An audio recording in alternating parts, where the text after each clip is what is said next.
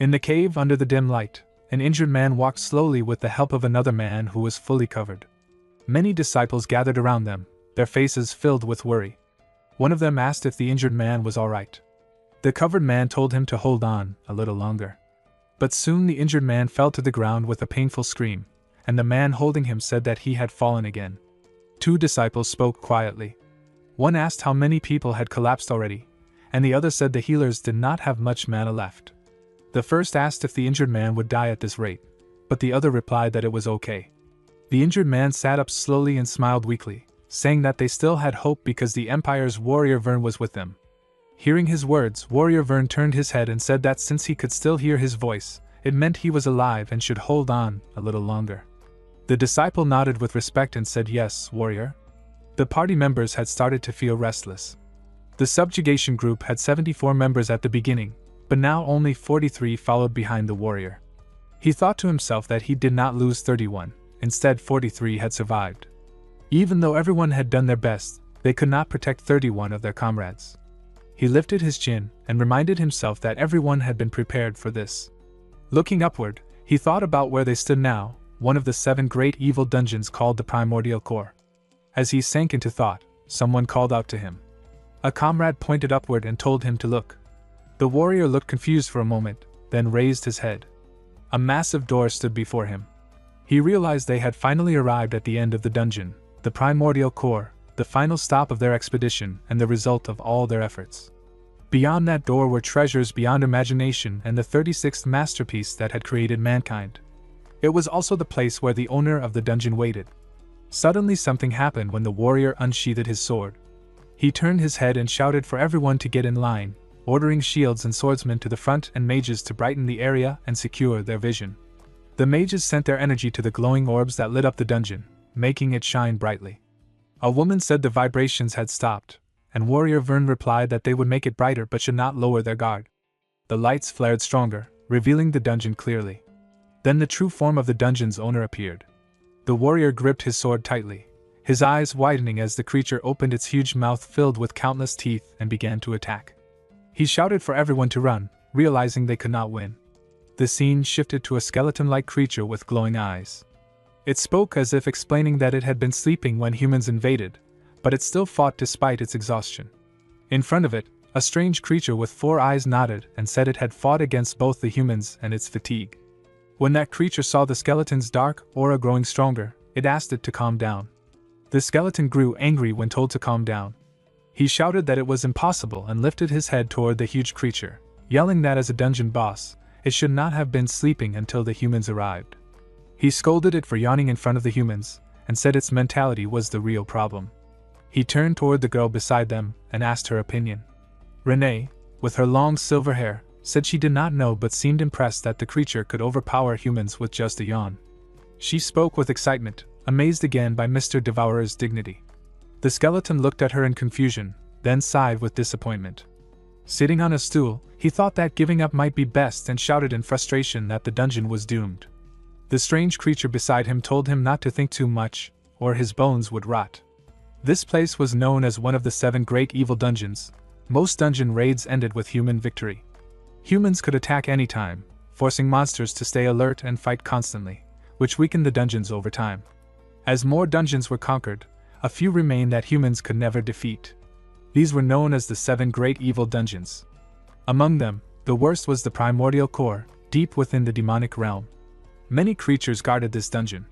The red crossroad on the left was protected by the Blade Maid Renee, the blue crossroad in the center by the Death Knight Pedrick, while the right path, tainted with filth, remained a mystery. The ruler of this dungeon was Devourer, the primordial monster from the first chapter of the Empire's mythology. Renee closed the book and said that this was what the record stated.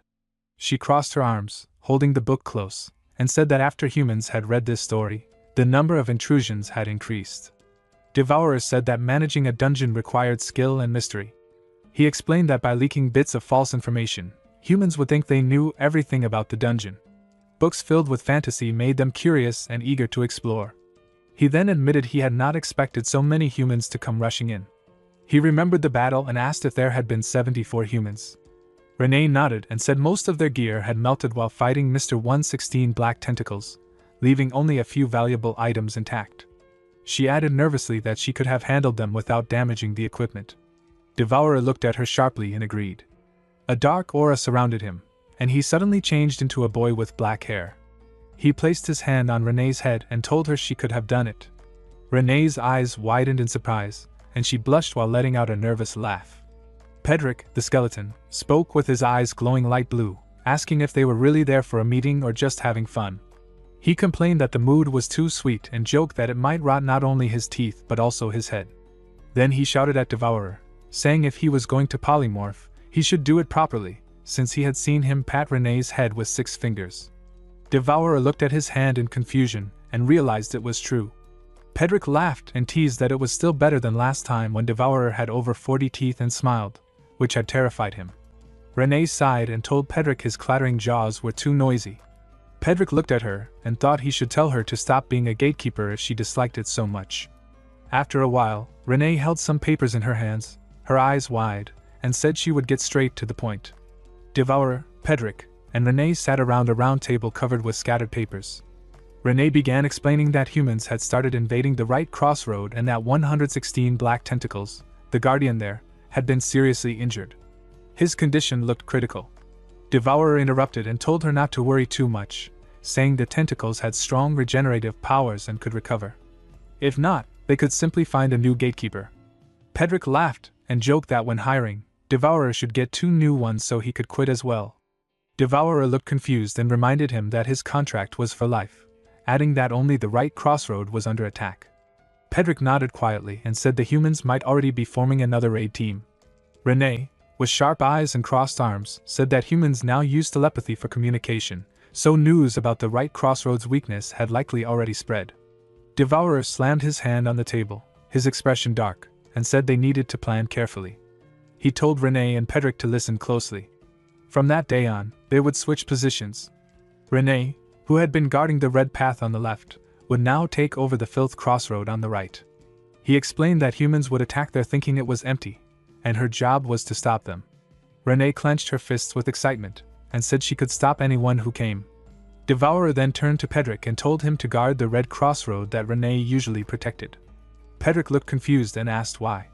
Devourer said that once humans realized Renee had moved, they would head to her usual spot on the left, and Pedrick would be there waiting to stop them. Leaning back in his chair, Devourer said that this way, they could block 2 invasions at once. Pedrick asked what would happen if humans attacked the blue crossroad in the center. Devourer paused for a moment, then chuckled and said they would simply have to enjoy a date with him. Pedrick sighed with disappointment, saying the plan sounded messy. Renee, however, looked thrilled and said it was perfect. Pedrick muttered in frustration, wishing she would stop. Renee then brought up the last issue, asking what they should do with the sword from the raid leader. Devourer rested his elbows on the table, his face on his arms, and asked which sword she meant. Renee explained it was the one the raid leader had used. Pedrick remembered standing among the fallen humans and seeing the weapon. He said the raiders must have been strong to carry such swords and asked Devourer if he knew what kind it was. Picking up the blade, he said it was the 36th masterpiece, a well-known human weapon, and its name was Tanbella. Devourer rubbed his hair and said he remembered now, calling it the 36th something and mentioning they'd probably had a few lying around in storage. He added that one of Renee's blades was also from the same set. Looking at Pedrick holding the large sword, he remarked that humans carried impressive equipment. Pedrick asked what they should do with the sword. He said if they gave it to the guards at the entrance, humans would just take it back, which would cause trouble again. Taking a deep breath, he told Devourer that he should keep it, and handed the sword to him. Devourer asked why Pedrick could not just use it since he also wielded swords. Pedrick's eyes widened in surprise, and he asked if he really could. When Devourer nodded, Pedrick's face lit up with excitement, and he laughed, saying he had no choice since it was an order from his boss.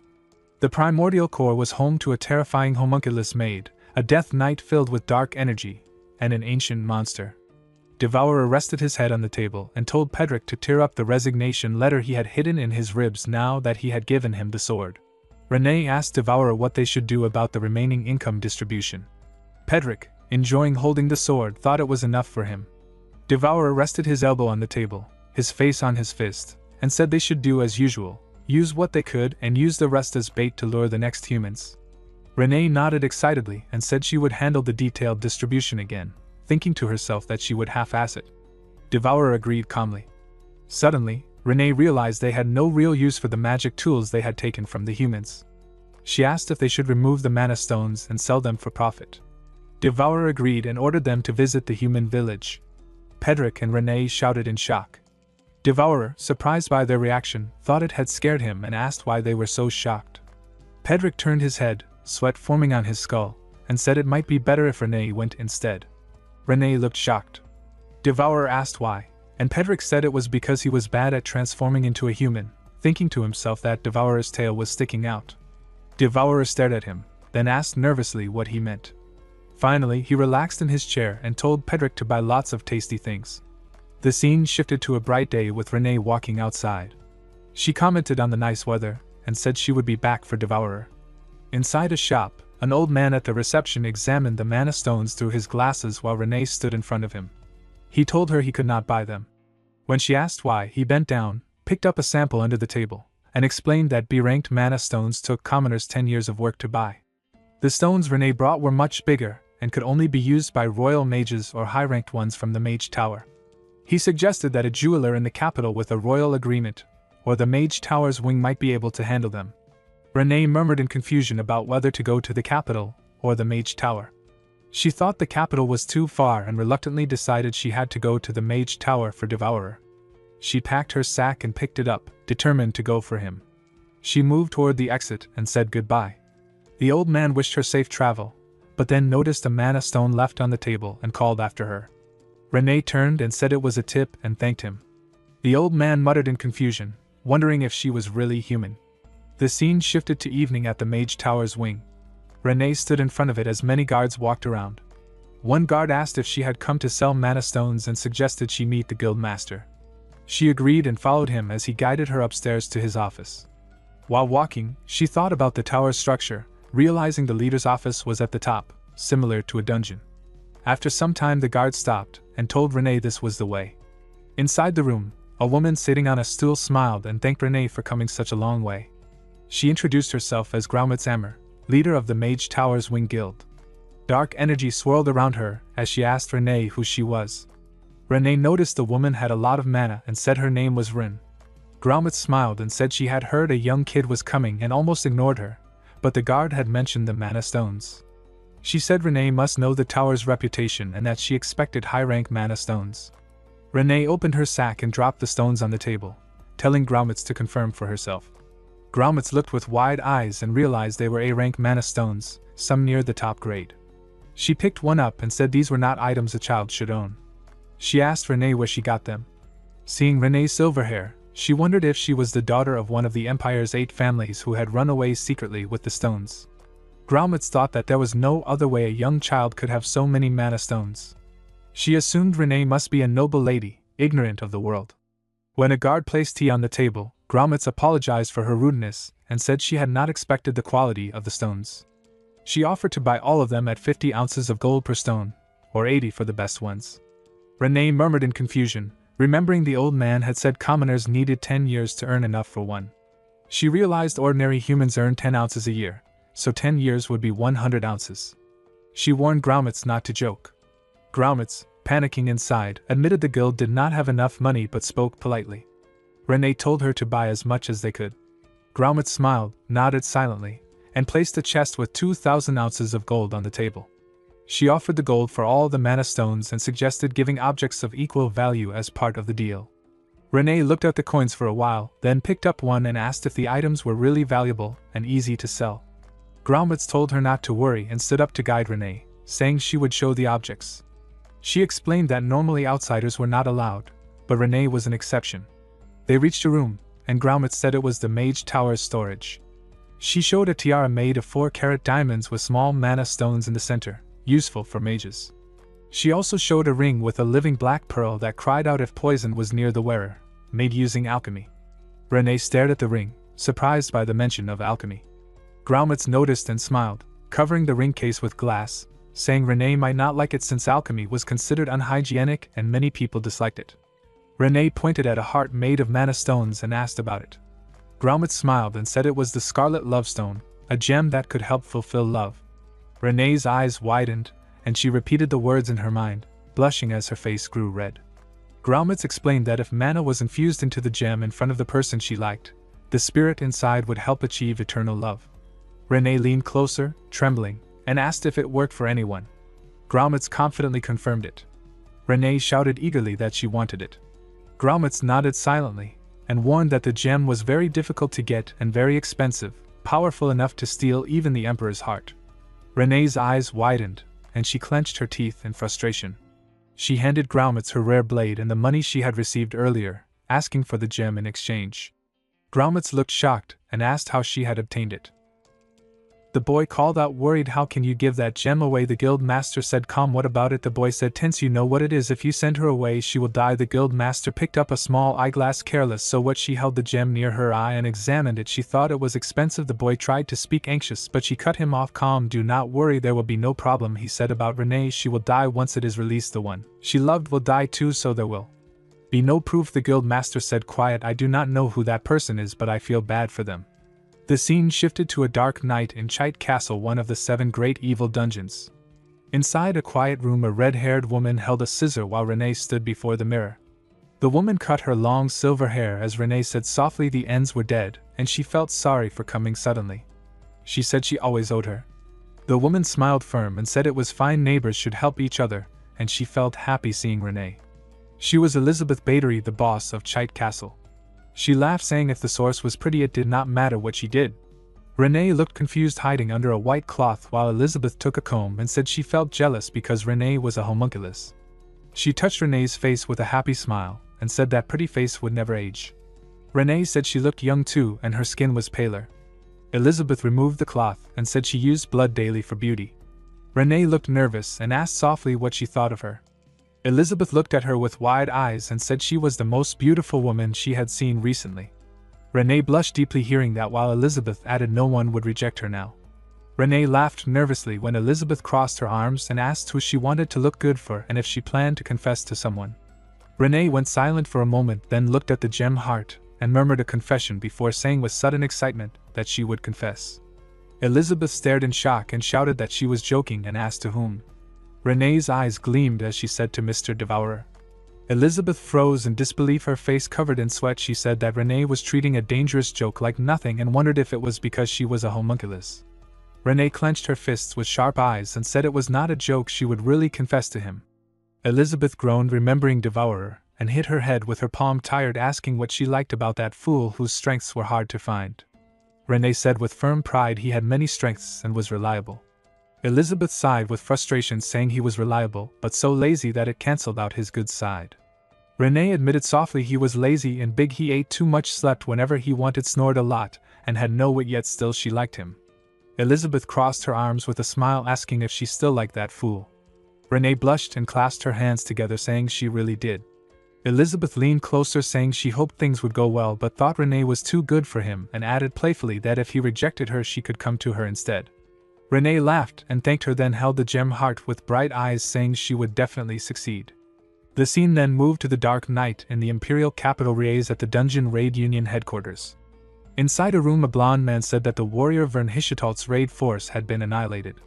Around the table several men sat, and one shouted in disbelief, saying they had easily gotten past the gatekeeper.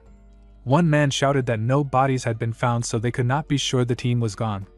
Another agreed, saying there was no way Sir Vern could die to a monster.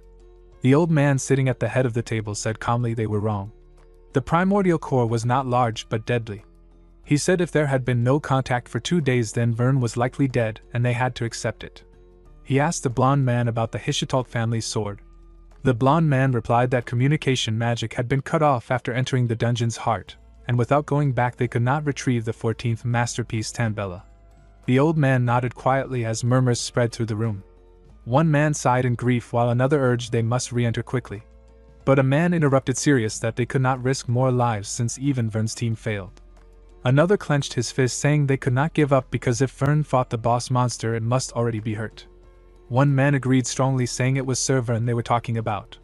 Another added that while they sat discussing, the monsters must have healed and reorganized. A third suggested they should gather all forces and end it quickly. The old man wiped his sweat and said they had already lost one of the 36 masterpieces and a warrior the royal family valued. If they failed again, they would all face death. He said if Vern had not wounded the ancient monster enough, the primordial core's boss might still be strong and the dungeon mostly unharmed. Even repeated raids could be useless.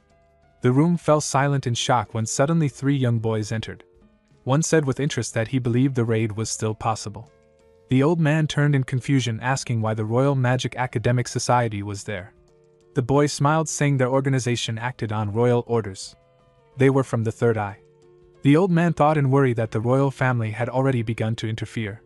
The boy spoke carelessly, saying their presence meant the men had to pay for their sins.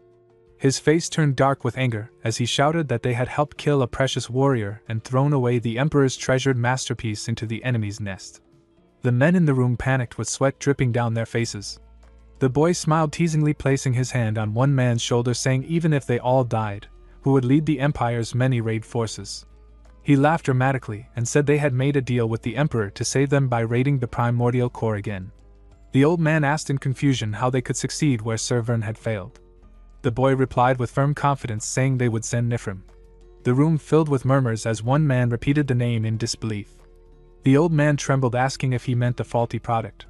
The boy replied that Nifrim was not a failure but a great success. He slammed the table and leaned closer, saying the problem was not that Vern's team was weak or careless, but that they lacked a certain factor. He turned and said proudly that Nifrim had what even Sir Vern did not, so this raid would succeed. The scene shifted to the dark night where Devourer stood sniffing the air. He muttered that he sensed something ominous, as if a great disaster was coming. He sniffed again, confused, and wondered if he was catching a cold. In the dark night, Devourer lay on the ground unconscious. He murmured he did not want to do this, but he did not know when humans would invade again.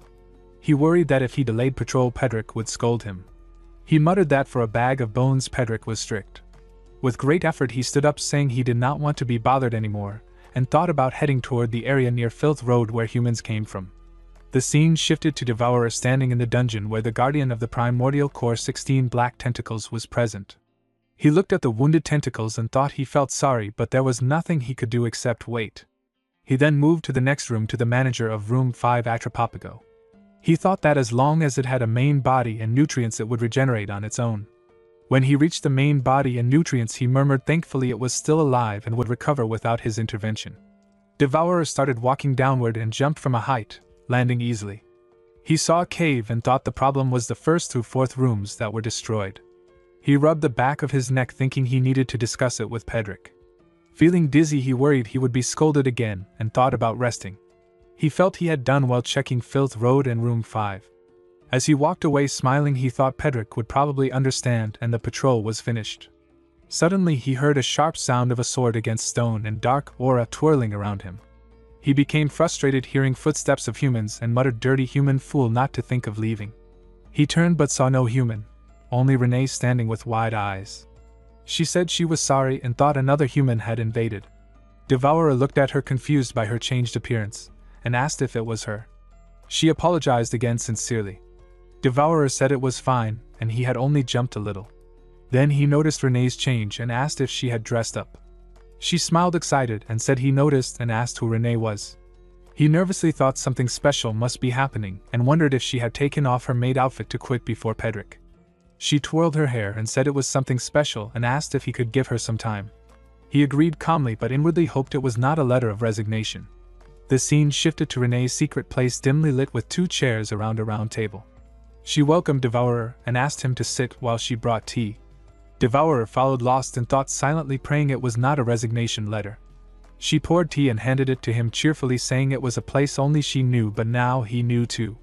Suddenly she paused and Devourer became scared while sipping tea, repeating in his mind, "Please, no letter of resignation." Renee said it had been 80 years since Devourer had taken her in and asked if he remembered. He looked at the tea's reflection and said of course. She recalled that 80 years ago, when dungeon clearing became popular, over 1,000 dungeons fell and many humans reached the primordial core. During that time Renee's status rose and she earned a nickname. He smiled and said she had suffered a lot and asked if her right eye felt better. Inside he felt relieved and thought thank God it was not a letter of resignation. Renee said he remembered her eye and that she was happy. He smiled calmly and said he had always kept it in mind. She said she was glad she could keep him safe. He agreed but suddenly realized and asked what she meant by was glad, fearing these were parting words. She called him Mr. Devourer, but he panicked, inwardly repeating, "Please, no letter of resignation." To his surprise, she said she liked him. Devourer looked shocked and did not fully understand. Renee blushed, smiled, and clenched her hands, saying she liked him and had waited 80 years for this moment. Devourer nervously tried to speak and took a deep breath to calm himself. He rubbed her neck and thanked her for confessing, but reminded her their lives were always in danger. She looked at him with wide eyes. He added that neither of them wanted to live the rest of their lives alone.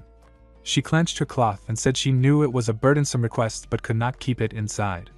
She reached into her back pocket, worried he might reject her, and took out the gem heart, saying she always wanted to be loved by him no matter the cost. She rushed toward him, shouting she would even use despicable measures. Devourer, shocked, told her to calm down. She showed him the heart gleaming and said her wish was fulfilled. He tried to speak, but she interrupted and put magic into the heart. He groaned in pain and shouted, asking if she tried to kill him. Renee looked shocked and confused. Devourer stood screaming with his face turning monstrous. She drew back in shock, dropped the gem heart, and murmured what was happening as dark mana appeared from the broken heart. Patrick circled around Devourer and shouted he wasn't satisfied with just driving the humans away, and now he even chased Renee. He said he was so astonished at Boss's attacks that his jaw would not click shut, and that Devourer didn't even spare Renee. Devourer asked how he should handle this. Patrick shouted why he was asking him when he made the problem and added it was not entirely Boss's fault, but what Devourer did to him was. Swallow said he did not remember anything. Patrick asked if he should help him remember. Devourer began to transform with anger, but Patrick shouted for him to calm down. Patrick turned to Renee, who was on her knees in front of the shattered heart, and shouted for her to get a hold of herself and leave it to him.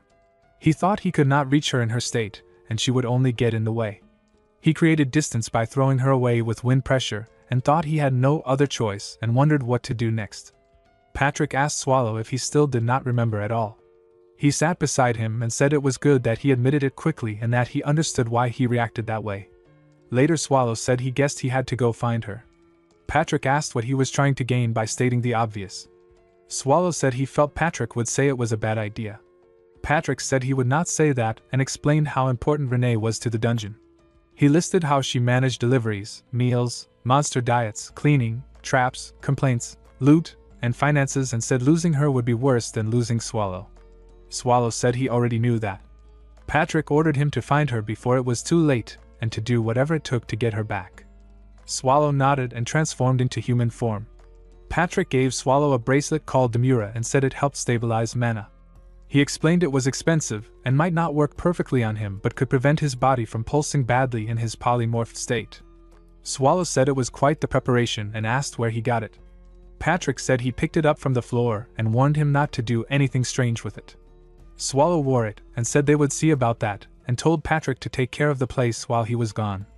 Patrick reminded him he had to return within 5 days before the humans came. Swallow asked if he needed to be back before the subjugation party arrived. Patrick nodded and said he could only keep the place safe for 5 days, and Swallow had to remember that. Swallow nodded and changed into dark clothes with magic. He said he would return with Renee within 5 days. Patrick shouted a warning not to stand out if he got near a human village or the dungeon monsters would be spotted. Swallow smiled and said if things went wrong he would wreak havoc and come back. Left alone, Patrick thought things were more complicated than he expected. He remembered how Renee gave up the beheading Fong, brought in a mana stone with a demon, and almost got killed by Swallow losing control. He read the news of a dungeon raid and felt shocked.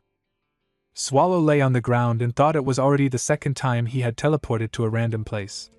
He wondered if it was because of magic but decided to try once more. He set his target to the town of Harston, where Renee had gone to sell the mana stones. Dark mana flowed around his body as he prepared to teleport again. The scene changed to a woman sitting on a throne. She looked down at the humans before her, and said they were mere mortals who had climbed too far. Her golden eyes glowed as she promised to grant them a glorious death. A man stood before her with his sword raised. He said it was funny how proud she was for a demon and introduced his group as the elite Dawn Tiger Mercenary Party, ranked 32nd in the Empire. He said their fame would soon spread across the continent, and that they had come to drag her down from her throne. The woman called them insolent fools and stood up. She introduced herself as Melzda Ymefagria, the 17th descendant of the demon king Asmodeus. Dark mana surrounded her, as she told them to bask in the glory of her name and die. The man smirked and said he would take her words and give them back to her. Then he charged forward, shouting with determination to strike down the Demon King's descendant. She blocked his attack and shouted that puny humans who did not know their place should burn and disappear. Purple mana filled the area and surrounded the mercenaries, leaving them shocked. The demon raised her staff and formed sharp shards of ice.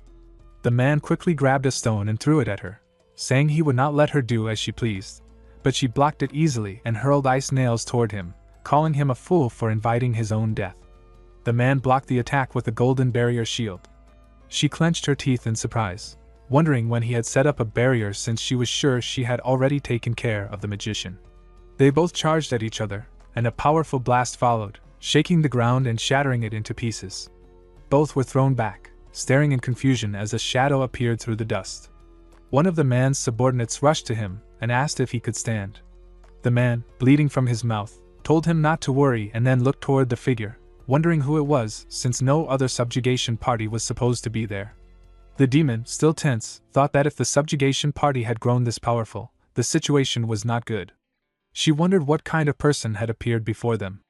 As the dust settled, Swallow stepped out from the shadows and calmly asked if they knew where Harston was. The mercenaries and the Demon King Asmodeus looked shocked and shouted in anger, demanding to know why someone had suddenly burst into the battle. One of the men warned Swallow to stay away from the Demon King, saying she was dangerous. Swallow stood confused while Asmodeus wiped her face and declared that no number of humans would ever be enough to defeat her.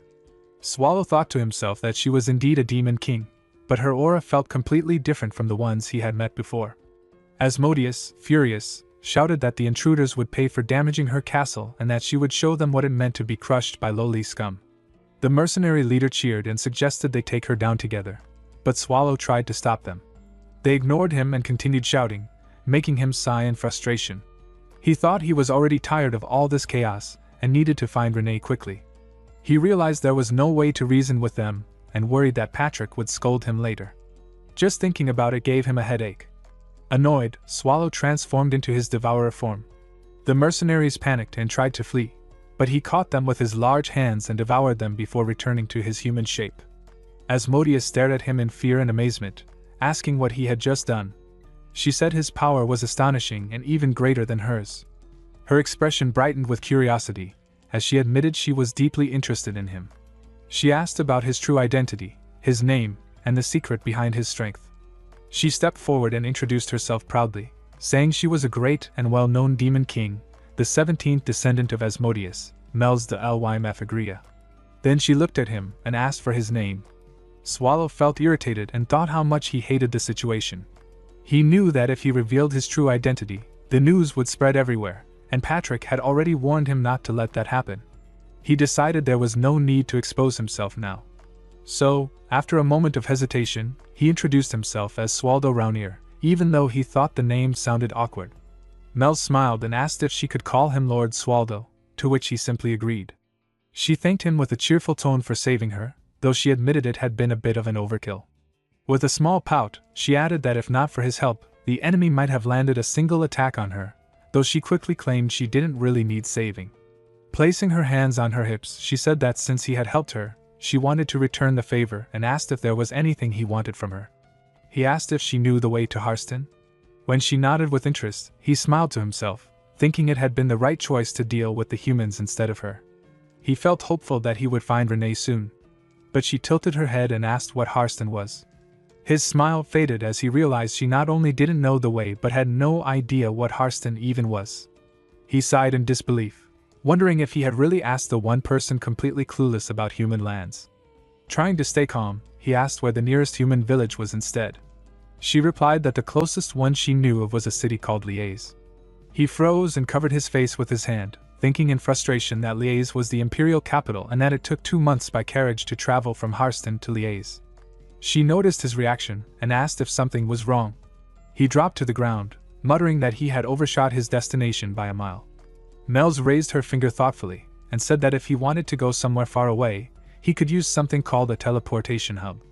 She explained it was a device created by humans using magic and alchemy that could forcefully transfer someone through space. He sat up quickly and asked where it was. She smiled and said that the teleportation hub was located in Liège.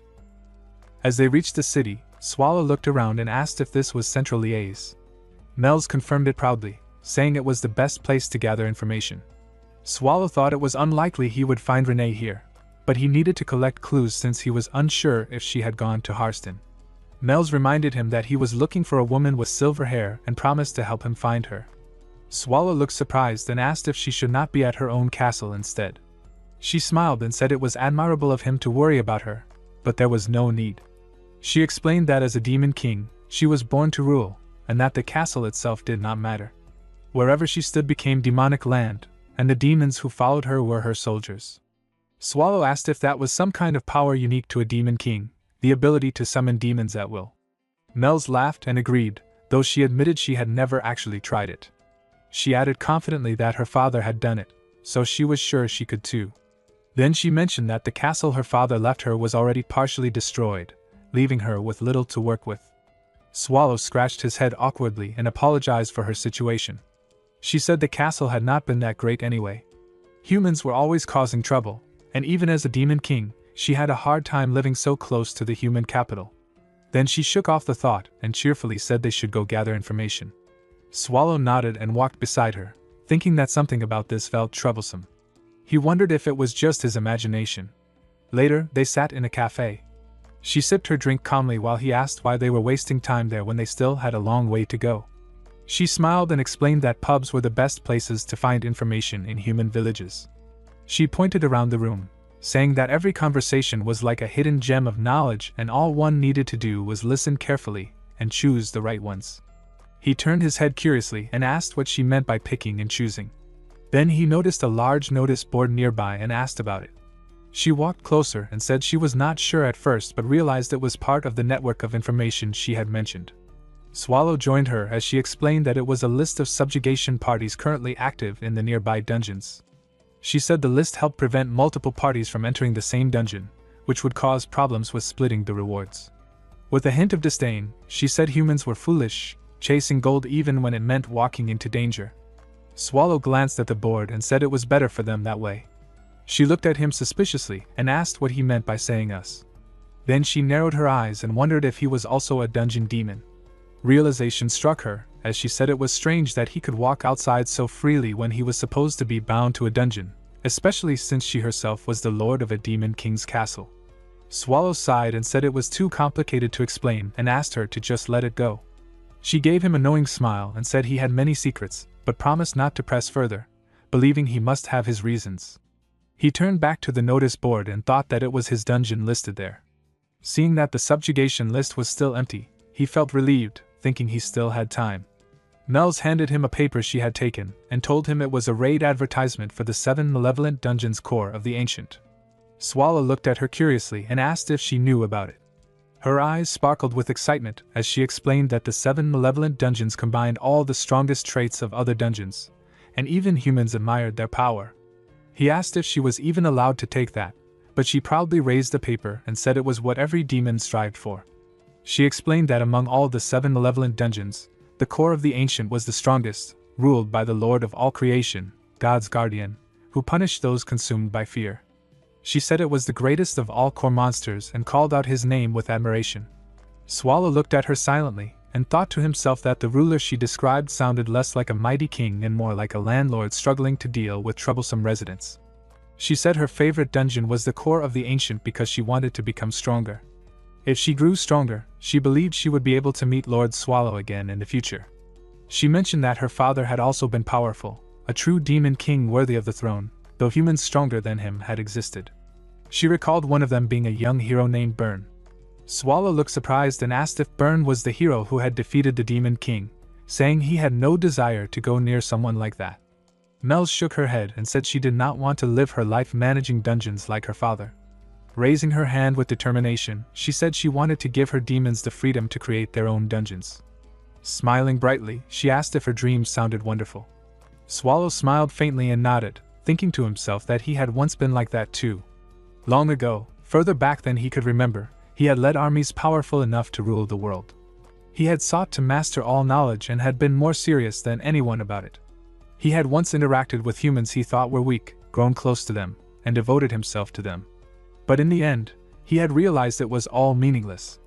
Now his only goal in life was to sleep all day. Moments later, Mel's rested her head on the table and fell asleep. Swallow stared at her in disbelief and asked if she was seriously sleeping, but she gave no reply. With a sigh, he lifted her onto his shoulder and quietly walked away. The next morning in the inn room, Asmodeus sat up on the bed while Swallow stood nearby, yawning and asking if she was awake. She replied that she had no memories. Suddenly, Swallow fell to the ground in shock and wondered if his eyes were going bad because she looked like a little kid. Asmodeus looked embarrassed and shouted while punching him that she was not a little kid and that his words were too impolite. Swallow asked who told her to suddenly become so young, saying he was surprised. She explained that she had not become younger, and that her appearance yesterday was her version 2, made so humans would not look down on her. Her current form was version 1.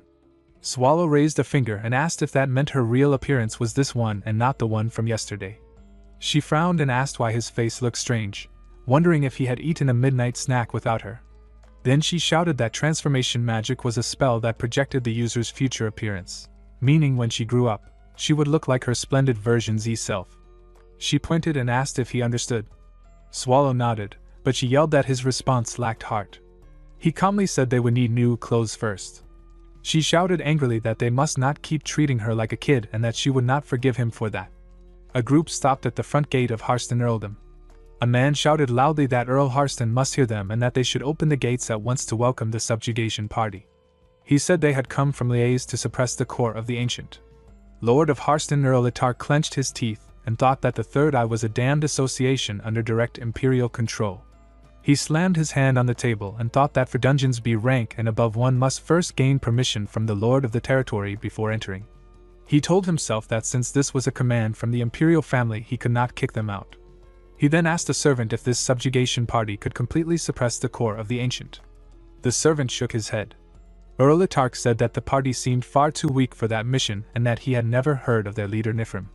He worried that if they touched the core half-heartedly his territory would face a crisis, and he thought it would be better to send a stronger, trustworthy subjugation party. The servant told Earl Itark that the answer might be closer than he thought. Earl Itark thought that it could be the Magic Tower Wing, which had expanded recently because of high-quality mana stones of unknown origin. He considered that even with rapid growth, an A-rank magic tower trying to suppress the core of the ancient was insane. He thought that if the rumors were true, the only monster left on the right trail, where even the Guardian had been defeated, was the boss monster who confronted Hero Burn's subjugation party, Swallow. He told the servant to send someone to the Magic Tower Wing with a request in his name, promising a large sum in fame, and to ask them to suppress the core of the ancient by any means. Suddenly, a man stepped inside and asked if he was Lord Itark. Earl Itark asked who he was. The man said he was Nifrim and apologized for letting themselves in since the gates had not been opened despite their calls. Earl Itark asked why they came without previous notification. Nifrim sat on the sofa and asked if he had not received the official papers from the imperial family, and questioned if there was a reason they could not come. One subordinate smiled at Earl Itark, saying they were guests, and told him to smile. He added that he wanted tea, snacks, and chocolates. Earl Itark clenched his fist and told his servant to hurry and prepare for the guests. Then he sat in front of them and asked why they had come looking for him. Nifrim said they had come to crush the core of the ancient. Earl Itark smiled and said it had only been a day since the official papers arrived and asked when they planned to leave.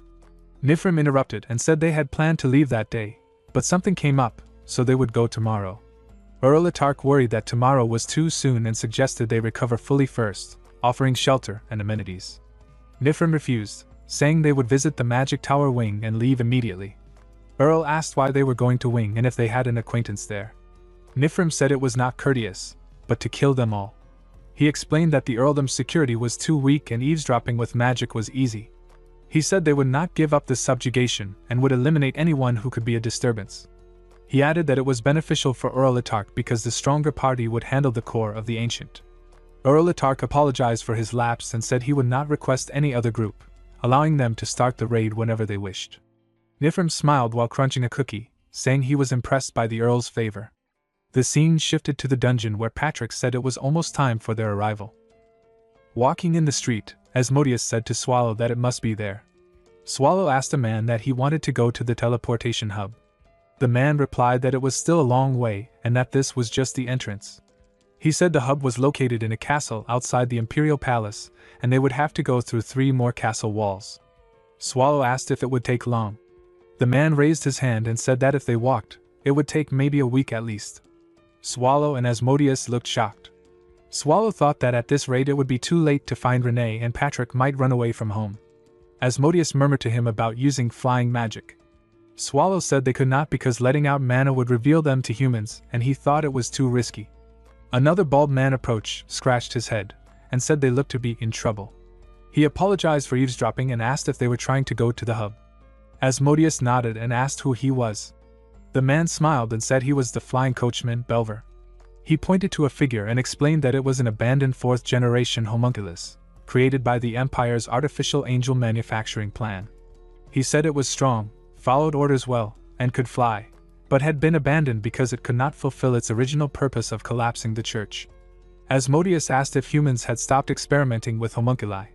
Belver said no and explained that the Empire would not give up such power. He mentioned a story about homunculi being mass-produced somewhere through a large-scale process, and said that 1st-generation homunculi were incubated in giant flasks 150 years ago. Swallow thought that it had already been that long since Renee was born. Asmodeus said the homunculus looked durable, and asked how long it would take to reach the hub if they used it. Belver placed his hand on his chest and said the flight would take 3 hours, plus 1 hour for inspections at each castle wall, making about 4 hours in total. Swallow asked how much it would cost. Belver said it was 8 ounces of gold for the 2 of them. Swallow thought with shock that 8 ounces of gold was equal to 800 ounces of silver, and that it was 100 times more expensive than staying at the tavern the day before. Asmodeus apologized, saying she did not have that much money. Swallow asked if it looked like he did, then found a cloth in his pocket. He opened it and saw a letter and gold coins from Patrick, saying that one day he would be thankful. Later, during the flight, Asmodeus peeked down and asked who gave him so much money. Swallow yawned and said an associate from the dungeon had secretly given it to him. She asked how a dungeon monster could go around so freely. He said that being kicked out was a suitable answer. She asked if the associate he was looking for was also someone who had been kicked out. He said something like that. Asmodeus said she was jealous that even after leaving the dungeon, he still cared for his associate. She smiled and said she wanted a colleague like that and a life where people take care of each other, saying how nice that would be. The scene shifted to the Street of Gold and Pleasure Survey Rose. Swallow said angrily that they could not use the teleportation hub now. A man closed his eyes and apologized for the inconvenience. Asmodeus said sadly that she did not expect this to happen and felt ashamed. The man suggested that if it was not urgent, they could come back around 8 p.m. because the hub had been shut down for the security of an auction. After the auction, VIPs would use the hub and the higher-ups would allow them access. Swallow asked if the hub was closing just because of one auction. The man said yes and explained that a rare item, the beheading fang, which had been missing for a long time, was suddenly put on display a few days ago. He said this was to prevent anyone from abusing the hub to infiltrate the auction house. Asmodeus looked at the drawing with wide eyes and said it was really well made. Swallow murmured in surprise that it was the same as what his associate used. The man asked if he was mistaken. Swallow clenched his fist and said it was exactly the same, describing how it transformed into a large blade when gripped tightly. The man said he was not sure, but only one beheading fang existed in the world, so Swallow must be mistaken. Swallow thought with shock that if only one existed, it was definitely Renee's weapon. He wondered why it was in human hands. He quickly dismissed the idea that humans could have harmed Renee, knowing even the bosses of the other 7 malevolent dungeons could not easily challenge her. He recalled that Renee, called Blade Maid, had been holding a blade when she left, wearing frilly clothes with no pockets to hide weapons, and had thrown a blade at him by mistake. He thought about how many weapons she usually carried and realized that without her blades, she would be much weaker. He clenched his fist as dark mana flowed around it, and asked himself if Renee had been killed by humans. Swallow transformed into his devourer monster form. The man looked frightened and shouted not to come closer and called him a monster. Swallow said then it would be right for him to kill everyone there. He killed the man and changed back into his human form. Asmodeus grabbed his sleeves and shouted for him to calm down, and asked what had happened. Swallow turned with bright yellow eyes and asked about the beheading fang, one of the 36 virtuous masterpieces, asking if only one existed in the world. Asmodeus said yes according to what she knew but asked why he suddenly asked. Swallow said he had been looking for it because it belonged to his friend and that he had to find it. He pulled his sleeve and told her she did not need to help him anymore, thanked her for her help, and said he knew the way back to Harston and could go alone. He advised her to leave as fast as possible. Asmodeus shouted and asked if the person he meant was the silver-haired warrior woman who wielded the beheading fang, Lady Renee, and said it seemed she had guessed correctly. He said enough with the provocations and asked how much she wanted to know. She smiled and said there was no need to tell the whole story. Even with his vicious voice, he could not scare her because she already knew who he was. She explained that Lady Renee was the guardian of the great core of the ancient, and the highest of the highest. If Lady Renee was his friend, then he must be the master of the core of the ancient, the great Lord Swallow. His eyes widened, then he closed them and admitted he was Swallow. She beamed and said she was sure of it, that she had caught him red-handed. She said she knew the dangerous thoughts crossing his mind and promised to help him without objection. He questioned if she was sure to trust such simple reasoning for someone near the level of the Demon King. She said it was not the logical demon who became king, but the Demon King who dictated logic. She laughed and said he had been very scary before, with strange things shooting from his back. She was glad he was back to his normal self and promised to assist him, asking him never to use that voice again. Later, the scene shifted to the day of the auction at the front entrance, while the back entrance was also shown. A soldier thought he expected this but did not see anyone and wondered why he was guarding the place. Suddenly Swallow and Asmodeus approached him. Asmodeus asked politely if they could enter the auction through that entrance. The soldier agreed but asked for their names. She said she was Mel's of House Agria and that Swald was her attendant. The soldier checked and said she was not on the guest list. She found this strange and asked Swald if he had the invitation. Swallow stepped forward, showed the invitation, and punched the soldier in the face, joking about it and telling him to wear something different. Asmodeus teased him, asking if he was afraid of being charmed by her. They then walked inside while fighting. The scene shifted to Chait Castle, where Renee lay on a bed and murmured that she could no longer return to the core of the ancient. The scene shifted to 80 years ago in Great Nia Forest. Great Nia the Witch Earth spirit held a dead body and apologized to Granny while gritting her teeth. She said she never thought humans would do such a bold thing and hoped the forest would recover. She thought the core of the ancient had used the forest as a natural fortress, so she needed to make a good impression on Great Nia. Swallow stood nearby with dark mana flowing around him, and wondered if all the humans who started the fire were dead. He thought that if they were, then Gripinia's anger would slowly calm. He grew more curious as he looked at a girl who might be a homunculus, a non-human made to look like a human. He wondered if he should kill her to leave no witnesses, but then remembered his master's final words and told the girl she was free to leave. The girl's eyes widened. He held the iron prison gate and said he would not help her leave. He told her it was up to her whether she wanted to die trapped inside or outside. He bent the iron bars and said her master had been searching for a maid named Lelo. Since no other maids were there, it had to be her. He said his mercy born of curiosity ended and then vanished. The girl stood up and walked outside. Lelo was the name of a maid who served the head of a household and was a title for the most talented maid. The current Lelo was a middle-aged head maid, and the homunculus had never been called that before. But because of that, she became Lelo. The scene shifted to Chait Castle in the present. Renee was standing when a cloaked woman called her, and said she had heard the subjugation party sent by the Empire was heading toward the core of the ancient. Renee said that even if Bathory said so, she would not return to the core of the ancient. Bathory told Renee she was not asking her to go back. She said she valued Renee's happiness but valued choice and freedom more. She advised Renee to settle all her problems and warned that if Swallow or Patrick found out she had been tricked by a human, they would react strongly. Bathory told her to erase all her tracks and said it did not have to be perfect because Patrick would understand her intentions. She added that the core of the ancient would be busy for a few days due to the subjugation party, and said if Renee planned to tie the knot, she had to do it now. Renee said she was going somewhere far away to get fresh air. Bathory noticed her right eye was getting blurry and asked if it was okay to go alone. Renee said she was fine, thanked Bathory, and asked where her blade was. The scene shifted to Swallow holding a man by the neck. He demanded to know everything the man knew about the beheading fawn. The man shouted that it was submitted by the magic tower of Harston called Wing, and begged him to believe he did not know anything else. Swallow asked with a cold expression if the man had said the magic tower of Harston Wing. He released the man and thanked him for telling the truth, letting him live. Swallow and Asmodeus then walked away. The man whispered while holding his neck, complaining that he almost died and asking what he had done wrong. Suddenly Swallow appeared behind him and said he had done nothing wrong but had caught his attention.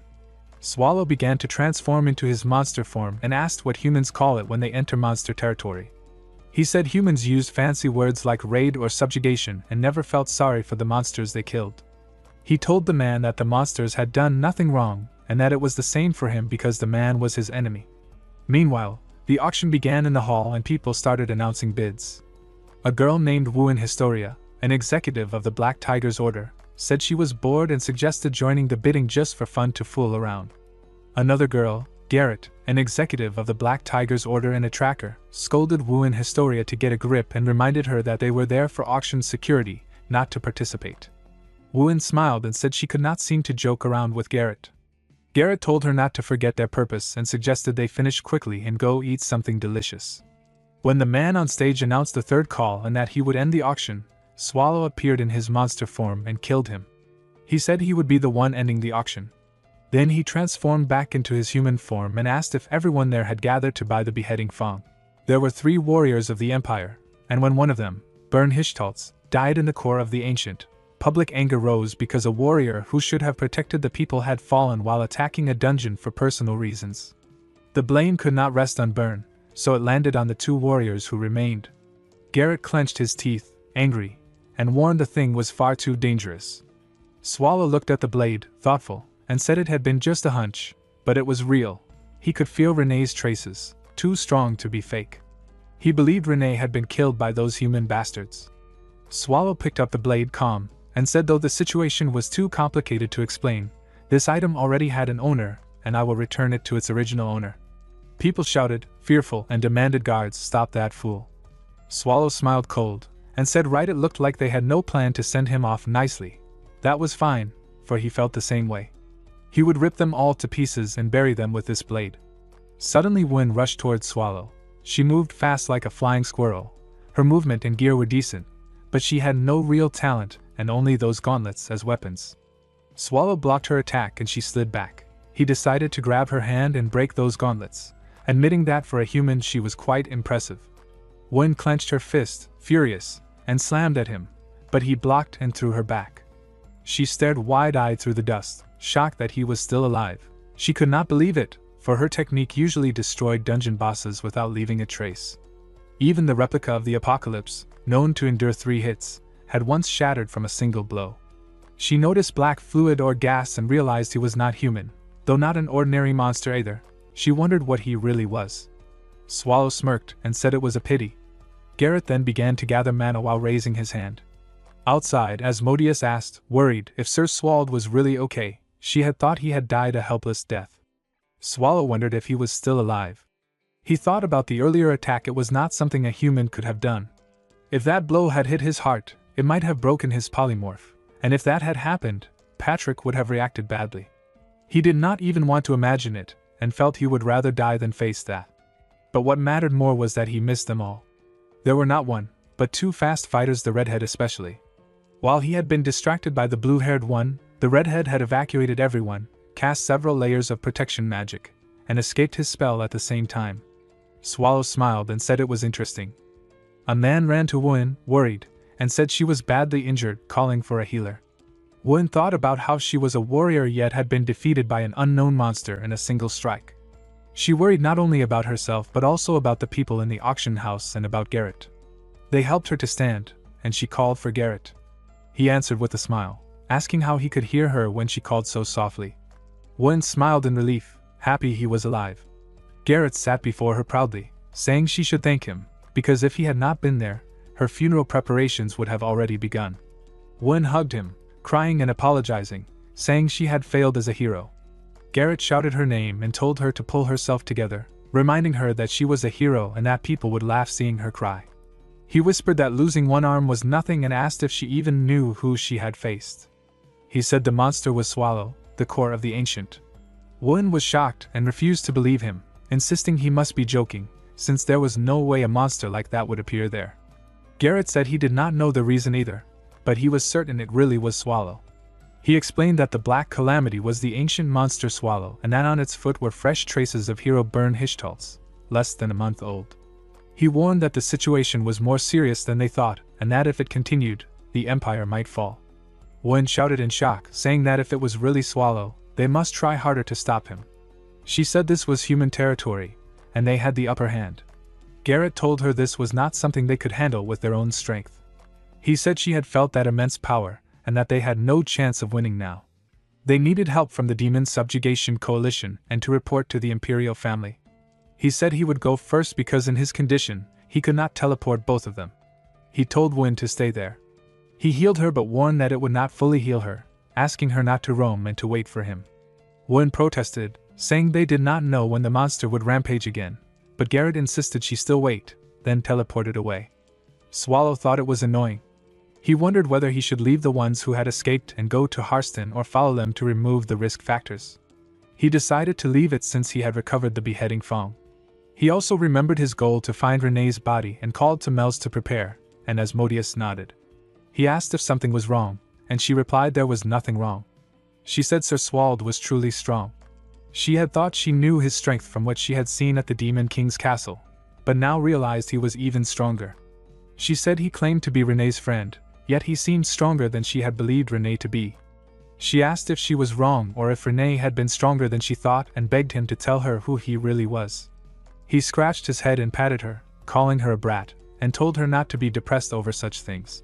He said he was just Sir Swald and smiled, promising that once everything was done, he would tell her the truth. He told her to finish things and show them the power of a demon king. She transformed into her woman form and agreed. Then she created a pink shield, and a huge blast shook the area. Wen saw it from afar with wide eyes, realizing it had come from the direction of the auction house. She was shocked that such destruction had occurred in the middle of the capital and feared for the people. A child caught her hand and said his dad was over there. Wen comforted the child, telling him not to worry and promising she would take care of everything. She walked forward, thinking of herself as the hero, Wen Historia, and resolved not to avoid a monster like that. Swallow asked Mels what the magic she had just used was called. Asmodeus replied that it was called Reconstruction, a high-ranking spell that could even make the ground collapse. She floated in the air in her fairy form and asked what he thought, saying everything looked tidy now. He asked if she really had no other options she could have used in that situation. She replied brightly that he could not blame her, since he had told her to finish things and let her use the coolest and most stylish magic.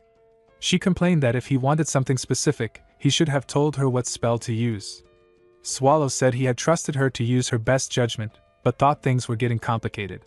He then asked if she remembered the way to the hub. She said she remembered it well. He told her to go there and handle things, since humans would gather there, and to make arrangements for him to travel to Harston as soon as he arrived. She agreed and then, raising a finger, asked curiously where Harston actually was, since he kept mentioning it. Swallow turned and asked if she knew where the core of the ancient was. She replied with excitement that she did and said it was her favorite dungeon. He told her that Harston was the town closest to that place. She admitted she only knew about the core of the ancient from books but promised to handle the hub and protect it. He waved and said he would follow soon. Later, Swallow walked through the streets and saw many masked men. He thought they were busy forming up and wondered why humans acted that way. He had worried earlier after hearing about a crowd near the auction house but realized they were just soldiers under someone's command. He said coldly that if they wanted to know who he was, he would tell them that he was their enemy. At the same time, in the core of the ancient, Sylvia suggested returning, saying it was scary and that it was not too late to go back. Nifrim told her to stop joking. Sylvia pouted and said it was strange, because the first room they entered had been full of monster corpses, but the next one was too clean, as if someone had been cleaning it. Nifrim turned and asked what everyone else thought. The group murmured in confusion, saying there was no way the Hishtalt's subjugation team would have cleaned up while advancing. They wondered if an intelligent monster had done it, and noted that the dungeon had only been attacked up to room 5, excluding the boss room. There was no way a monster could have cleaned everything. Nifrim shouted angrily, asking if the monster was playing tricks on them or trying to deceive them. A calm voice came from the dark, saying they were being too loud and that the noise made its ribs echo. It said it had not deceived them but had only cleaned because the mess looked unpleasant, and since guests were coming, it wanted things tidy. But if they cursed it, it would get upset. Nifrim ordered Sylvia to use light, and she nodded, creating light with her magic. Then they saw Patrick standing there. He said it was so bright, and welcomed them for reaching a rare place, even though they had not been invited. Nifrim recognized him as the Death Knight, Patrick. Patrick said he had even prepared an introduction for himself, but now it was useless since they had spoiled it. He complained that he could not use the dialogue he had worked hard to prepare all day and told them to calm down, put away their weapons, and relax. He told the mage to lower her staff and another to put down their fists. Suddenly, Nifrim shouted and raised his dagger, saying that the nonsense ended there. Patrick said they had no manners and did not even give him time to breathe. He used the ice bolt shower technique, and an icy blast covered the ground. Then both sides began slashing with their weapons. Patrick commented that for a human, their strength was good. Nifrim used many techniques, including strong body, reading omens, light feathers, step of silence, boiling blood, and bone ashes of famous warrior. Patrick said the secret to their strength was buff magic, and thought it was unreasonable. He calculated that the buffs would not last long, and if he could last just 1 minute, it would be enough.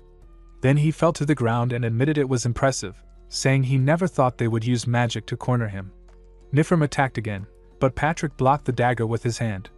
He laughed, saying it was fun and that he was really immersed in his acting. He apologized, saying he had not planned to mess around at first but had been bored for years and wanted to feel the crisis, even if only through acting. He thanked everyone for playing along with his rhythm. Suddenly, Nifrim's eyes snapped open when Patrick asked if he was awake. Patrick said it had only taken him a few seconds to wrap things up after Nifrim collapsed. He added that it would be quicker for Nifrim to see for himself and explained that out of all the humans who had faced Death Knight Patrick, not one had survived. He said he had thought Nifrim would know more since he knew his name, but it seemed he only knew the name. Patrick mentioned that the green-haired magician had been challenging, using wide-range divine magic, and that it made his bones itch just thinking about it. He confirmed Nifrim's identity, saying the magician had called for him desperately until the end. He had hoped for a more emotional reaction but found Nifrim's response boring, commenting that Nifrim was ruthless. Patrick raised his sword and said it was time for a survivor Q&A. He criticized the subjugation party as subpar and pointed his sword at Nifrim, asking what he was hiding. He offered Nifrim a choice: answer by raising his right hand or refuse by raising his left, saying he was a kind and generous skeleton. Nifrim raised his right hand but then suddenly raised his middle finger. Patrick pointed his sword and said he could not believe he had been cursed like that. He said he would respect Nifrim's decision, told him to die slowly, and stabbed him. Muttering about when he would ever clean up all of this, he thought it would still be easier than before. Nifrim sat near Sylvia's body, wondering if it was gone. He murmured to her, apologizing, but said he had to live. Then he opened his mouth and crunched her body. Patrick thought the sound was unpleasant, and realized there was something hidden beneath the surface.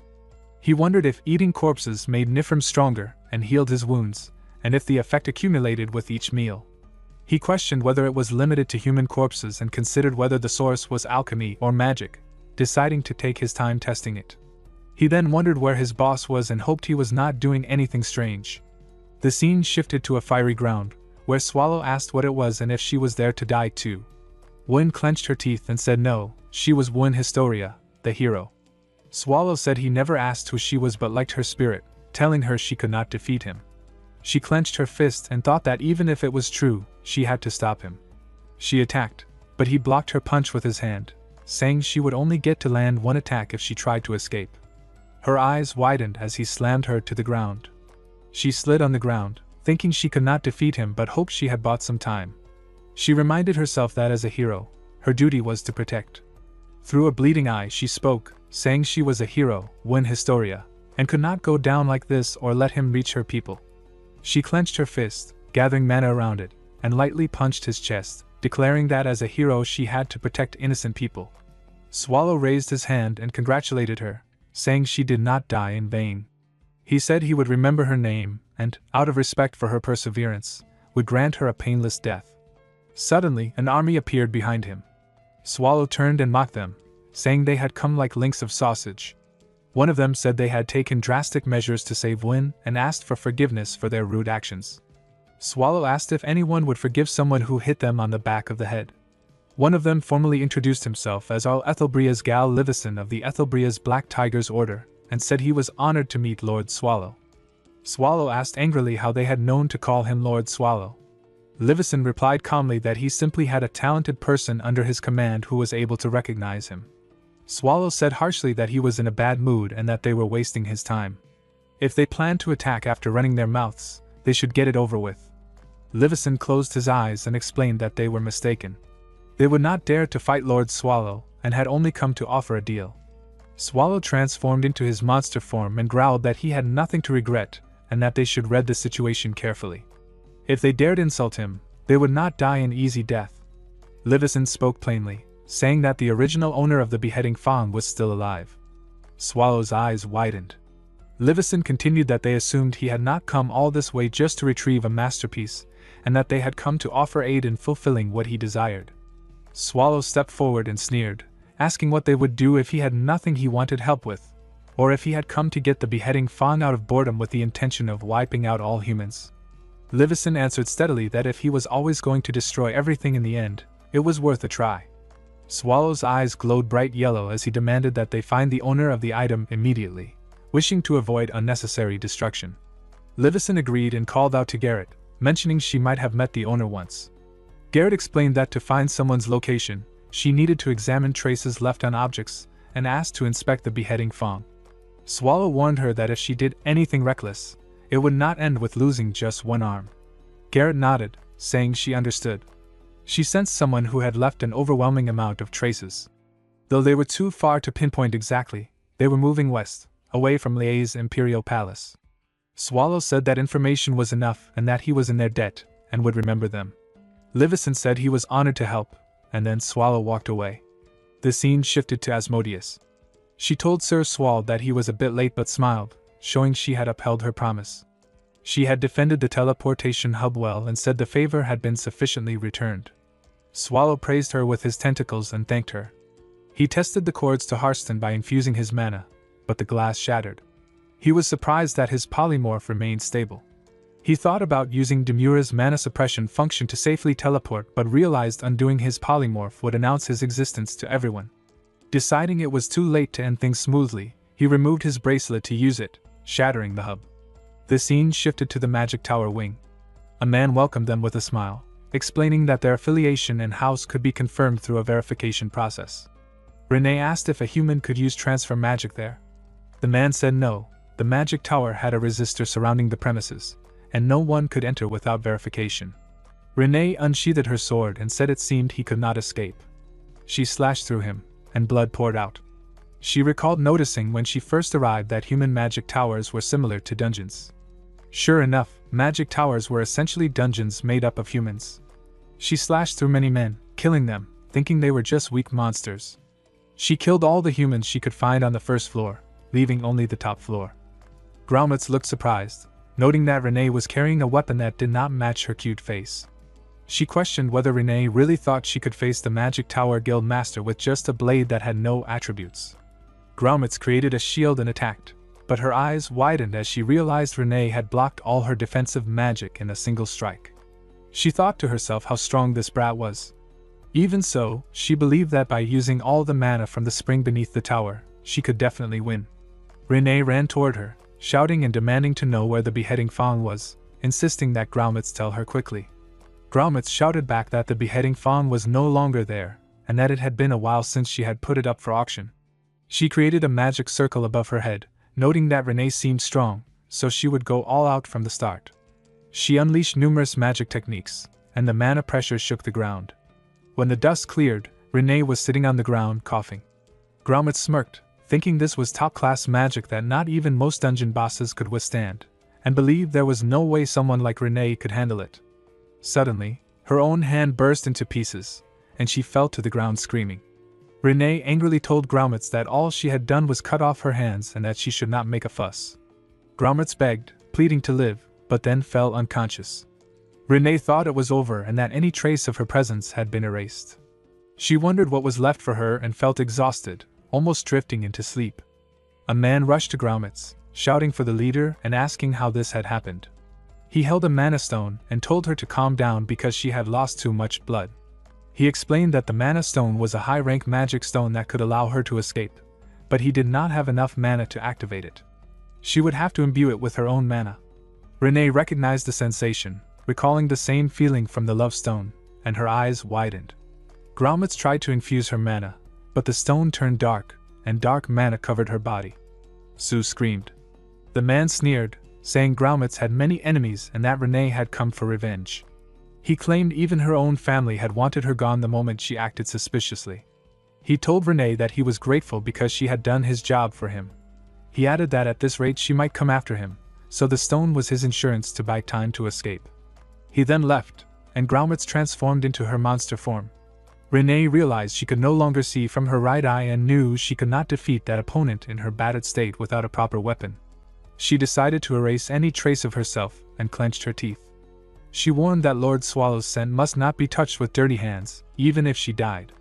She attempted to gouge out Graumitz's eye and wondered if Lord Swallow would be sad if he found out she had died. At that moment, Swallow caught her and asked if she was okay. Renee's eyes widened in surprise. Renee wondered why Lord Swallow was there. Swallow told her to wait for him there, then stood up and turned.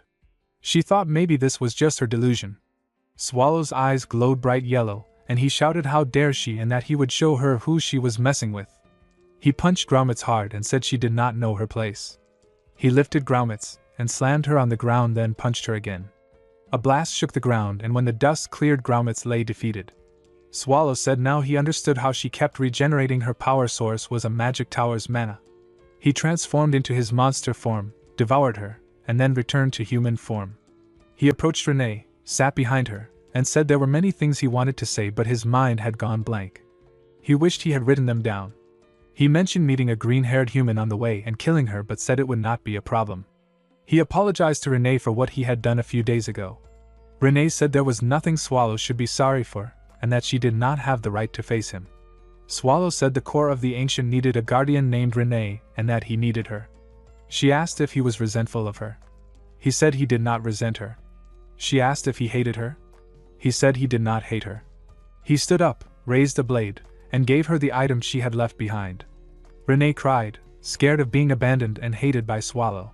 He reassured her that he would not abandon her, and did not hate her. He raised his hand and told her to go back with him to the core of the ancient. The scene shifted to the dungeon in the past. Swallow said he recognized the homunculus. He had met her during the previous arson case in Grape Nia, and again at the lab. He decided to bring her along since it seemed like fate. Patrick said that meant this small body held all the knowledge about homunculus research. He thought moreover that seeing her completely unfazed inside the room of the strongest boss in the core of the ancient, also called the lair of demons because of the thick dark energy, implied she had the mental strength and physique to handle anything. He then asked Swallow what he was going to do with the child.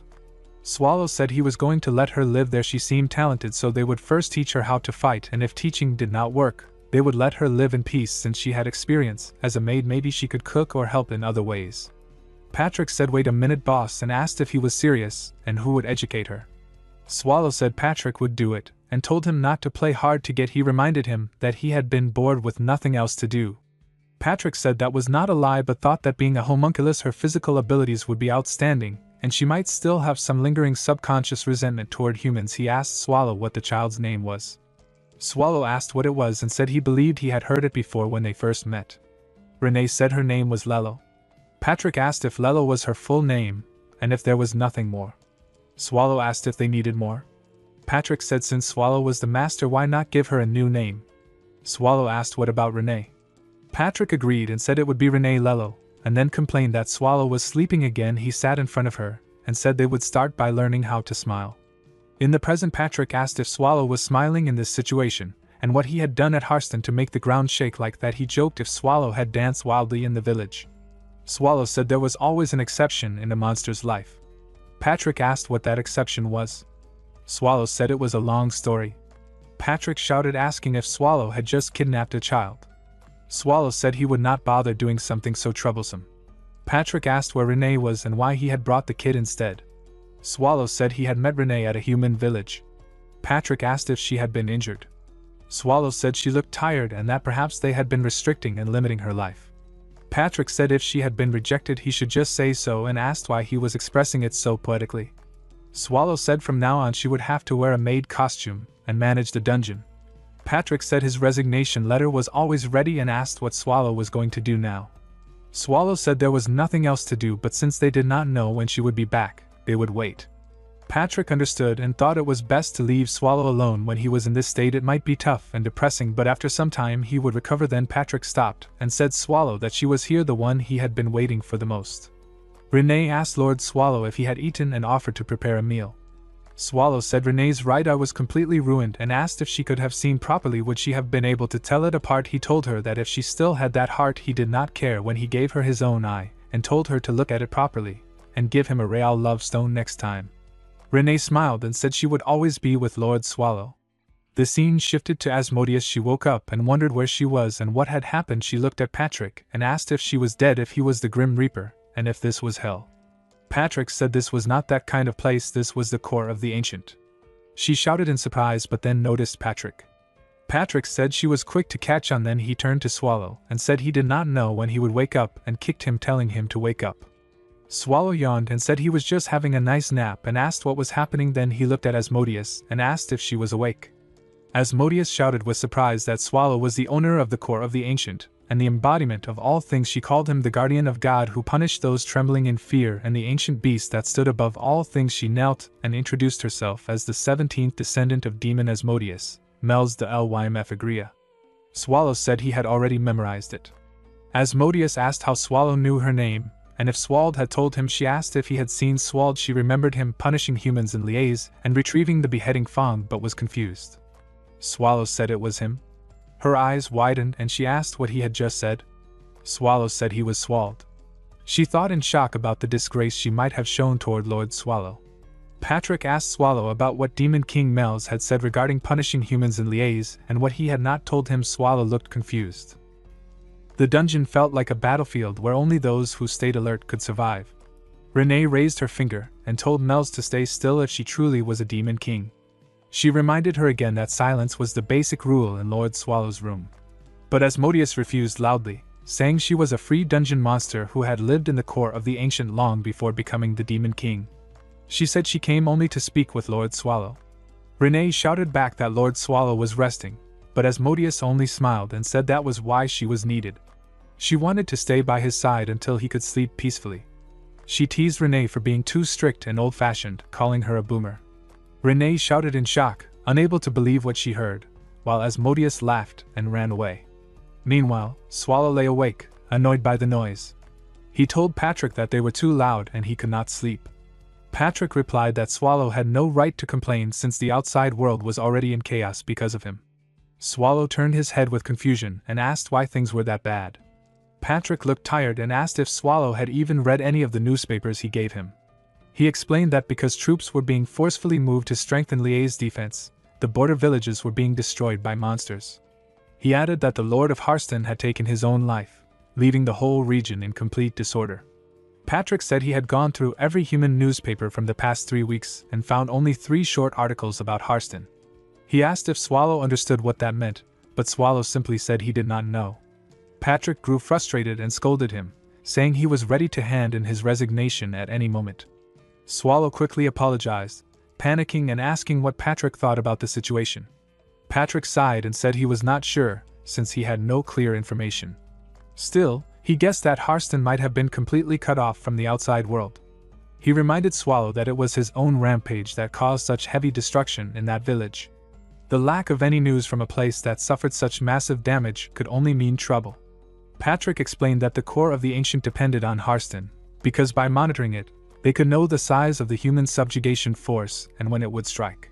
He said they needed to head to Harston as soon as possible, before things got worse. Swallow told Patrick to have a safe trip and not to overwork himself. Patrick nodded and said he would return as soon as possible before walking away. Swallow sighed in relief, thinking he had finally sent Patrick off and could now rest. But Patrick stopped and turned around, saying it might be too difficult to go alone and that it would be better if someone accompanied him. Swallow thought about Melz and immediately rejected the idea. To him, she was as dangerous as explosion magic, and if she used her spells like she did back at the capital, the entire village would vanish. He then thought about Renee and shook his head again, calling her super explosion magic. He begged silently for her to just stay still, believing her doing nothing was the greatest help. Patrick then suggested that maybe Swallow himself should come along, since the mission could take time. Swallow realized too late that he had fallen into Patrick's trap and could not escape. He reluctantly said he seemed like the best option but added that he could not use his polymorph ability anymore because he had broken that strange DONGHUA bracelet.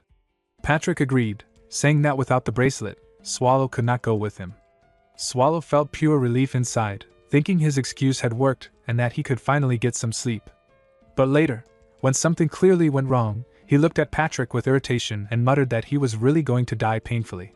Patrick laughed and said that even though Swallow had cursed him, it would not matter since he was already dead inside. Swallow sighed and said Patrick was the one who started it. Patrick then reminded him that he could not go because he did not have the DONGHUA bracelet, but that also meant if he had it, he could go right away. Swallow grew angry and shouted that it was not like that at all. Later, the two stood in front of a silent village gate. Patrick pointed at the scene and said they had arrived. He explained that there were 4 ways to know if a human village was active. As he walked, he said the first way was to see how crowded the market was, but there was no one around, so maybe they should go back. The second way was to check the smoke from chimneys, but since it was already late, they had missed the chance. Swallow asked if that meant they could finally leave, but Patrick ignored him and continued. He said the third way was to check the number of mercenaries or adventurers at the request board, but Harston did not have one, so that clue was useless. Swallow sighed and begged again to just return. When they finally reached deeper into the village, Patrick's face darkened. He said this place was not functioning like a normal village at all. The scene then shifted to a cliff overlooking the area, where a monster stood among countless corpses. It praised its forces for their efforts and declared that after finishing with Harston, they would march toward the Empire's capital, Liège. It said humanity had grown weak under the shadow of the Black Calamity, and now was the perfect time to bring destruction to the Empire. Patrick looked around the empty inn with concern, realizing how serious the situation had become. He said it was strange to see the place so deserted and guessed that Harston must have been completely isolated. When he noticed a man on the upper floor, he asked who he was. The man replied that he was the owner of the inn and asked why they had come. Patrick introduced himself as a knight from the Patarian Black Dog subjugation team of Natrange. He explained that they only needed a simple meal and a place to rest. The man came down the stairs, surprised but apologetic. He said they had no food left to serve anyone, not even a knight, and that the entire village was suffering from the same problem. Patrick asked if it was because of the Black Calamity, and the man nodded, scratching his head. He said Patrick must already know about the situation, and sadly added that they didn't even have a room ready for guests. Patrick smiled faintly, took out a gold coin, and handed it to him, asking again if the rooms were still not ready. The innkeeper's attitude changed instantly as he guided them upstairs with a bright tone. As they walked, he asked about Swallow. Patrick told him that even though Swallow was his slave, he was very helpful and that was why he treated him well. He said the slave would stay in the same room with him, then asked where their room was. Inside the room, Swallow looked around with surprise and said it was better than he had expected. He dropped onto the bed with relief, saying it was his now and that it felt far better than the one he had used in Liège with Mel's. Patrick agreed that it was a good room. After settling down, Swallow frowned and asked if calling him a slave was really the only thing Patrick could come up with. Patrick replied confidently that it was the smartest choice. He said that the shabby clothes Swallow wore made him look like a beggar, and people would pick fights with someone who looked poor. But a slave, being the property of a master, would be left alone. He explained that since Swallow could not even be bothered to change clothes, it was only logical to treat him that way. He raised his voice and reminded Swallow that he preferred moving as little as possible. Swallow shouted that he absolutely did and joked that he would be reborn as a rock in his next life. Patrick smirked and told him that in that case, it was best to listen to his advice. Swallow nodded and said Patrick's reasoning was sound, even calling him master in jest. As Patrick turned to leave, he told Swallow to rest for now. Swallow warned him not to overwork himself on the first day, but Patrick only smiled and said there was no need to worry. It was night, after all, and there were still plenty of places they could explore freely. Patrick walked on the roof at night and thought about why the Black Calamity had fallen on Harston Great Square. He felt the imperial family had to blame someone for failing to control the core of the ancient. He thought bitter and proud what an artistic way they had destroyed it. He noticed Count Itark had died before the imperial hand could act, and he wondered curious who ruled Harston now. He had been quite curious all this time, and he decided daringly that he would go see the new lord face to face. The scene moved to the lord of Harston Castle. Patrick watched the knights and felt worried because the security was tighter than he expected. He knew he could kill or knock them out, but he thought wise that such violence would only make a mess at sunrise. He chose patient and careful to wait. He remembered a specific place he had come for, and he sensed something humans could not feel. He smelt the lingering scent of corpses and moved toward the downstairs with a plan. Swallow lay on the bed in his room and murmured with a small smile that sleeping in a cool dungeon was nice, but resting in a real bed once in a while was not bad either. He sighed tiredly that people never let him sleep in peace. Suddenly a loud knock came at the door, and the inn-owner called out for the knight inside. Swallow got up, opened the door, and said calmly that his master had gone for a night walk. The owner nodded with relief and asked him to come downstairs since the meal had been served earlier than usual. He spoke warmly that an innkeeper should never let his guests starve, and since the knight had paid a high price, he wanted to repay that kindness. He introduced himself as Novin Hedeker and asked to be called Mr. Novin. Swallow replied simply that his name was Swald. As they walked downstairs, Novin told him not to be disappointed because there was little food left to serve. Swallow followed him and asked if the situation in Harston was really that bad. Novin sighed and said it truly was a calamity. Most people who had seen the event lost their minds. The Lord had taken his own life afterward, and all routes in and out of Harston were now closed. He described the horror of the streets where starved corpses lay beyond the castle walls. He admitted that he planned to leave soon and advised Swald to do the same. He added in a grim tone that Swald should already know what happened to people when they were cornered. A girl slipped quietly through the window into Swallow's room. She looked around with a sly smile and thought that the guests must be outsiders since no local would stay in such a ruined village.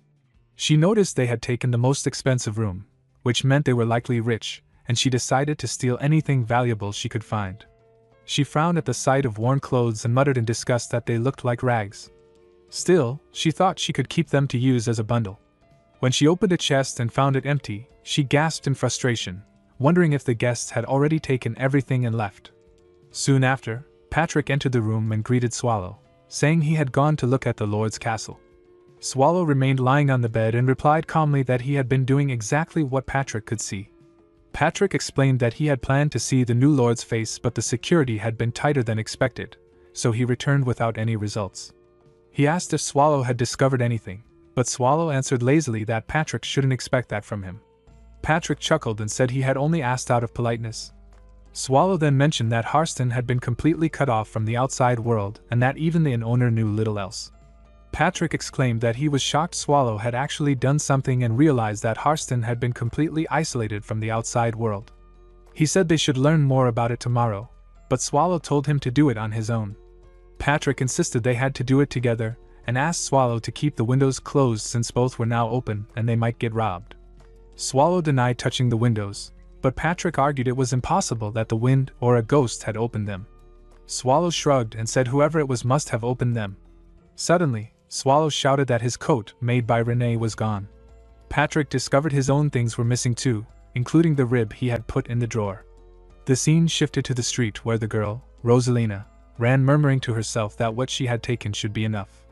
A man stood in front of her and scolded her for being out so late, reminding her not to wander when it was dark. Rosalina explained that her actions had not been without reason and that this time it had been for the sake of everyone. The man pointed at her and questioned her, saying that wasting her stamina and getting hungrier would not help anyone, even if it was for the sake of others. Rosalina raised her hand and protested that what was said was not true. Their boss, Toth, spoke calmly and warned her not to be too harsh. He said thieves should not fear the dark, and it was not something to get angry about, but wandering around without telling anyone was a clear mistake. He reminded her that the situation was already chaotic, and she should think about the harm she could cause if she acted carelessly. He added that this place was different from the old house that had welcomed her warmly. Rosalina nodded and promised she would be careful. Toth then asked what she had done. Rosalina placed a sack on the ground and explained that she felt she had to pull her own weight. She said she had taken it from a really expensive room in the inn on the main street, where it had been stored carefully in a drawer. Toth closed his eyes and told her that it was the rib of a human. Rosalina shouted in shock that she did not know it was human and insisted she had no idea. Toth asked if she had bought a chance to rob a grave, and she firmly said no. Toth said it could not have come from a grave because Rosalina had shown it off so proudly. He explained that the bone was likely used for some wicked hobby or magical purpose. He asked if anyone collected human ribs. Their boss said the world was full of rotten people who used slave limbs as ornaments, so it was hard to be sure. It could be a human bone or a bone from someone who used to be human. He thought with wide eyes that if it belonged to someone practicing necromancy or black magic, it would be even more dangerous. He noticed the shabby-looking clothes seemed ordinary but were actually made from the highest quality fabric and scolded Rosalina for not checking the pockets. When he checked, he found gold coins inside. Rosalina shouted excitedly about the gold, but their boss scolded them that it was not the time to be happy. She protested that they had gone through a lot of trouble to find it, and that this time they had gone to the right place. Their boss thought it was suspicious to stay at a luxury inn in a crumbling village and realized they had messed with something they should never have touched. Suddenly Patrick and Swallow arrived, and Patrick announced that they had come to collect back their things. Patrick felt relieved to see everyone safe. He said he really wanted to see them all and asked Swallow if those clothes were a present from Renee. He thought that if he left another hole in Renee's heart, he had no idea what would happen, so it was better this way. The boss stepped forward and told everyone to get back. Patrick asked if the boss was their leader, and the boss asked how he had found them. Patrick wondered aloud, thinking the item must have been crying out for its owner. Swallow said he was tired and wanted to hurry back to rest. Patrick decided to let it go just for today, thinking the boss had been running around for so long. He told the captain of the back alley that he had chosen the wrong item to steal and asked if he still had no thought of returning it. The boss questioned whether there was any guarantee they would just leave if the item was returned. Patrick agreed that the boss was probably right to think that way. The boss thought something was strange. Even if Rosalina had left traces, they had found them too quickly in the dark. He realized it would be impossible unless they were some kind of monsters or used dark magic. Then he asked if they were the ones who lived in the dark. Patrick guessed that the cave was pretty dark anyway. The boss asked if the rib bone was really important to them and smiled, saying they treated it as if it were a part of his body. Patrick said no, it was part of his own body and told him to stop stalling and return it.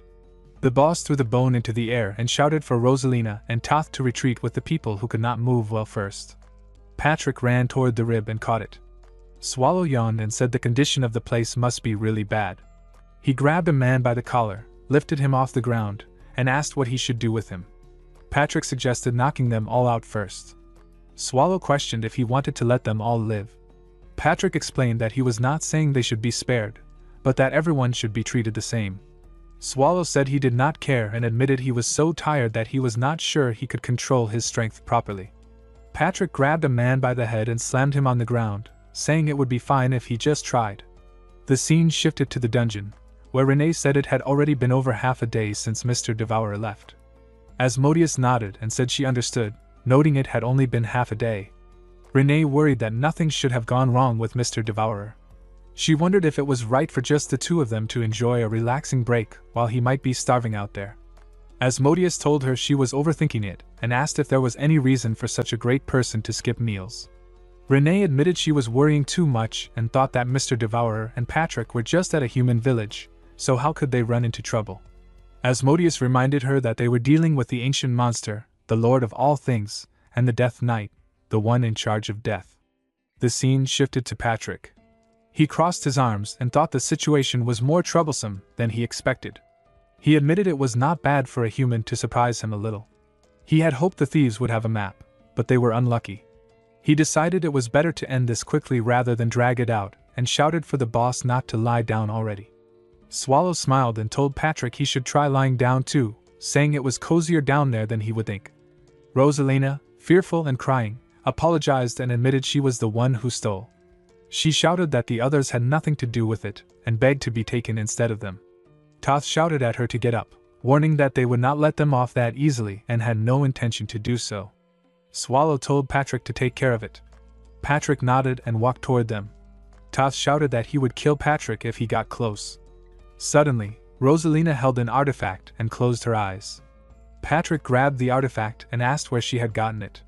He realized it was a rosario shaped like a phoenix that resembled a reversed cross.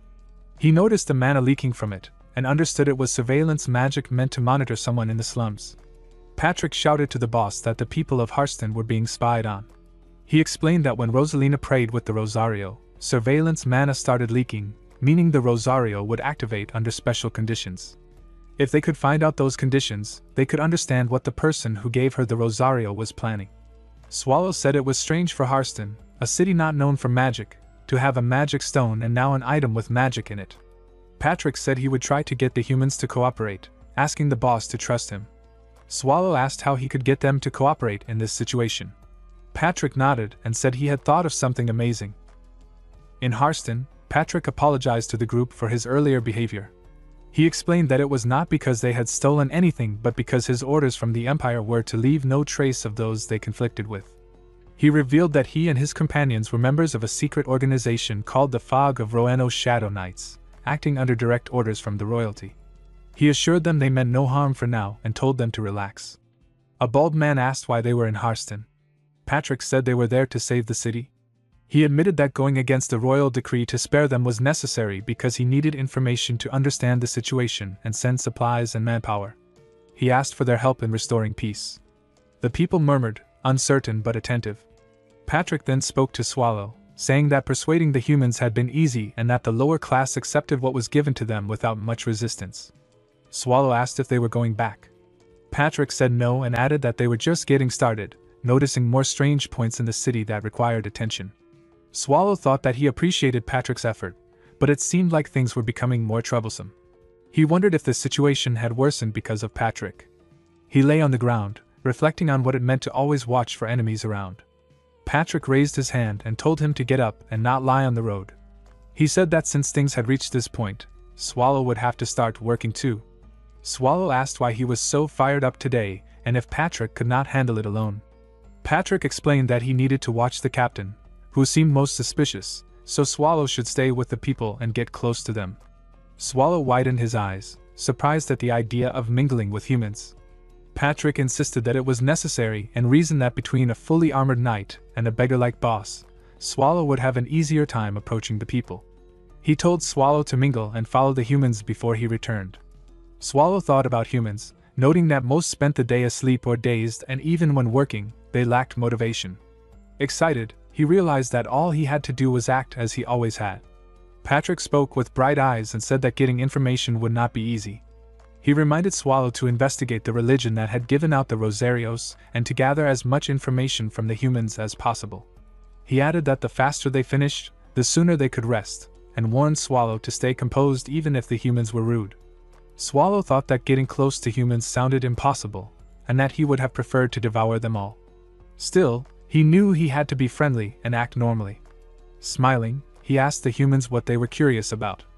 A child with sparkling eyes asked if he had ever seen Sir Vern and Sir Wynn in person. Swallow admitted that he did not even know who they were. Rosalina returned something to Swallow and apologized. He scratched his head and said it was fine since he had gotten it back. Toth introduced himself as the one in charge while the captain was away and said he would fulfill their requests as much as possible. He acknowledged that Swallow had come to rescue Harston, and Swallow nodded.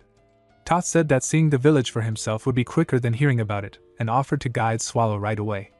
Swallow thought it was suspicious but realized staying would only lead to more questions. He stood up and agreed to go with him. Later, they stood in front of a door. Swallow asked where all the people were. Toth opened the door and explained that those inside had starved to death. He said there was no food to steal even from neighbors, and the ones still alive did not know when they would starve.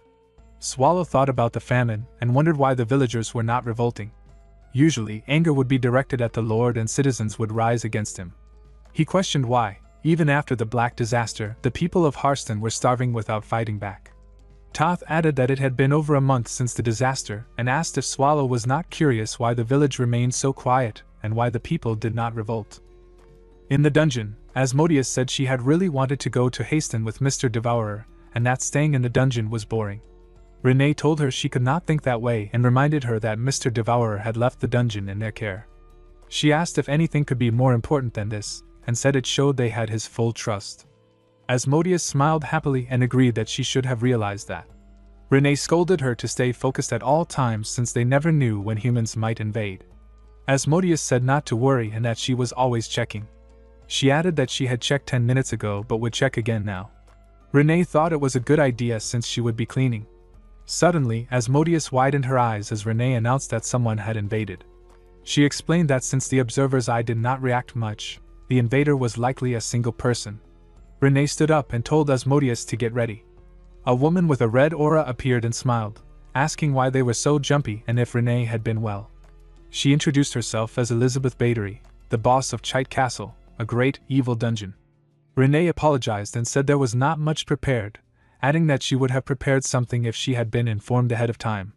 Elizabeth told them not to worry and said there was no need to be bothered since she had come unannounced. She winked and teased that if Renee really wanted to prepare something, she could offer her blood. Renee refused, saying that would not be possible. Elizabeth looked disappointed but asked who Asmodeus was and if she was someone new.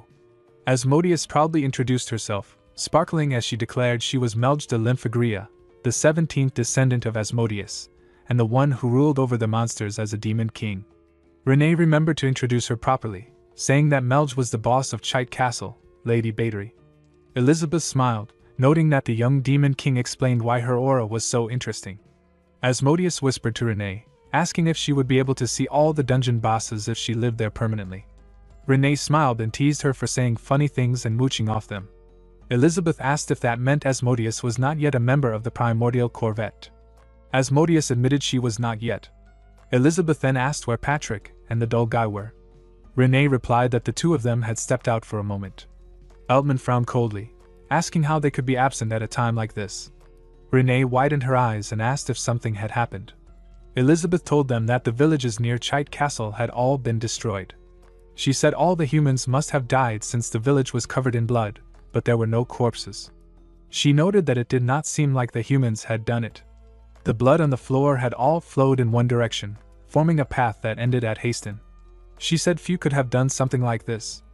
Elizabeth explained that most undead lacked intelligence, and only the elder undead of a higher tier could think. Since the army of the dead was moving together, someone must be controlling them. She suspected the Lord of the Undead, the immortal King Erivos. She admitted she had no concrete evidence but wanted to notify the dull guy.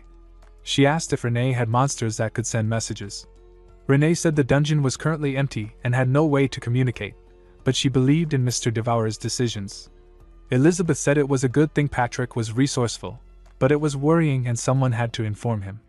Asmodeus excitedly said it was time for her to step up and that it could not be helped. The scene shifted to a dark room where Toth told Swallow that the Black Disaster was the start of everything. He explained that soon after the disaster hit Haston, someone set fire to the fields. The fire spread quickly and destroyed all the crops that were ready for harvest, turning them into ashes. Around the same time, a bad rumor spread saying that the crops in the affected area were contaminated and would cause pain if eaten. That was how Haston became a cursed land. Toth said that when even news of the Emperor giving up on Haston spread, the people fell into despair. Despite this, a rich commoner couple stepped up, as they had many crops unaffected by the fire. They opened their storehouses and gave food to the residents. Some people even suggested that everyone should unite with the couple as the center. Just when hope was returning, the couple was found bloodied in their home, likely killed by someone greedy for more food. After that, nobody trusted anyone else. Without trust, there was no cooperation, and everyone fought to protect their food, often starving in the end. Toth said that those in the back alleys, like them, were able to survive thanks to the rumors about the contaminated crops. Swallow asked if, unlike the rumors, they were fine even after eating the crops. Toth nodded. Swallow thought that there was no way the crops she had not even touched could be contaminated, and suspected someone had spread lies with bad intentions. They walked to another place, and Toth explained that at first, everyone thought they could overcome the disaster quickly. He said that since bugs would gather on the corpses left on the streets, they dug holes and started piling them up. Covering his nose with a cloth, he added that many people who lost their families were still unable to let go, or more accurately, nobody wanted to take on such a troublesome role. Swallow asked if they could not handle it themselves. Toth revealed that the couple who had been killed had a daughter, and that Rosalina's parents were likely among the pile of corpses. Swallow asked if the soldiers always stood guard there. Toth said yes, they guarded in 2 shifts, not really to protect but to control. Swallow thought that soldiers controlling the gates in such a situation must be following the Lord's orders and felt that the Lord of the place was suspicious. He concluded that they would not see through the plans with normal means, and needed to meet the Lord directly. The scene shifted to Patrick, who held a harpy egg and explained that he had stolen it so the harpies would come after it. This would allow Swallow to appear, defeat them, and meet the Lord. He thought it was a brilliant plan and considered himself a genius. But looking at the flying monsters, He did not expect so many of them to come. The scene shifted to Lara, who woke up from a nightmare.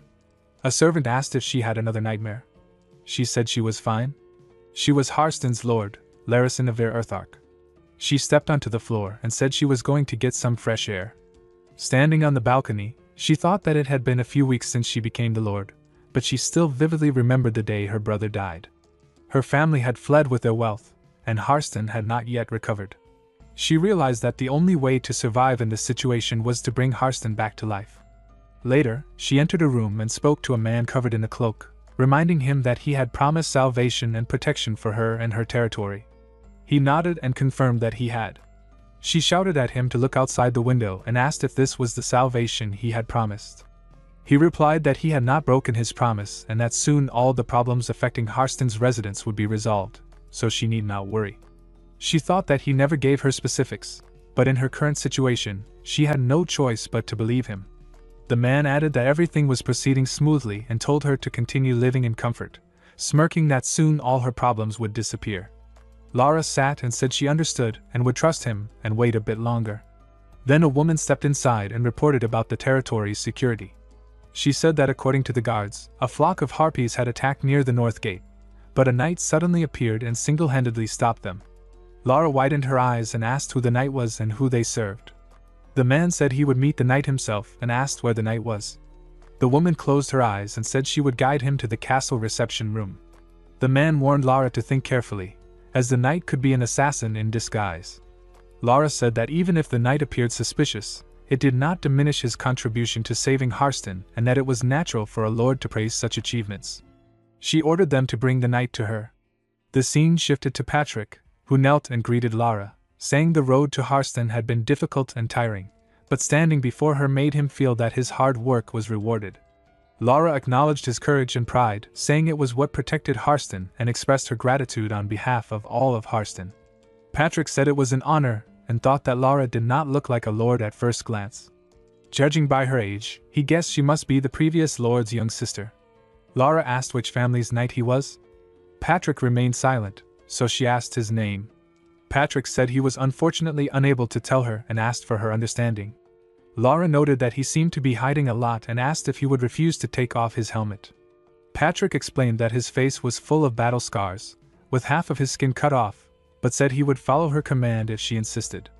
Lara told him to forget it, and said that if he was hiding his face out of consideration for others, she would not push it. She offered to repay him as much as she could and asked if there was anything he wanted. Patrick requested something to eat as compensation. She ordered a maid to prepare it, and Patrick thanked her. He thought that her answer was quick, which meant the castle was not lacking food. He wondered why the Lord allowed the village to fall into hardship, noting the energy he could feel as an undead. He also felt a strange sense of kinship with the cloaked man and then asked Lara a question. She asked what it was, and Patrick said something had been bothering him from the start and asked her to tell him who and what she was. The scene shifted to the street where Swallow was lying down and asked Patrick if the Lord had really let him off just for asking a question. Patrick said he had only explained that he asked out of genuine curiosity, and she had apparently let him go with that. Swallow commented that they were doing a half-baked job and asked if Patrick had really left it at just feeling a sense of kinship. Patrick said she did not expect him to fight on the spot, and that feeling a sense of kinship did not necessarily mean someone was undead. He explained that some necromancers and even humans practicing black magic could exude undead energy depending on how corrupted they were. Swallow asked when he would have time to consider each option and said that if it were her, she would have attacked immediately. Patrick reminded her that they were there to solve the problem she caused and asked if she wanted him to turn in his resignation. He then asked if she had found anything.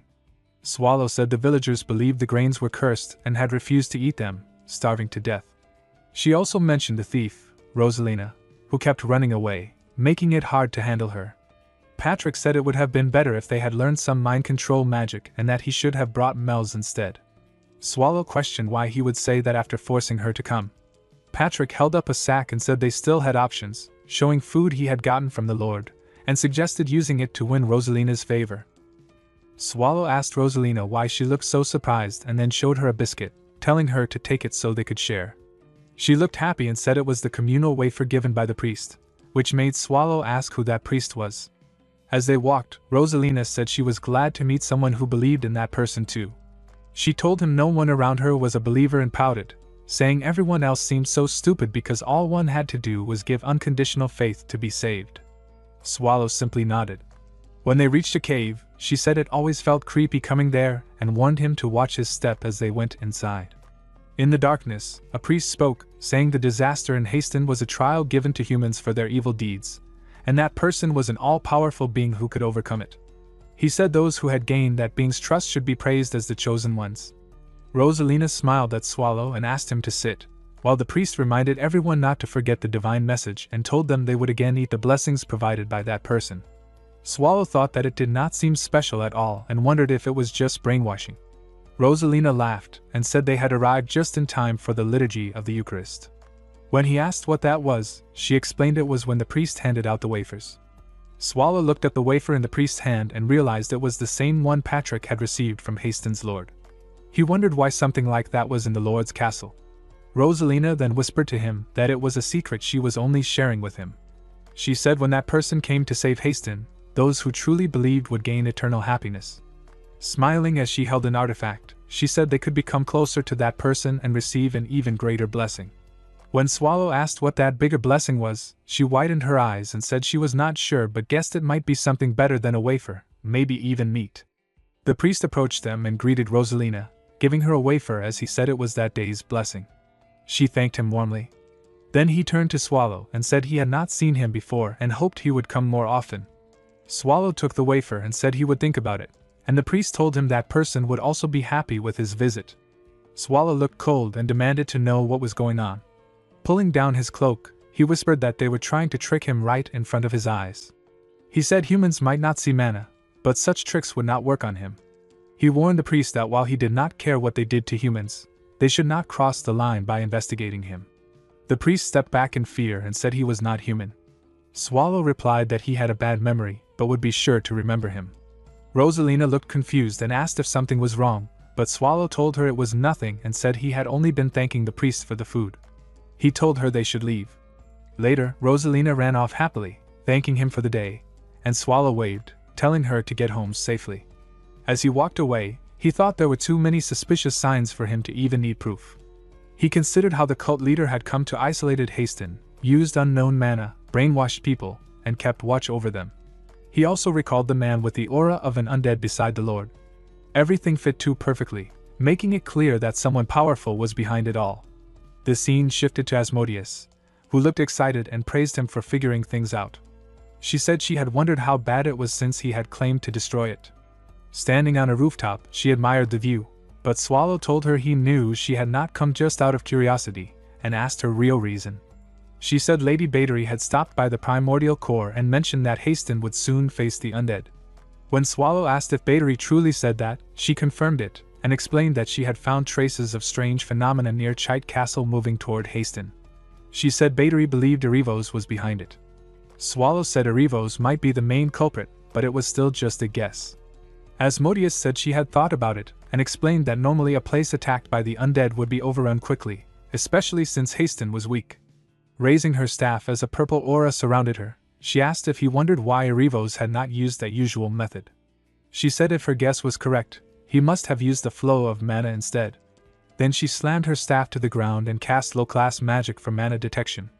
A magic circle appeared beneath her feet, and she smiled, saying it was exactly as she had suspected. The malevolent dungeon gatekeeper of the grounds of corpses, Lich Simon Magus, knelt before Lord Erivos. Erivos looked at him with glowing blue eyes and said that his faithful servant had come. The Lich bowed and said he wished to give his final report before Erivos arrived at Harston. Erivos told him he would not forget his hardships, and the Lich replied that he had only done his duty because he understood the greater purpose. Erivos then asked him to continue. The Lich reported that there had been an unexpected intruder. Erivos said he had already heard the same report from Ummel and asked if the intruder had worn armor filled with the energy of the dead. The Lich said the intruder wore no armor and carried no such energy but was deeply connected to darkness. He asked if Erivos had any idea who it could be. Erivos replied that there was no way that person would be active, and regardless of the situation, their priority was to occupy Harston to gain control of the Empire. He reminded the Lich to stay cautious and remember the purpose of their mission. The Lich bowed his head and said he was ashamed for failing to complete the task entrusted to him. Erebos told him that Ummel had requested reinforcements at the Lord's castle, so he had sent Massam to the underground dungeon, then asked if the Lich needed help against the intruders. The Lich said not at the moment, but that he would send a message if he did. Erebos agreed and vanished, leaving the decision to him. The Lich bowed deeply and said that the Lord's wish was his command. In his thoughts, he felt certain that soon the dead would rule over everything on earth, and that no one would be able to stop them unless that monster appeared. The scene shifted to Swallow, who asked Asmodeus if she could find the person who had cast the magic. She said there was no sure way to know, but usually, large-scale magic used methods that kept mana flowing continuously into the ground. Swallow, sitting on a rooftop, said that meant the caster had to be nearby to maintain it. Asmodeus, standing beside him, said that could be true but not always, as they might be using a medium to direct their mana steadily. She guessed that a medium strong enough to support magic surrounding the entire area of Harston would require immense power. Swallow said that must mean it needed a huge amount of mana. Asmodeus explained that unless they twisted the magic pathways, they would have stored that large amount of mana underground, making that place the most suspicious spot. Still, she said it was only speculation. Swallow yawned and thought that even if they did not know what was going on, causing some chaos might draw someone out to investigate. He stood up and said that Patrick was also nearby, then asked if she was busy. Asmodeus smiled and said she was not. Swallow told Asmodeus to come with him to the castle. Her eyes widened in surprise and he smirked, saying it was about time to replace one of the malevolent dungeons. The scene shifted to a dark dungeon where Patrick stood surrounded by the foul smell of rotting corpses. He thought the scent was stronger than before and that the place was definitely suspicious. The dungeon, once useless, now echoed with strange sounds, making him certain something was hidden there. He noticed a large creature and said he was sorry to interrupt but asked who its master was. The monster attacked, but Patrick caught its hammer with ease. He remarked that the attack matched its size but was too slow to ever land. He commented on its terrifying strength, and wondered how something like this could exist beneath a castle. Then, breaking the hammer into pieces, he realized that both the mysterious man and the Lord might be working together. Deciding there was no reason to hide anymore, Patrick grabbed the creature by the mouth, told it that they now had confirmation, and ordered it to disappear before throwing it away. Suddenly, a purple aura appeared before him, and he murmured in surprise that even a Dullahan had shown up, wondering what exactly they were preparing for. Patrick demanded to know on whose orders the Dullahan was guarding the place, but the creature attacked without answering. He noticed the weapon it carried and realized it was the evil sword, a cursed blade that corroded other weapons. He thought it was far stronger than a normal Dullahan and tried to reason with it, asking if they could talk as fellow undead. The Dullahan ignored him and swung again. Patrick dodged and thought that it was strange for an undead with intelligence to refuse conversation. He decided he needed to find out why it was there, and said that the lord of the castle must have the answers. Then he summoned his magic and attacked with his hammer. Since the creature refused to talk, he said he would end it quickly. After overpowering it, he picked up its sword and said he would be borrowing it since it was being wasted. With a single strike, he shattered the Dullahan into pieces. The scene shifted to the Lord Lara, who woke suddenly to find Patrick standing beside her bed. He told her it was cold, and asked if she had slept well. She shouted at him in anger, demanding how he dared trespass in the middle of the night. Patrick calmly said it should be obvious he had business with her, then pointed the sword at her, and told her he would give her 5 minutes to summon the man who had been with her earlier. Later that night, Patrick stood in the hall with Lara and the cloaked man. He apologized for calling them so late, and said he had found something during his night walk. He threw a severed head onto the table and said it was the helm of a Dullahan, then asked why the Lord of Harston was working with an undead. Lara looked confused and asked what he was talking about. Patrick said it was disappointing that she would keep pretending and asked if she was truly unaware of who she was working with. He said it was no surprise since she was an unfit lord who did not even know what was happening in her own land. The cloaked man stepped forward and told her there was no need to listen to such nonsense, and that she should call the guards to capture him. Patrick interrupted, saying he had personally killed the Dullahan in the mansion's basement prison. He drew his sword and said that piles of corpses lay beneath her castle. Then he pointed his blade toward the cloaked man and said that the one standing beside her was also an undead. Lara shouted that she would not believe him and that his accusations meant nothing. She said the man had promised her the salvation of Harston and that accusing him was a threat to the safety of the city. Patrick's words froze her when he asked if she was saying that while already knowing who had been endangering Harston all along. The cloaked man tried to calm them both and told them to lower their voices. He said that Dullahans were not creatures one could easily encounter. Patrick laughed with excitement and agreed, saying he had been surprised himself to see such a high-level undead in that place. He added that something about the Dullahan had felt strange. In his thoughts, he noted that it had not spoken even though Elder variant undead usually had intelligence, and its movements during the fight had not seemed normal. After burning its soul, he had investigated further and discovered something. He revealed the armor and said that inside it was a magic circle used for mind control, along with the name of its owner. The Dullahan's name had been Massam, the same as the vice-captain of the Massam and Harda brothers who had once led a raid against a brutal undead 30 years ago. He said the knight had been strong but disappeared after that raid. Then Patrick asked them who they thought the brutal undead from that raid had been. Lara hesitated and asked who it was.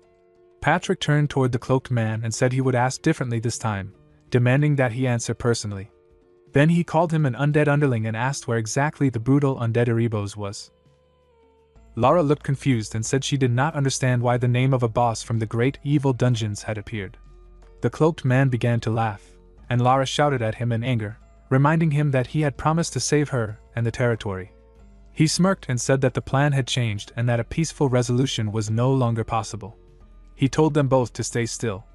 Lara fell to the ground in shock as his form began to change, realizing he was an undead. The man revealed his true identity as Ummel and declared that he would kill everyone in the territory, turning it into a land of the dead. He said humans should feel honored to be granted such a chance for salvation and that everything was part of the immortal King Erebos' plan. Patrick said he had not imagined anything like this at first and admitted he had always thought the undead relied on numbers, never expecting such a well-organized invasion. Ummel said he had taken an interest in Patrick when he first saw him and congratulated him for surpassing expectations by killing Massam. Patrick replied that it was the first time someone had ever praised him for killing their own underling. Ummel said he found him even more interesting and asked why, as an undead himself, Patrick was not serving Lord Erebos. Lara's eyes widened, and Patrick thought that he had been caught. He realized they still needed a lord to take care of the land and cooperate with them, so he had no real intention of killing her. He said his mood had suddenly turned sour and that it would be best for her to follow his orders. Ummel asked if he thought threats would work on an undead. Patrick said of course not, but reminded him that he had much to lose and that the person who had come with him was far stronger than Ummel realized, strong enough to ruin his plans easily. Ummel found that interesting and said it should also affect the humans. Patrick replied that they were not on the humans' side and told him to explain everything, including what Lord Erebos was planning. Ummel agreed to answer. He explained how an elder comes to be, saying that for a normal human or elf to become an elder, a very rare supernatural phenomenon, or an immense amount of hatred was required. He said elders were called so because each could fight 1,000 zombies alone, and Lord Erebos was powerful enough to create such elders with his magic. Patrick realized then that this explained why Haston had been isolated, and why a religion had been created there. Ummel explained that everything they had done was to create an elder. He said humans, with living bodies but weak souls, were perfect for gathering undead. Lara trembled as he added that Haston had been isolated to starve the humans and weaken their resolve, which was also the reason the religion had been created. Patrick said he understood, but asked about the mountain of corpses in the underground jail. Ummel said it was to create even more elders and that they planned to destroy the Empire. Patrick thought that if the Empire fell and all humans became undead, the 7 great evil dungeons would be the main targets of Erebos, who had obtained great power. Suddenly, a red aura filled the room and Ummel said that chopping off his arms would not stop him from casting magic. Many magical hands reached for Patrick, who laughed and said it was impressive that Ummel could cast with just words. Ummel said there was no being that could oppose Lord Erebos. He added that the only one who could was the ancient monster, which went into slumber for many years after moving, so nothing could stop his lord's plans, and he sent mana toward Patrick. Patrick, unbinding himself, asked one question, making Ummel realize he was breaking free with just strength. Patrick summarized that no matter how great their plans were, if the ancient monster appeared, whether it was Ummel or Erebos, their plans would be ruined. Ummel attacked, causing a dust blast. When the dust cleared, Patrick remarked that the timing had been perfect. Swallow was sitting nearby, watching. Asmodeus lay on a pile of stones and complained that the building was so brittle. Patrick asked how much she had found out. Suddenly, a red mana beam shot toward Swallow, but he blocked it with a wave of his hand. Dark sharp nails then pierced Unhumel's body, widening his eyes. Patrick said their companion was much stronger than Unhumel had expected. Unhumel thought there should not have been any contact, and he could not feel the energy of the crystal upstairs. He analyzed Asmodeus's energy, and realized she was definitely a demon king. He decided to stall and get the information to Lord Erivos. He asked the ancient monster why she had come there, and remembered she had gone into hiding after the incident at Riez. Suddenly, a blast hit, and when the dust cleared, Unhumel lay on the ground defeated. He said they were already too late. Asmodeus raised her staff and told him he talked too much. Unhumel, surrounded by pink mana, commanded everyone to worship their lord who had descended upon the land. Swallow remarked on how much effort their lord was putting into his entrance.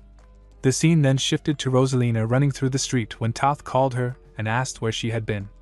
Rosalina said she had just gone out for a walk to clear her head at Jarbet Plaza. She thought about why she had mentioned a place that no one went to because of the pollution, and worried that he would be angry with her again. Toth told her that the captain and the others had come to a conclusion at the meeting and that they would all leave Haston the next night. He added that he was not sure what her thoughts were, but the captain did not trust those knights and told her to follow him, as he would explain on the way. Later, they walked in the dark holding burning wood. Toth told Rosalina that they would not be able to come back once they left, and that the choice was hers. She said she did not really understand why the captain wanted to leave Haston, and wondered if Haston could not be saved if they just waited a little longer. He told her that he would not try to convince her, and that believing in the religion was her choice, but asked if she wanted to wait for salvation, not knowing when it would come while her parents were stuck in that dark place. He said it was not only the God she believed in who could grant salvation, and that her actions could bring salvation as well. Rosalina clenched her fist and agreed with him. Toth handed her burning wood and asked if she could do it. She nodded and began to throw the wood, but suddenly Lich caught her hand. Toth asked who was at the place so late at night, and what they were doing there. Rosalina's eyes widened when Lich called her name. Rosalina clenched her eyes and shouted at the priest, asking what he was doing. Toth told her that priest or not, she should let go. But Lich slammed her onto Toth, and they both fell to the ground. Then Lich transformed into his original undead form, making their eyes widen in shock. Lich, surrounded by a dark aura, warned that humans should be silent for that person's descent.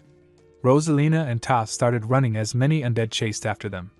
They locked themselves in a room, and Toth said it should give them some time. Rosalina took a deep breath and said she could not move anymore. Toth told her they had no choice and that the first floor was not safe either, so they needed to move to the second floor. He told her to get on his back so they could move quickly. She climbed up, thanked him, and commented on how horrible the place smelled. They walked through the dungeon and reached a room where they sat on the floor. Rosalina asked if they were safe, but Toth said it was still dangerous. He stood up and told her to stay focused if she wanted to survive. Then, while leaning and holding an artifact, he said that it had been bothering him for a while and that she should believe in something more believable from now on. Suddenly they heard some sounds and Toth said the door must have given in and asked what else they could do. Rosalina said she should find something to use as a weapon. Toth started walking, and she called after him asking where he was going. He turned and smiled, making her eyes widen. She stood up and shouted his name, but he walked outside and shut the door. He thought that if he did this, they would not be able to find Rosalina because of the smell. She shouted, scared, asking him not to leave her. Toth told her from outside that she had depended on others for too long and had been a burden. He instructed her not to make any noise no matter what she heard and not to move without thinking. She covered her mouth and finally listened. Many undead with red glowing eyes rushed toward him. Toth ran toward them holding his weapon and apologized to Rosalina for picking on her all this time. Rosalina fell to the ground crying. Lich ordered his undead minions to attack. People murmured while running, noticing the eerie red sky and blaming it on the new lord. They said something felt strange because she had not shown her face in weeks, and that the heavens must be angry. Suddenly, a man fell wounded to the ground. Another man stepped forward, saying he would check the wounds because he had been a trainee at the Magic Tower's Wing Guild. After examining him, he said the man was not bleeding and that it seemed to be someone else's blood. Another man said that everyone who could still move should have gathered and wondered who it could be. Suddenly, someone shouted that the undead were coming. Many undead ran toward them, but a knight arrived and attacked. He said the undead were not as strong as before and asked the humans whether they would run or stand together and fight. The people shouted that they would fight.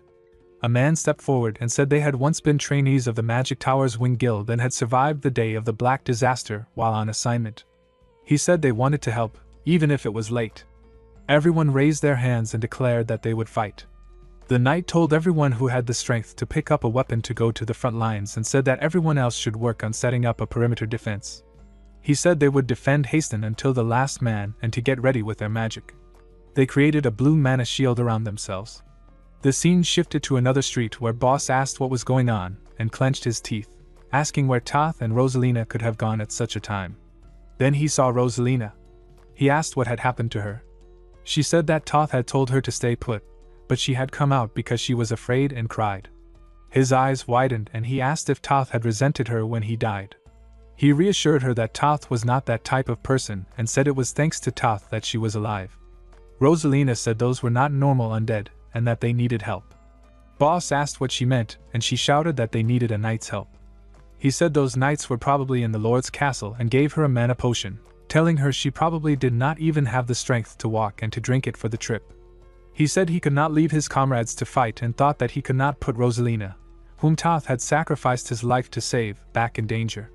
He told her to go bring the knights while they held the undead there. The scene shifted to the castle. Patrick said they had really made a mess of things and told Boss he should come take a look because it was no joke. Asmodeus pouted and said they were really struggling out there. Swallow asked why he should take a look when it did not have anything to do with them. Patrick said it did have to do with them, and noted that the humans seemed to have an advantage at the moment. He said they were not doing badly, had plenty of arms, and the perimeter defense was good for something put together in a rush. However, he added that if that was all they had, they would quickly tire and be run over by thousands of undead. He mentioned that, according to Unhumal, there should be an elder mixed in with the undead and that Arivos had put a lot of effort into preparing this. He said they should slowly start repaying the favor. Swallow smiled and said they should repay but they had something to do first. Patrick asked what he was planning and told him not to do it. Swallow said he thought Patrick had told him to do some work. He then walked toward Lord Lara and asked her name. She said it was Lala Sinaviratark. Swallow sat in front of her, called her Lala, and said he was Devourer. He held her face and asked if she wanted to live. Patrick shouted at Swallow, asking what he meant and insisting that they needed to kill her. Swallow replied that he had planned to do that at first, but he had changed his mind. Patrick questioned him, pointing out that Haston was already past the point of no return. Swallow told him to think carefully. He said they were about to give up on Haston because of the undead, but if all the undead disappeared and the Lord of Haston acted according to their words, there would be no need to give up. Patrick admitted that it was strange but worth considering. He worried that humans could not keep secrets. Asmodeus agreed and said humans who knew the truth would not stay silent. Swallow stood up and said he did not think all humans were like that. He believed this human had a reason to live.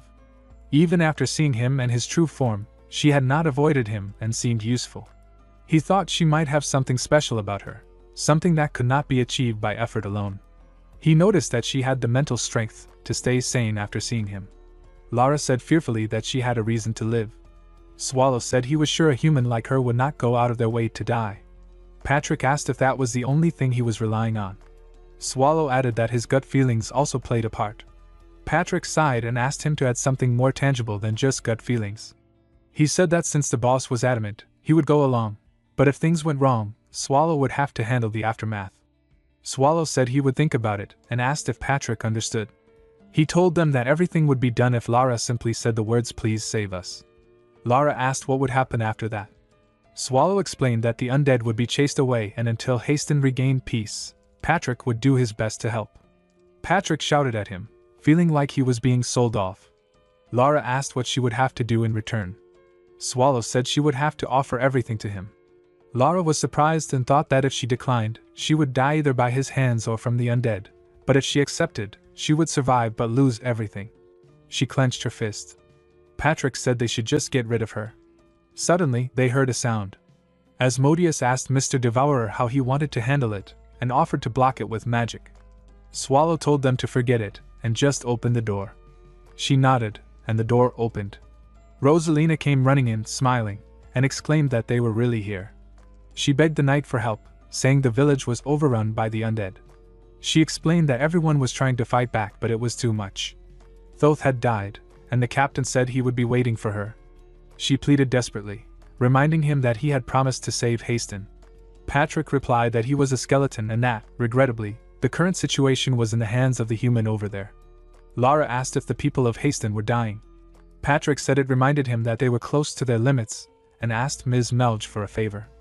Asmodeus nodded and created a magic circle on the ground, summoning a huge one-eyed monster.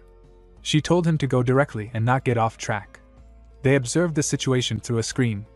Patrick noted that there were ghouls, which he disliked because of their smell, and that it would be hard for the villagers to survive much longer. Rosalina, with tears in her eyes, asked how he could stand by when he had the power to stop it, and begged him to kill them all and save them. She turned to Lara, demanding to know what she had been doing while everyone was dying. Lara cried out to Swallow to save them and begged for those still alive in Haston to be saved. Swallow nodded and said it was not hard to do and decided to go. Then they began to walk. A man clenched his teeth and shouted that no one said the monsters were weak. An undead rushed toward Asmodeus, but she landed on him, slammed him to the ground, and complained that she should have landed on the roof because it was so nasty. The man looked at her with a smile and called her an angel. Asmodeus clenched her teeth in anger and told him he was a worthless human speaking nonsense. She kicked him hard and warned him to get lost if he valued his life. She cursed at being compared to an angel and thought how ridiculous it was that she ended up helping humans. The Lich appeared with dark energy swirling around him and said she was no human but a demon. He noticed the huge mana she carried and guessed she might be a demon king or a dragon, then questioned why she sided with humans. Asmodeus replied that she only did what she wanted and told him an undead had no right to question a king. The Lich growled that he would find out the truth after tearing her flesh apart. He lifted his hand and offered her to throw away her humanity and become an undead, saying she would become a powerful variant. Asmodeus said she did not understand his nonsense but was sure he was the most talkative undead she had ever seen. He laughed and said he served the commander of the undead, the darkness of the 10 evils. As he gathered his mana, he shouted that someone like him, Simon Magus, would never lose to a demon king. Asmodeus looked at him calmly and said she was not sure what he meant, but she was not the one who would be facing him. Suddenly 4 glowing eyes appeared behind the Lich. Swallow emerged with a cold voice saying he had found him and reminded him that he had promised to remember him. He punched the Lich's face hard, sending him flying as dust filled the air. Swallow smiled and said it felt good, then told the Lich to get up quickly since that punch alone would not kill him. Asmodeus walked up to him and asked if he held a grudge against the Lich, or if he knew him. Swallow said he simply did not like him and might hit him a few more times. Then he said it was not safe to stay there for too long, and asked if Erivos was in the village. Asmodeus said probably not and pointed at the glowing barrier, explaining it was meant to trap those inside and that the caster was most likely outside, though she could not tell what his plan was. She added that she could not break the barrier. Swallow said he would handle it himself and asked her to take care of the extras. When she asked if he meant the undead, he nodded. She smiled and said it would not be perfect, but she could handle it well enough. He patted her head and said he would clean up the area before going to face Erivos alone. She cheerfully told him to leave it to her and asked how long he would take. He guessed around 15 to 20 minutes. She smiled again and said she could hold out just fine for that long and wished him a safe trip. He nodded in response. The Lich, lying on the ground, asked if Swallow was an ancient monster. Swallow replied that he was somewhat right and guessed the Lich was probably Patrick's servant. The Lich stood up angrily and said that was nonsense. He called himself an ancient monster and declared he was Simon Magus, one of the pillars of Lord Erivos' army, and that he had never disappointed his master. Dark energy surged around him, pushing Swallow back with heavy pressure. As he took a deep breath, the Lich muttered that he needed to use this chance to reach Lord Erivos. But before he could move, Swallow suddenly appeared in front of him and said that he was becoming annoying. The Lich widened his eyes in shock when he realized it was Swallow of the Malevolent Dungeons. He thought it was dangerous and tried to escape, saying he needed to reach Erivos quickly. Swallow opened his mouth wide and tried to devour him whole, but the Lich used his magic to create a portal, slipping out from inside Swallow's body and escaping through another portal. Swallow shifted back into his human form and said he had tried to eat the Lich in one bite, but the creature had run away. He scratched his head and thought it would be troublesome to go after him, yet he could not leave things unfinished. He told himself he could last 20 minutes but worried about Mel's and decided not to waste more time. Raising his hand, He gathered his mana and thought that the lich had likely gone back to his master, Erebos, who was probably outside the village. He figured the lich would stay near the castle walls if he tried to escape. Smirking, Swallow decided that blasting everything in that direction would probably take care of the problem. He murmured that the village's layout had not changed much and joked to himself that he could almost hear Patrick's voice, wondering if he was just imagining it. Then he noticed a body on the ground and muttered that he had found the corpse. He wondered aloud if it still counted as a corpse since it was already dead before. Lifting the body, he said it was the creature's fault that the village had fallen into chaos, and asked how it would take responsibility for the mess it caused. As he walked further, Swallow spoke to the corpse in his arms, saying it should not complain if he blamed others and that it should have stayed alive if it wanted to argue. He told it to explain everything to Patrick later. He then stopped in front of a large glowing barrier and observed that this was the same one Mel's could not break. Placing his hand on it, he admitted it was a decent barrier but doubted it could really impress him. When he tried to force his way through, his hand was wounded, and he quickly admitted that it was indeed impressive. He thought he could probably pass through it, but only if his Demura could hold out. If it broke and Patrick's polymorph spell failed, he would surely get scolded. Holding the corpse tighter, he said that if things went wrong, he would just blame it. He looked around to confirm there were no humans nearby, then charged toward the barrier, creating a hole and slipping through. Inside, he was met by a large crowd of undead staring at him with glowing red eyes. He muttered that there were far too many of them, and commented that their way of welcoming guests was terrible. As the undead prepared to attack, Swallow smiled faintly, and said he should have done this from the beginning. Then he muttered that it was time to have a proper talk with Erebos. Erebos called him an ancient monster, and accused humans of being proud, crass, and selfish. He said humans always wanted more and invaded other races. He insisted that humans needed to disappear and that Swallow had the power to destroy the empire. He said he had once thought taking down Riez was impossible until the black disaster hit Riez. He added that if the idea of wiping out humans had been spoken earlier, all the demons would have fought for it. Swallow grew impatient and told Erebos to stop talking and get to the point. Erebos complained that Swallow had been too hands-off and that many demons died because of it. He said they could have wiped out the humans. Swallow scratched his head and asked if Erebos meant that everything was his fault and that he should not get in the way because he planned to wipe out the humans. Erebos said he was disappointed. He then formed a magic circle above them and summoned a huge monster that landed with great force, shaking the ground and cracking the earth. The scene shifted to Asmodeus, who looked around at the countless undead and said there were too many of them. She raised her staff and released her pink mana, deciding that since they were spread out, she had no choice but to move quickly. She thought the barrier covering the sky was close to god-class magic and admired that it was expected of Sir Devourer, noting that he had left only a few minutes ago. Suddenly the boss appeared, wounded and struggling, asking if everyone else was safe. Asmodeus replied that if he meant the humans, they were burning in the fire nearby. The boss then asked if she was a companion of the knights, mentioning the one in heavy armor and the wanderer dressed in black. Asmodeus smiled and said she was not their companion but merely a servant, unworthy to be compared to their greatness. The boss thought she must be with them and felt relieved that Rosalina had made it in time. Falling to the ground, he thought at least Thoth's death was not in vain and that Hasten would be saved. As he began to lose consciousness, he said he would soon turn into an undead and asked her for a favor, requesting a weapon if there was one nearby. Asmodeus quietly observed him, then handed him a spear. The scene shifted to Swallow facing a giant monster. The creature attacked, but Swallow slammed it to the ground with ease. Erebos watched and thought that Swallow's power truly suited the title of an ancient monster. He then realized the creature had an ancient soul sealed within its core. Swallow turned as he sensed a shift in mana. The monster rose again and unleashed its magic, using a technique called God-class magic Fangs of Evil. Erebos watched proudly, thinking that even an ancient monster could not withstand the strongest God-class magic.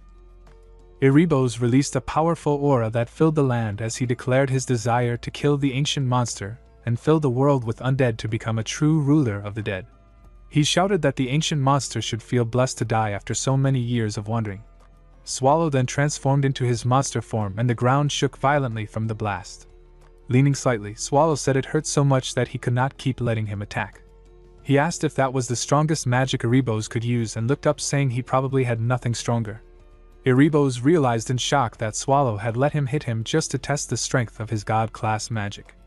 Fear filled his mind as he thought of retreating, knowing he had been too hasty and needed to escape. Swallow called out to him, telling him not to get any strange ideas and to use something stronger if he had it.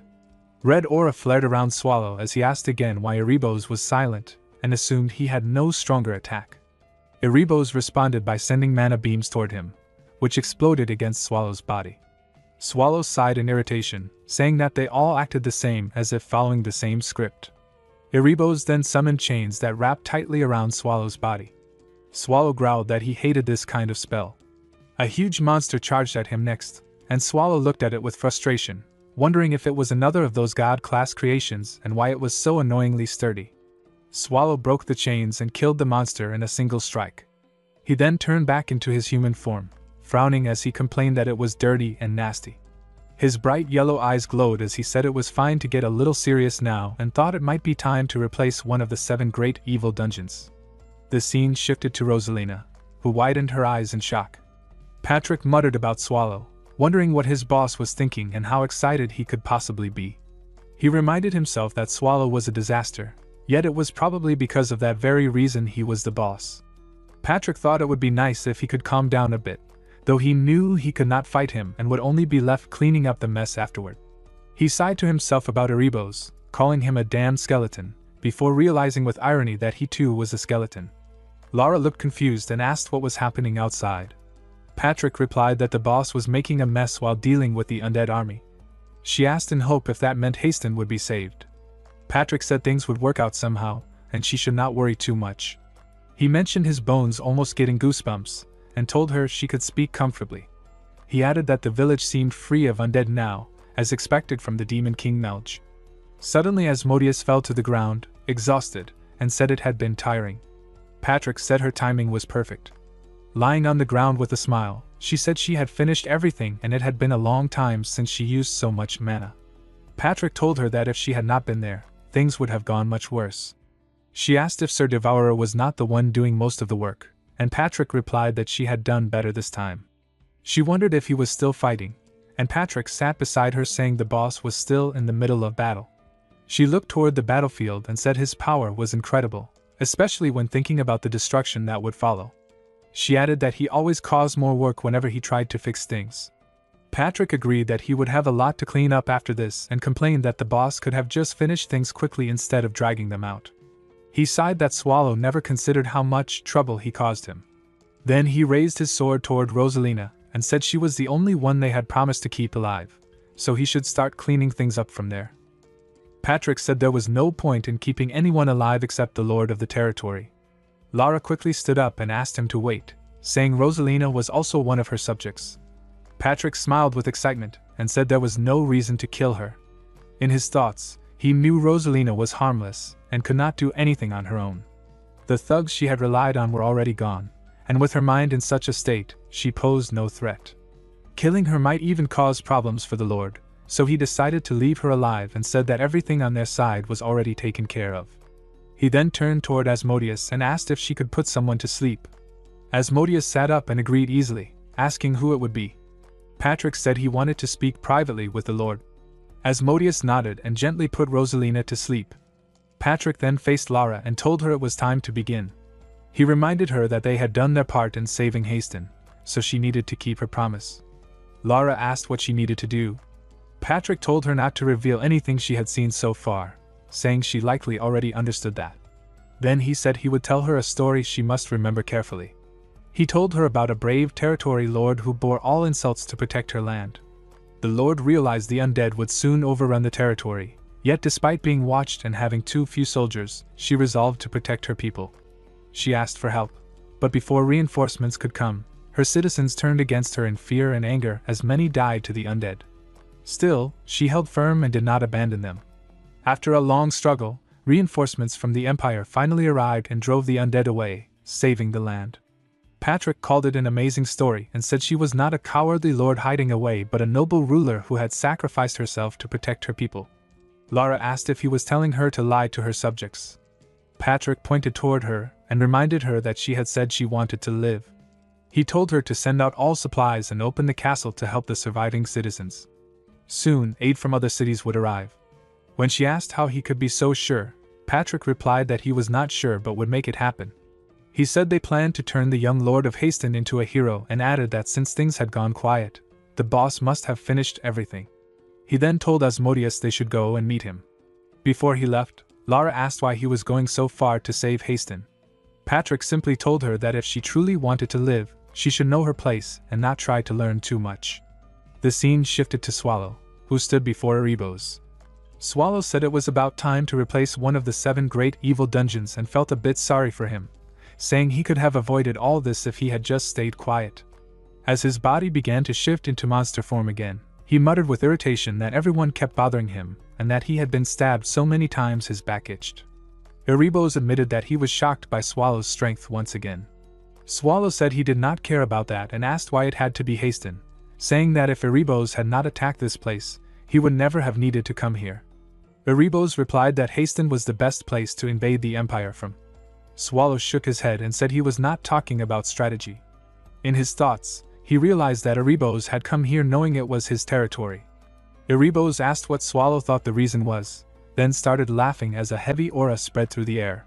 But before he could act, a blast of smoke filled the sky and his head fell to the ground. Swallow looked down and said he had not been trying to use transfer magic after all. He picked up the head and said it did not matter since Erebos was going to die anyway.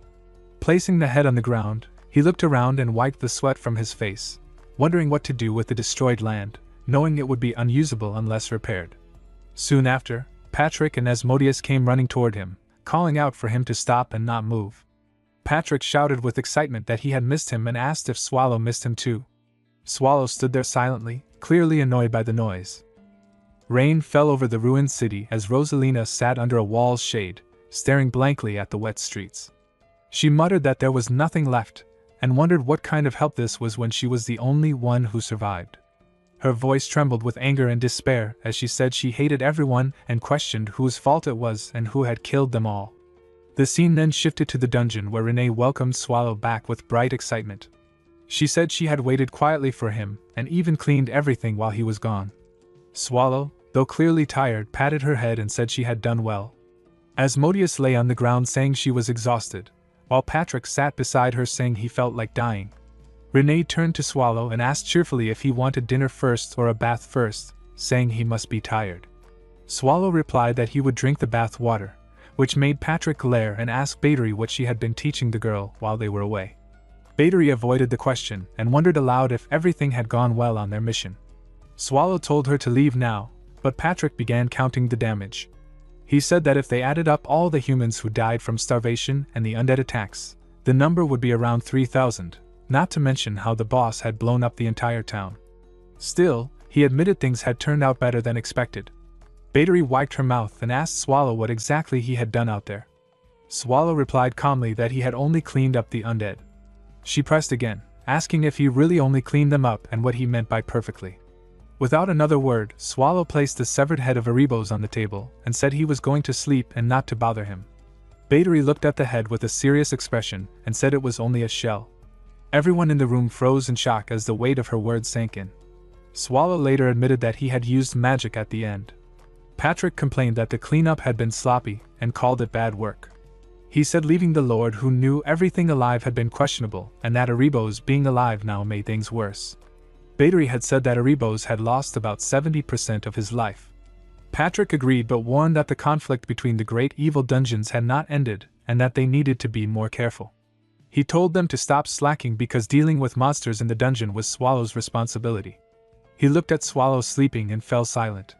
In Haston the people murmured in fear and anger. Rosalina said she wanted to run away and asked why they had to be the ones to flee and die. She thought it was unfair and told them not to aim their hate at the wrong target. She said there was no point in pointless deaths and if they were to die they should take revenge on the one who caused it. When someone asked what they should do she answered with a cold voice that they should kill all the undead. The king sat on his throne and looked at Edelbriasgar Livestein. He said that his speech had been long but Livestein still did not lose focus. Livestein knelt before him and said he would never dare to do such a thing. The king told him that the lives of the raid force were in his hands and that he had high expectations of him. Livestein promised to live up to his expectations. Later, Livestein sat inside a flying carriage while Garrett asked if he had received full rights to lead the dungeon raid.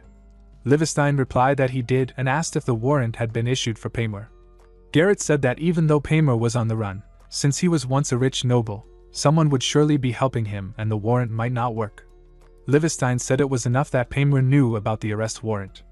He thought about how it had been a month since the black disaster had descended upon Riez. It caused unrest in the empire, with the higher ranks blaming each other, and those who failed to handle it properly were devoured. Everything had changed since then. When the carriage landed, Garrett reminded him that there was a meeting in 2 hours and asked what she should do if he was late. Livestein told her to wait until he arrived. He then asked about another person, and Garrett replied that she should already be inside. Livestein pushed the door open and said he was coming in. Inside, he saw Wen sitting and eating. He smiled and asked if she had been resting well. Wen smiled back at him warmly. The scene then shifted to a group of people in cloaks walking through a dungeon. One of them told the others to stay alert and retreat at the first sign of a monster since the place was known as the Primordial Core. They were close to reaching the first room. He hoped the information they received was true. When he looked upward, he realized that the reports were right. The monster had not appeared again after the Hishitalt raid force came 2 months earlier. He said there must be something valuable inside and ordered them to move further in. Another man became excited and shouted that they would be rich. But as they kept moving through the second and third rooms, they found nothing. A girl grew suspicious and asked if someone else had already looted the place. One of the men denied it, saying it was impossible. He explained that the fifth room was said to hold an ancient plant monster called the Anthropophago. It was a plant-type creature with thorny vines and leaves, and if its body was treated and forged, it would harden like ore and sell for a high price. He said they could recover their losses if they managed to bring that back. A girl became frightened and warned that they might die if monsters appeared since their raid force was only C rank. The man told anyone afraid to leave, but said those who did would lose the chance to earn any money in the future. Before anyone could answer, the ground shook and a massive monster opened its mouth full of sharp teeth. Panic spread and they all began to run. Patrick looked at the bodies and said that, as expected, those people had nothing valuable on them. Renee said they could have lived if they had stopped while they still had the chance. She clenched her teeth and said she hated humans, calling them endlessly greedy. Patrick turned to Swallow and asked for his opinion. Swallow said the bodies tasted better than undead ones. Patrick laughed and said that was exactly the answer he expected.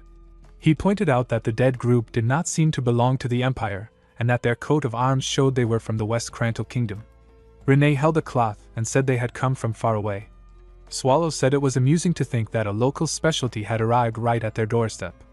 Patrick asked how Swallow came to that conclusion, and said they could no longer delay reinforcing the dungeon.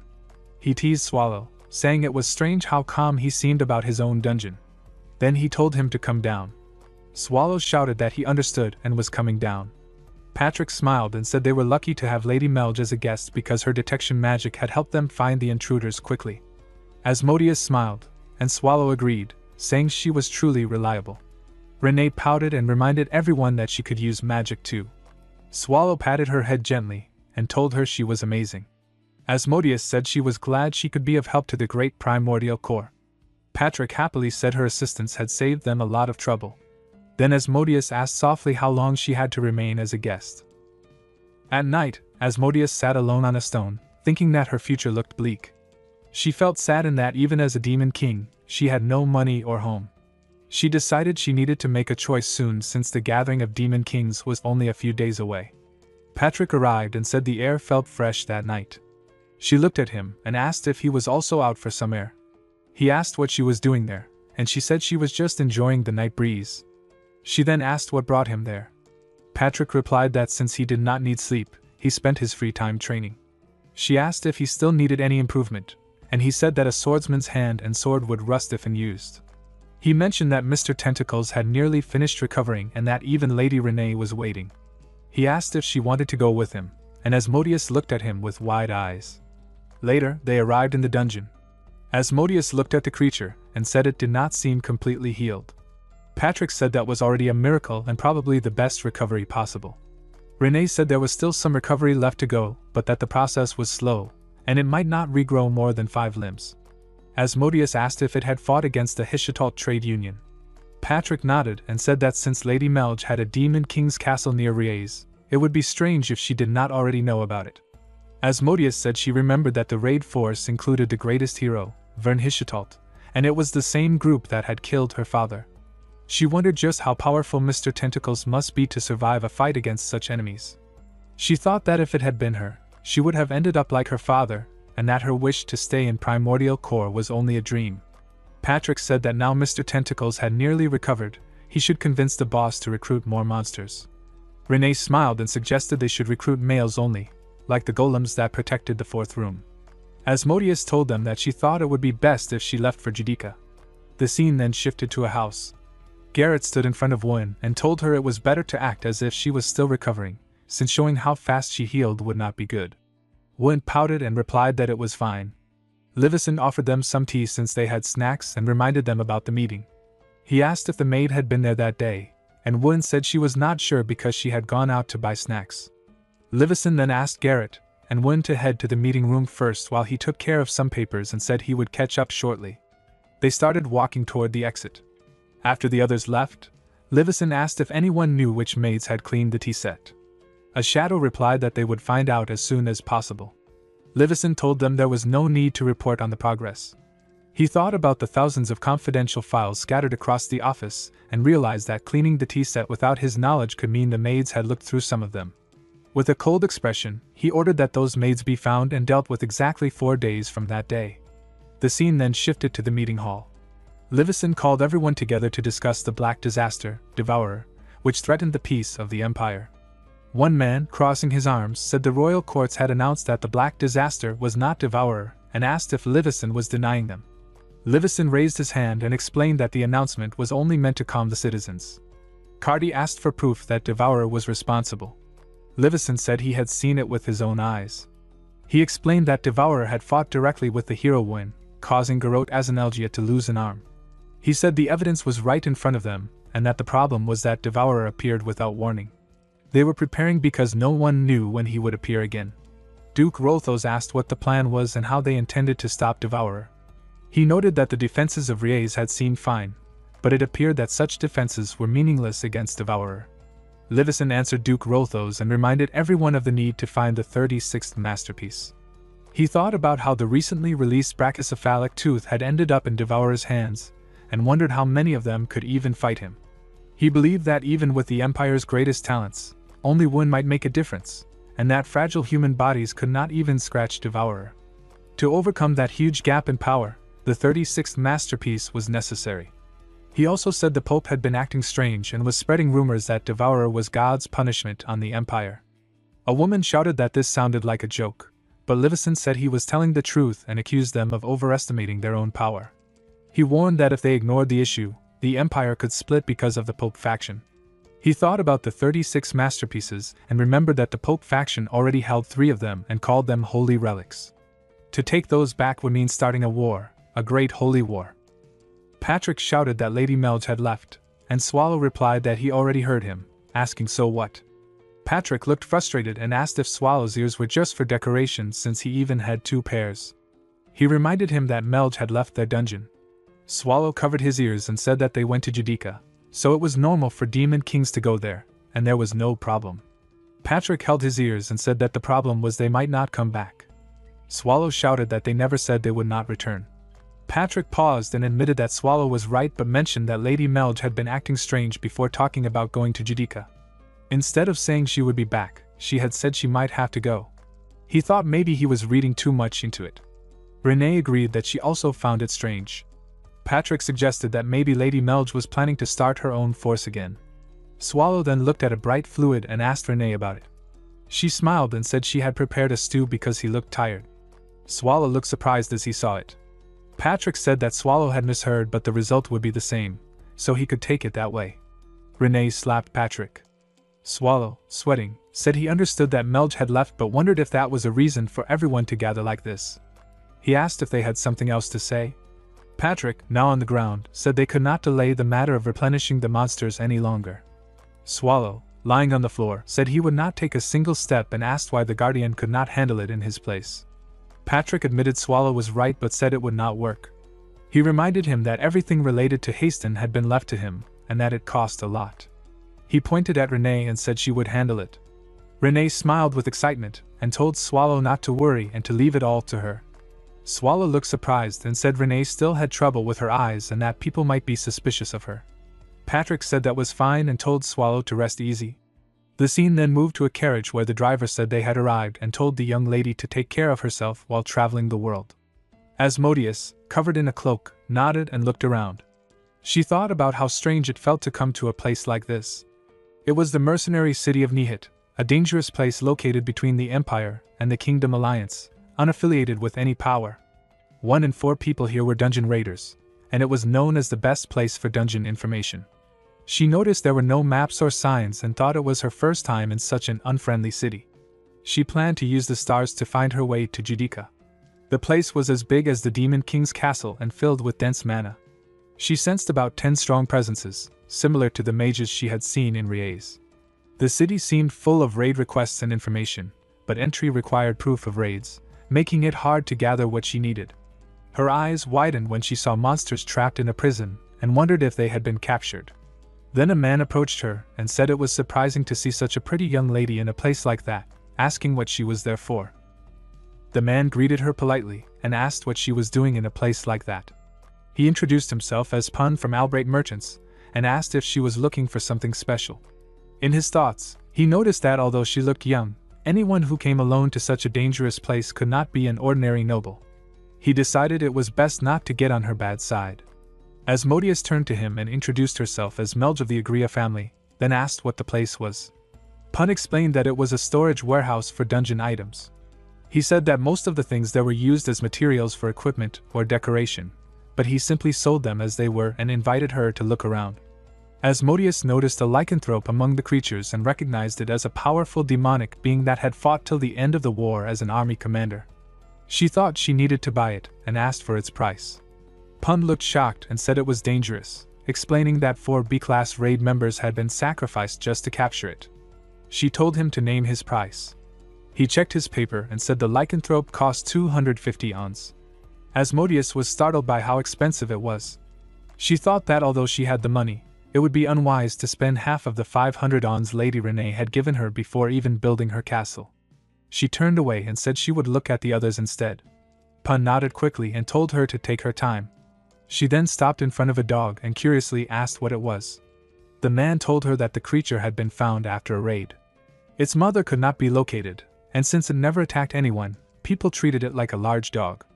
Asmodeus raised her hand toward the creature and gently said that it was a lost child too. The man shouted in panic, warning her that it was dangerous and still a demonic being. The dog licked her hand, and she told it softly that she would not blame it for anything, so it did not need to worry. The man cried out again, saying she could have been bitten, but Asmodeus only asked with shining eyes how much the creature cost. Later that night, Asmodeus stood before the same creature and admitted that she had ended up buying it. She looked at its size and said it was much larger than she expected.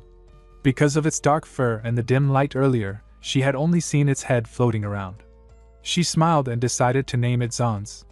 The creature groaned happily at the sound of its name. Asmodeus looked at the evening sky and thought about how beautiful it was. She remembered that people said night fell 30 minutes earlier in Nihit, and it seemed true. The sight reminded her of the sky in the primordial core, but she pushed away her emotions, saying she needed to reach Judica soon. She called Zons to follow. As they walked, she noticed an animal ahead and said that they had come to the right place. The creature shifted shape and welcomed her as the Demon King, telling her to go to the fallen monastery behind the mountains where the other Demon Kings had already gathered. She nodded and continued walking. Then she looked at Zons and scolded him while holding his face, saying he should have stayed behind like a proper soldier of the demonic army. She told him to wait there until she returned and to hide quickly if he saw any humans since she could not take him somewhere where escorts were strictly watched. She sighed and said maybe the name Zons was not right for him after all, thinking he needed a better one.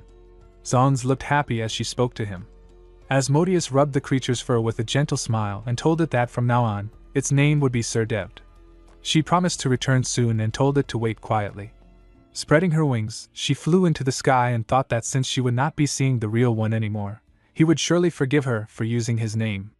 The scene then shifted to Swallow, who muttered that he would not forgive and reminded Patrick that he had told him many times he would never die a peaceful death.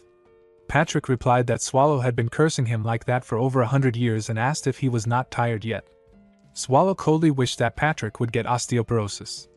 Patrick laughed and said it was a new one, then told Swallow not to take it too seriously and to think of it as a casual task instead of a mission. He tossed a bracelet toward him and said it was for him. Swallow caught it and asked how many of those Patrick had.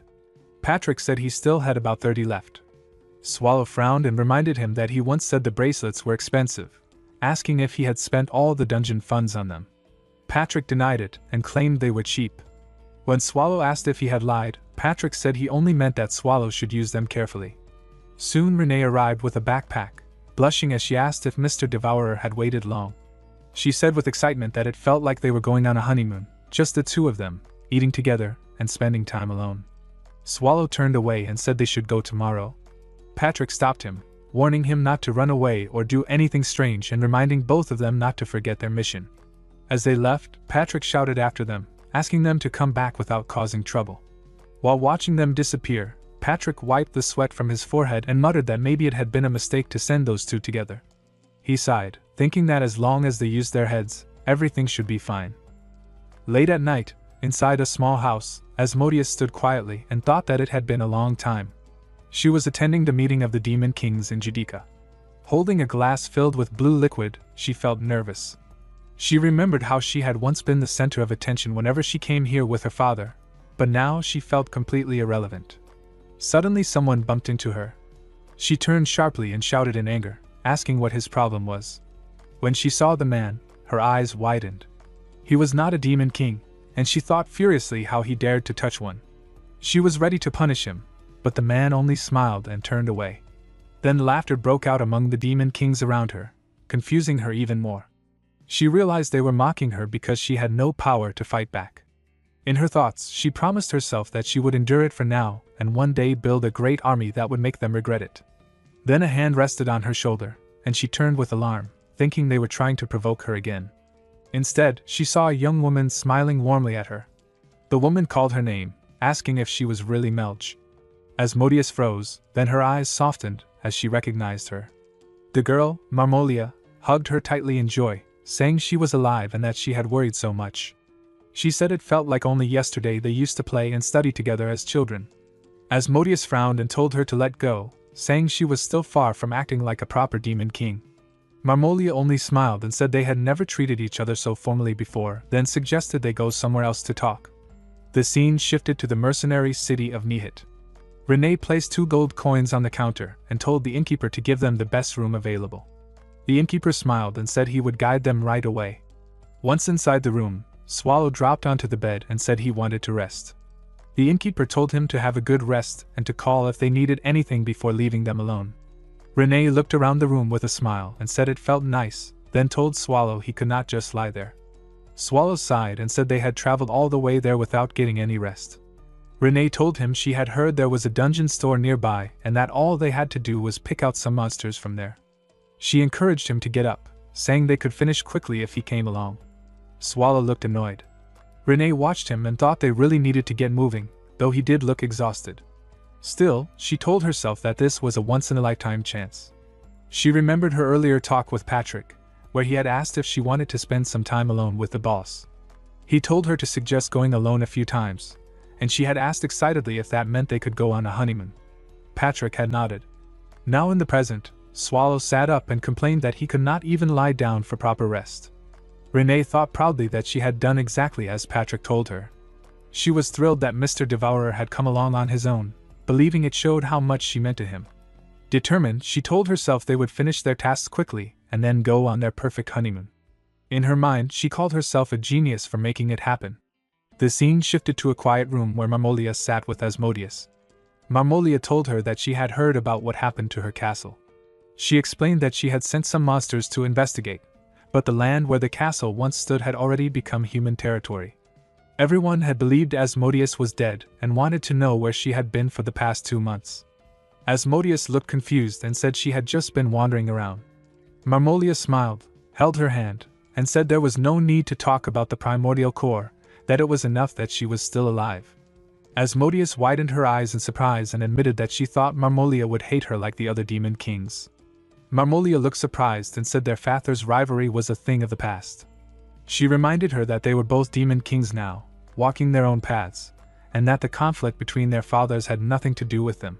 She said she understood that Asmodeus had come to Judica seeking help and that she would gladly assist her, not as a demon king but as a friend. She told her she could do it as long as she tried.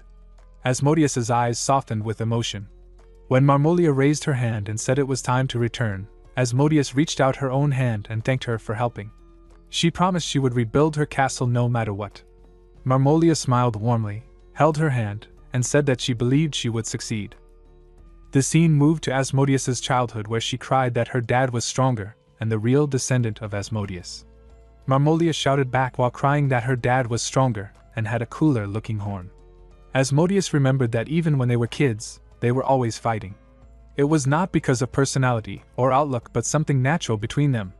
She wondered if it was because of their fathers who were always on bad terms though still friends in some way. She thought that was the time when everything between them started to change. In the present, Marmolia stood and called Melge to follow. Asmodeus smiled and said that she still felt childish. Marmolia looked surprised and asked why she said that. Asmodeus replied it was nothing and asked where they were going. Marmolia smiled and said it was almost impossible for her alone to help rebuild Asmodeus's forces, but there were other demon kings who shared the same goal. Asmodeus followed her and smiled while entering the room, but her smile slowly faded when she saw many demon kings gathered inside. She turned to Marmolia in confusion. Marmolia announced that she had brought Asmodeus there. Asmodeus realized she was still too young and thought that Marmolia had not changed at all.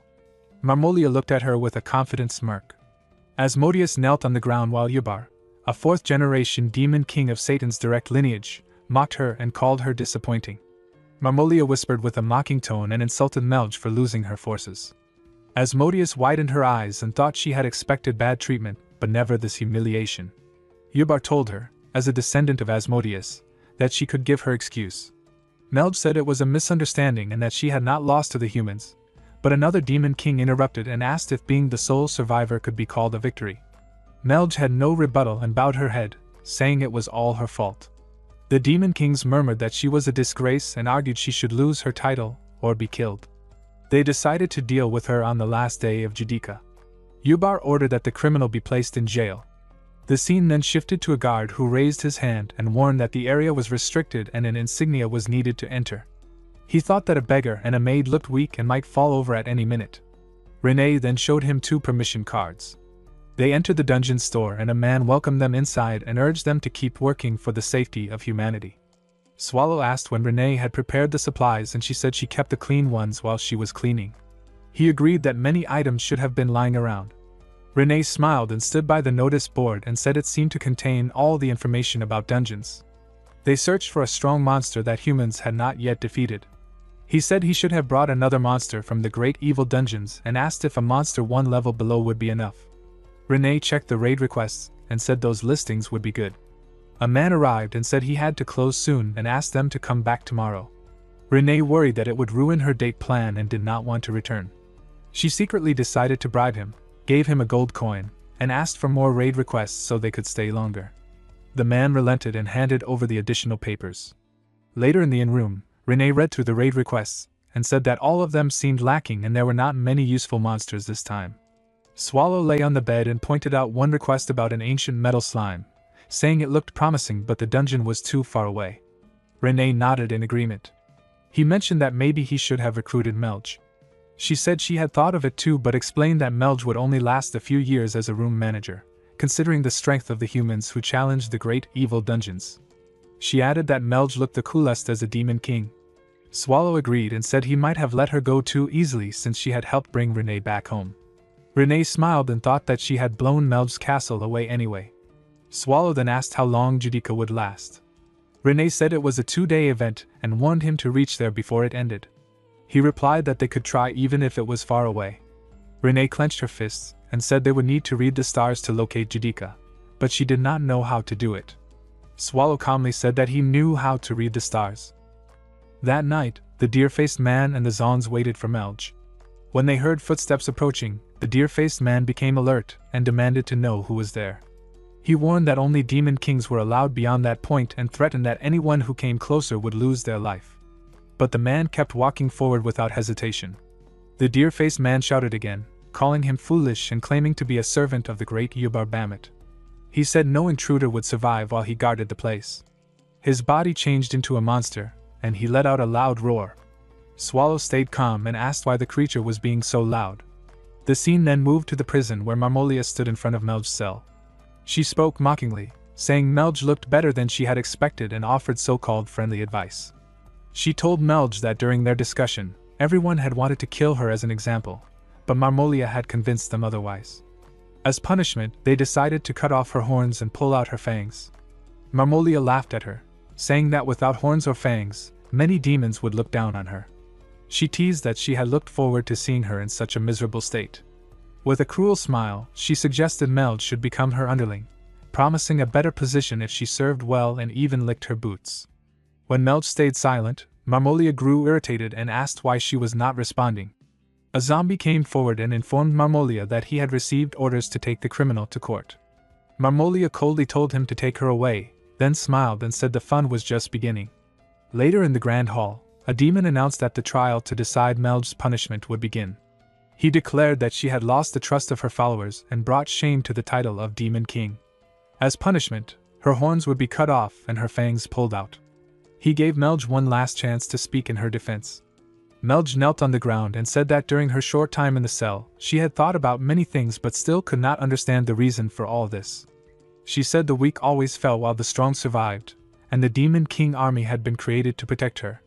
The weak had died, and the strong had survived, so she did not see what was wrong with that. A demon from the crowd shouted angrily, asking if that was how she viewed her army as a demon king. Melge looked up and asked if they were accusing her of throwing her soldiers away, questioning if they even knew how she and her army had treated each other. Marmolia started laughing loudly, mocking her for talking so boldly even after her army was wiped out, and she had fallen into such a pitiful state. She said Melge must have lost her mind. Melge stood up and said that she had finally come to her senses. She said the trial made no sense and that they claimed to judge her faults even though she had done nothing wrong. She said it was laughable that they spoke of punishment before the ruling and mocked them for their pettiness. With a calm smile, she looked toward Yubar and asked if he agreed with such a farce. Her words made the demons in the hall shout in anger. Yubar spoke coldly, saying there was no need to bother, and that someone who had lost everything could say whatever they wanted. He said her words meant nothing to him. Melge lowered her head and thought that nothing she said would change the outcome. She felt that these so-called demon kings were ignorant and foolish, and the thought strangely brought her relief. A demon declared that her punishment would begin immediately and that further punishment would be decided for her insolence later. A zombie walked forward with a blade in hand and said he looked forward to it, telling her to enjoy the pain because it would hurt a lot. He said he would start by cutting off her horns. Before he could move, a strange noise echoed through the hall, surprising everyone. A demon shouted, asking where the sound was coming from. Melge's eyes widened as she thought that it could not be Devourer. She tried to convince herself that her mind was playing tricks on her, but her heart wavered. Tears filled her eyes as she slowly turned her head, hoping that somehow it really was him. Then she saw Swallow sitting calmly on a chair, smiling. He looked at her and asked gently if she was having a hard time. Swallow stood over the defeated man and asked if that had been the last of them. He wondered why anyone had bothered to resist since the so-called demon kings were only slightly talented demons. He told the man that if he had horns he must be a demon king and asked how old he was. He said it was hard to tell unlike with humans, and ordered him to lift his head and give his name. The kid sweated and stammered his name. Now someone nearby then called the man Sir Yubar. Zons hugged Melge and she scolded him for not waiting patiently, and accused him of following Mr. Devourer. Marmolia shouted at the two and demanded to know which demon king they belonged to as she railed about interrupting the sacred judgment. Renee clenched her teeth and told them they did not know their place. Swallow told Renee to forget it and admitted they had interrupted. He said they did not belong to anyone and had only stopped by while traveling. He grew curious about why they were shaming Melge for acting like a demon king when she had lost everything. He finished with a smirk and said that if he destroyed all their armies then no one here would have a problem with having their horns cut or their fangs pulled out. A demon clenched his teeth in anger and called Swallow a fool who did not know his place. He shouted that it was already bad enough for Swallow to insult the demon kings gathered in Judika, but now he was even daring to threaten Sir Yubar. Swallow calmly replied that he had only asked a question. The demon grew furious and shouted for him to shut up, promising to tear him apart until nothing was left. He charged forward, screaming for Swallow to die quietly. But before he could reach him, the demon suddenly collapsed to the ground. Swallow looked around and asked why everyone was staring at him, saying he had not done anything and that the real person responsible was someone else. Everyone turned to look at Yubar, who stood with his hand raised, glowing with mana. Yubar spoke with a cold tone, saying that no one should dare make a move against the great being. He apologized for what had happened and promised to punish the one who had raised his sword toward the supreme being. He then lowered his head and greeted Swallow with deep respect, calling him Sir Devourer. The demons around murmured in shock at what they had just heard. Swallow stared at Yubar and said he looked familiar, wondering where he had seen him before. Yubar thought to himself that if he had not intervened, Renee would have already decapitated the demon, and that it could have ended with all the demon kings in the hall being slaughtered. He then bowed deeply and asked why the supreme being had come to such an unworthy place.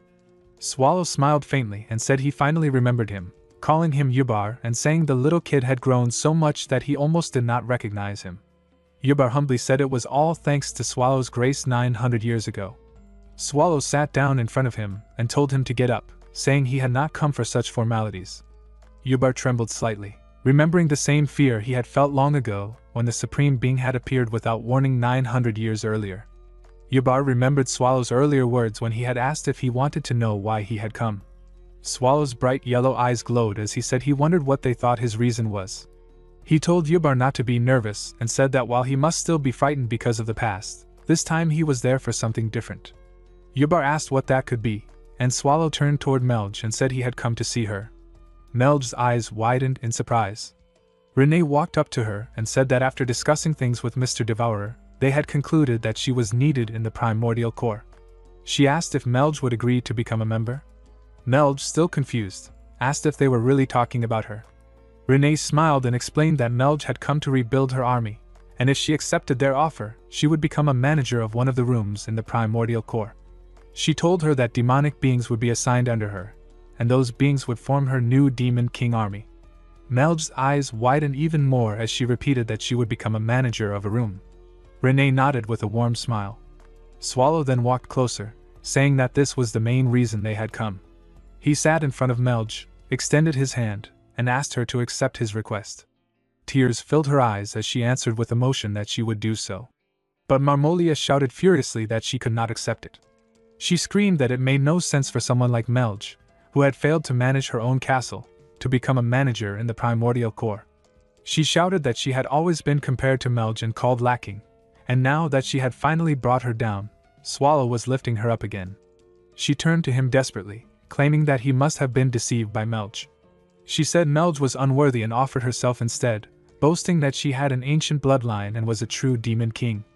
With a smile, she extended her hand and said that if given permission, she would give her heart and body to him. Before she could move any closer, Renee swiftly drew her weapon, her eyes sharp with anger. She told Marmolia not to dare touch Mr. Devourer with her filthy hands. Marmolia screamed in pain as two demons held her, and Melge's eyes widened in shock. Yubar bowed his head and apologized to Swallow, asking him to excuse her offense. Swallow said it was fine, but Yubar insisted that if left to him, he would punish Marmolia thoroughly. Marmolia shouted and struggled, demanding to be let go. Renee turned to Melge and asked what had just happened, explaining that if Melge had requested it, all the demon kings there could have been punished and Yubar would have carried it out. Melge replied that Primordial Core would gain nothing from such an action. She thought to herself that she had not made the request out of kindness, but to ensure that no one would look down on her and that keeping them alive could benefit her in the long run. Then she asked Renee how they had found the location of Judica. Renee smiled and said that Sir Devourer could read the stars, and although the gatekeeper had refused to guide them, they had encountered a demonic being that carried Melge's scent. Melge turned to Zons with a smile, praising him for doing well as her #1 soldier. She said she would put effort into fulfilling her role as a member of Primordial Core, but she asked if it was okay with him. She admitted that the previous managers had been much stronger than her, and that she would try her best, though she still felt a bit worried. Renee told Melge the truth, saying that she did not really meet the standard and might not even last 3 years. She warned that Melge could be raided as soon as tomorrow. Melge admitted that she had expected that, but it was still difficult to hear it directly. Renee smiled and explained that the reason they had come all the way to pick her up was because Sir Devourer wanted her, and she should make sure not to disappoint him. Melge smiled back and promised to try really hard. Renee said that was a good mindset, and added that she had already received permission to confess to Sir Devourer, so Melge should keep that in mind. Melge nodded. The scene then shifted to a meeting room where a demon king spoke to Yubar as the representative of the Northern Veermen. He said that although he knew Devourer was an ancient beast and one of the strongest in the great evil dungeons, Yubar's actions had been too extreme for the king of demon kings. Yubar stood and said that he had taken the words deeply to heart, and understood that Veerman was worried he had brought shame to the title of Demon King. Veerman agreed that it was possible if such incidents kept happening. Yubar then asked if Veerman thought he would overlook his actions as courage and forgive him. He questioned if Veerman had only seen a chance in his behavior. Yubar grabbed him by the hand and said that if he was so worried about the one who ruled all the demon kings, it would be simple for him to take the seat himself. The other demons shouted for Yubar to withhold his anger. Yubar clenched his fist tightly until blood dripped from his hand. He threw Veerman's dead body and shouted that no one should think he had bowed his head out of weakness. All the demons quickly apologized. Yubar thought that this should serve as a strong enough warning. He then wondered how the child from the Agria family had become acquainted with such an ancient monster. Suddenly, Swallow peeked in and asked if Yubar was there. Yubar's eyes widened and he acknowledged Swallow, asking if he needed anything. Swallow scratched his head and admitted that he did not really want to do what he was about to, but realized he had forgotten something earlier. He smiled and reminded them that they were demon kings, and then extended a raid request, teasing why they were getting so scared. Later that night, Renee's eyes widened as she said she had wondered why they had suddenly held a meeting and was shocked by what had happened. Swallow commented that the demon kings were really friendly and that he had not expected them to go so far. He also noted that he had not expected Melge to take such an active role. He said he could not be any happier and thought to himself that rather than worrying about the future, it was smarter to let the demon kings handle things. They stood in front of a house and asked Miss Melge with curiosity if she had finished her business. Melge nodded and said with calmness that now that she was also a member of Primordial Corps she could help carry some luggage, and asked if they really did not need any help. Renee smiled and said it was fine and then asked with friendly tone if Melge did not want anything else from there. Melge said with happiness that she had already gotten what she wanted from that place, and there was nothing more she needed. She said she would, after returning to Primordial Corps, put her best effort into becoming a strong demon king, and then asked if they were going back to Nihit. The scene shifted to Marmolia. Marmolia touched her cut horns on her head and said with certainty that there was no way that had been just a dream. A demon spoke with fear that she had been asleep for over a day and asked if she was okay. Marmolia brushed it off and asked angrily about that bitch Melge. The demon answered with worry that Melge had left with that ancient monster and told her not to worry about her broken horns. He said the other demon kings had promised to make a good reason and that although not many, there were still forces that supported her, and they still followed Lady Marmolia. Marmolia cut him off with a dark expression and told him to shut up. She said with anger that a bitch like Melge was not her friend and that he had dared to say such things in front of her. She bit her nail and said she had to kill Melge and that she could not depend on the other demon kings. She said she needed someone with more power. She said she wanted someone who could become an enemy of Primordial Corps and stand against Primordial Corps and more as she smiled evilly. The scene moved to Nihit and where Renee spoke with energy that maybe it was because the demon kings had worked hard, but the list was really detailed and looked like the raid requests humans made. She said that from what Mr. Devourer had heard, the monsters were picked to be at least at their level. Swallow agreed proudly, saying that this was the aura of His Majesty. Melge asked if Lady Renee was still not satisfied even with monsters that strong.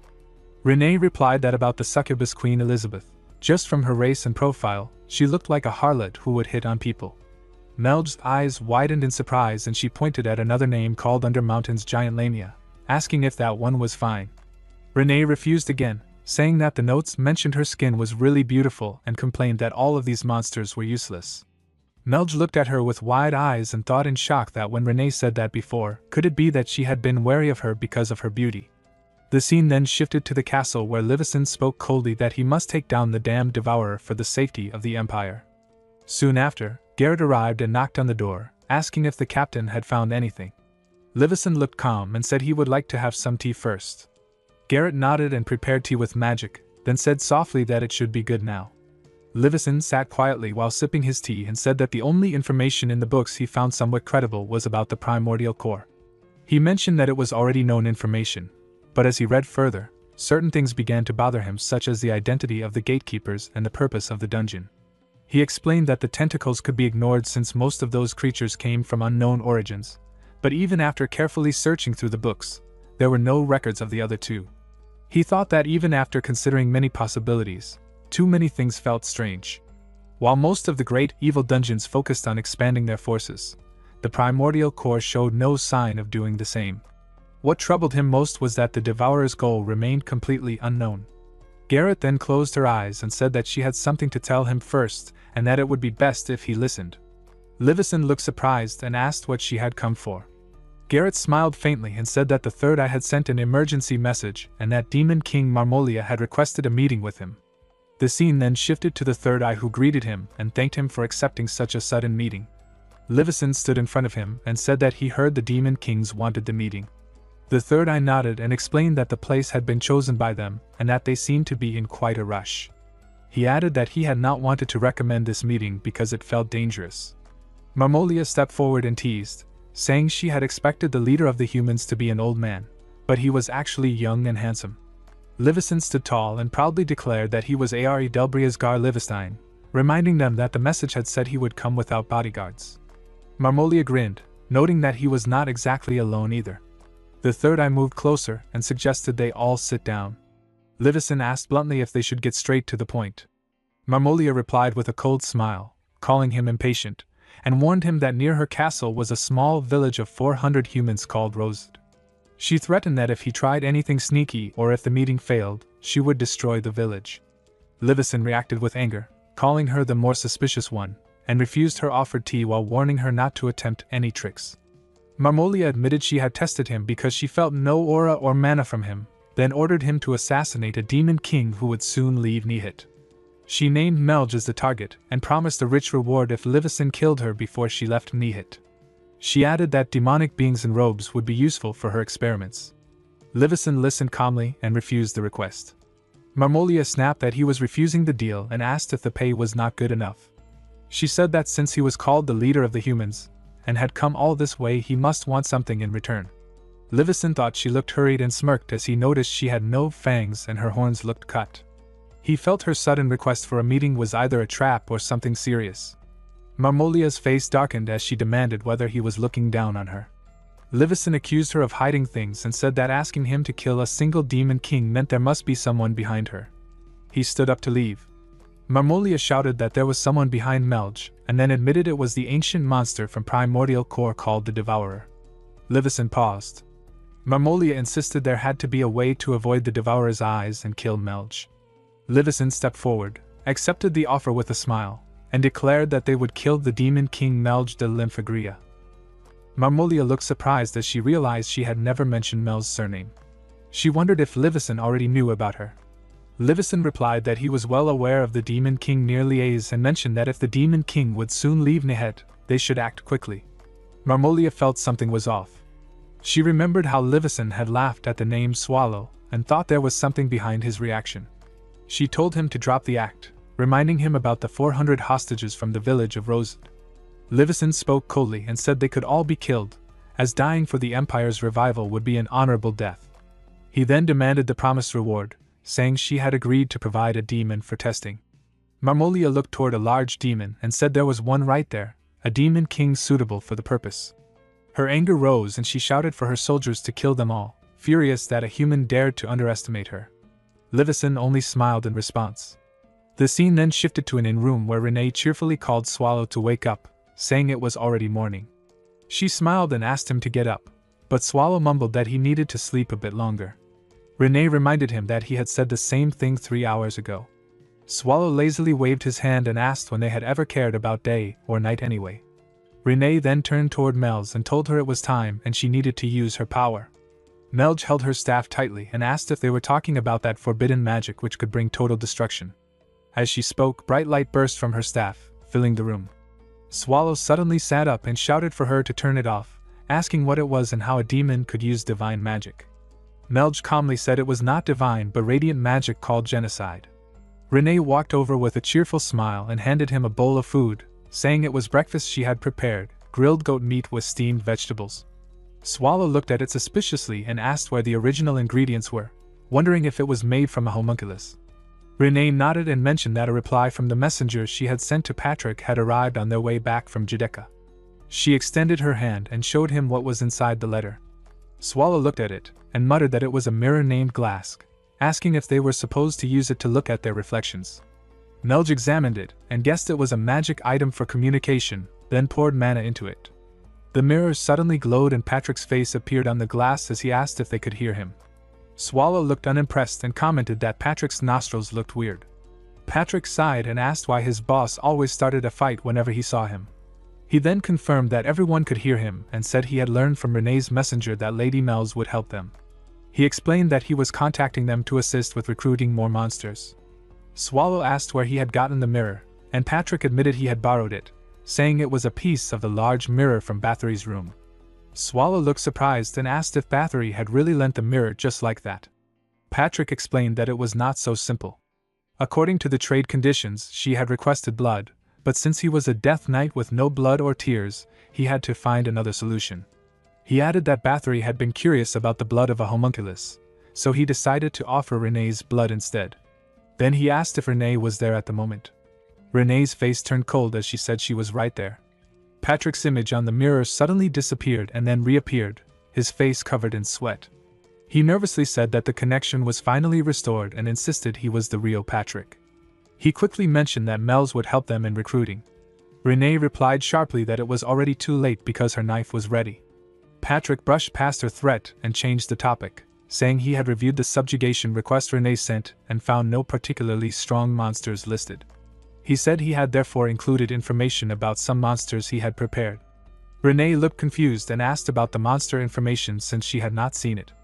Swallow pointed to the letter and asked if it was behind it. Renee picked up a paper and confirmed that there were indeed monsters not listed on the request. Patrick proudly said he had arranged them himself, explaining that while each one might not seem powerful alone, they were strong when working together, and some were especially suited for the caverns. He added that he had been observing them for quite some time. Swallow asked if he meant before he and Renee had gone out to recruit monsters. But before Patrick could respond, his image flickered and vanished again. Melge looked at the mirror and said that this time he was truly gone. Renee nodded. The scene then shifted to a battlefield where many demons lay defeated. Livison stood among the fallen and said that demons were truly untrustworthy, admitting he had not expected them to prepare such a strong force. He noticed one demon still alive and asked Lord Argelia if he could take it. Argelia gave a silent nod in approval. Livison then turned toward Marmolia and said he would now receive his reward. Marmolia sat on the ground, her body covered in wounds, blood dripping as two swords pressed against her neck. She glared at him and asked if he really thought he could get away with it, warning that the other demon kings would not forgive him. Livison cut her off coldly, saying he did not care about that and instead felt grateful to her, since she had given him a chance to kill Swallow. Marmolia suddenly burst into laughter, finding his words absurd. She mocked him, saying it was impossible and that he had no idea of the terror that ancient monster carried. Livison ignored her and turned to Argelia, thanking him for the prime ingredients and asking if the creation was possible. The one with the third eye turned his head slightly and replied that he would make it perfect, calling it a Demon King derivation and the best homunculus. The day was bright as they traveled through the sky, sitting on a flying one-eyed monster.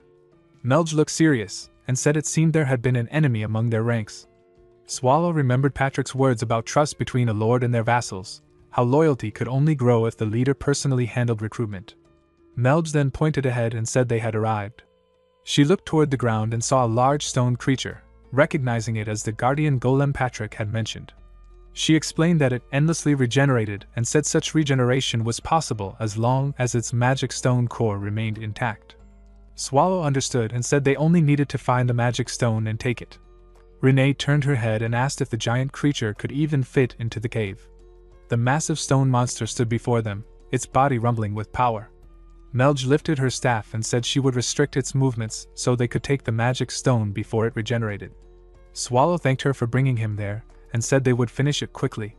He jumped down from the flying monster as the golem began slamming its arms into the ground with heavy force. Each strike made the earth tremble until its own stone hands cracked and shattered into pieces. Swallow smiled in satisfaction as the entire creature broke apart and collapsed into rubble. Renee turned to Melge, whose eyes were wide with shock, and told her not to just stand there but to quickly find the magic stone. Swallow looked ahead and asked who was next on their list. The scene then shifted to a group of one-eyed monsters talking among themselves. One of them mentioned that the golem of the stone mountain had disappeared after the ground shook the previous day. It also said there were rumors that the silver wolves who ruled the plateau above the canyon had been defeated and wondered if humans were responsible. The creature worried they might be the next target. Their leader silenced them and said there was no point in worrying about what had not yet happened since no one knew the location of their dungeon. The scene changed again to Melge and Renee observing from a distance. Melge whispered that the creatures were huge since they were all cyclops. Renee nodded and admitted she had not expected them to be in such a place, saying Patrick's information had been impressive. The one-eyed monsters suddenly noticed their presence. Their eyes widened in shock, and one of them shouted, asking who they were and how they had gotten there. Renee calmly replied that they were only there to make a proposal and were looking for monsters willing to work for their dungeon. Their leader stepped forward with a cold glare and warned that they would not go down easily. Renee brushed her hair back and said it seemed words would not work against them once again, turning to Melge for confirmation. Later they moved through the forest riding on a flying monster. Renee remarked that she had not expected their opponents to be so weak and admitted she was surprised at how easily they had died. She then asked who was next on the list. Melge checked and said the next monster was named Yiksha. Yiksha appeared holding the stem from his legs and commented that he had not expected them to find their way there. He mentioned hearing that the Cyclops living nearby had been defeated.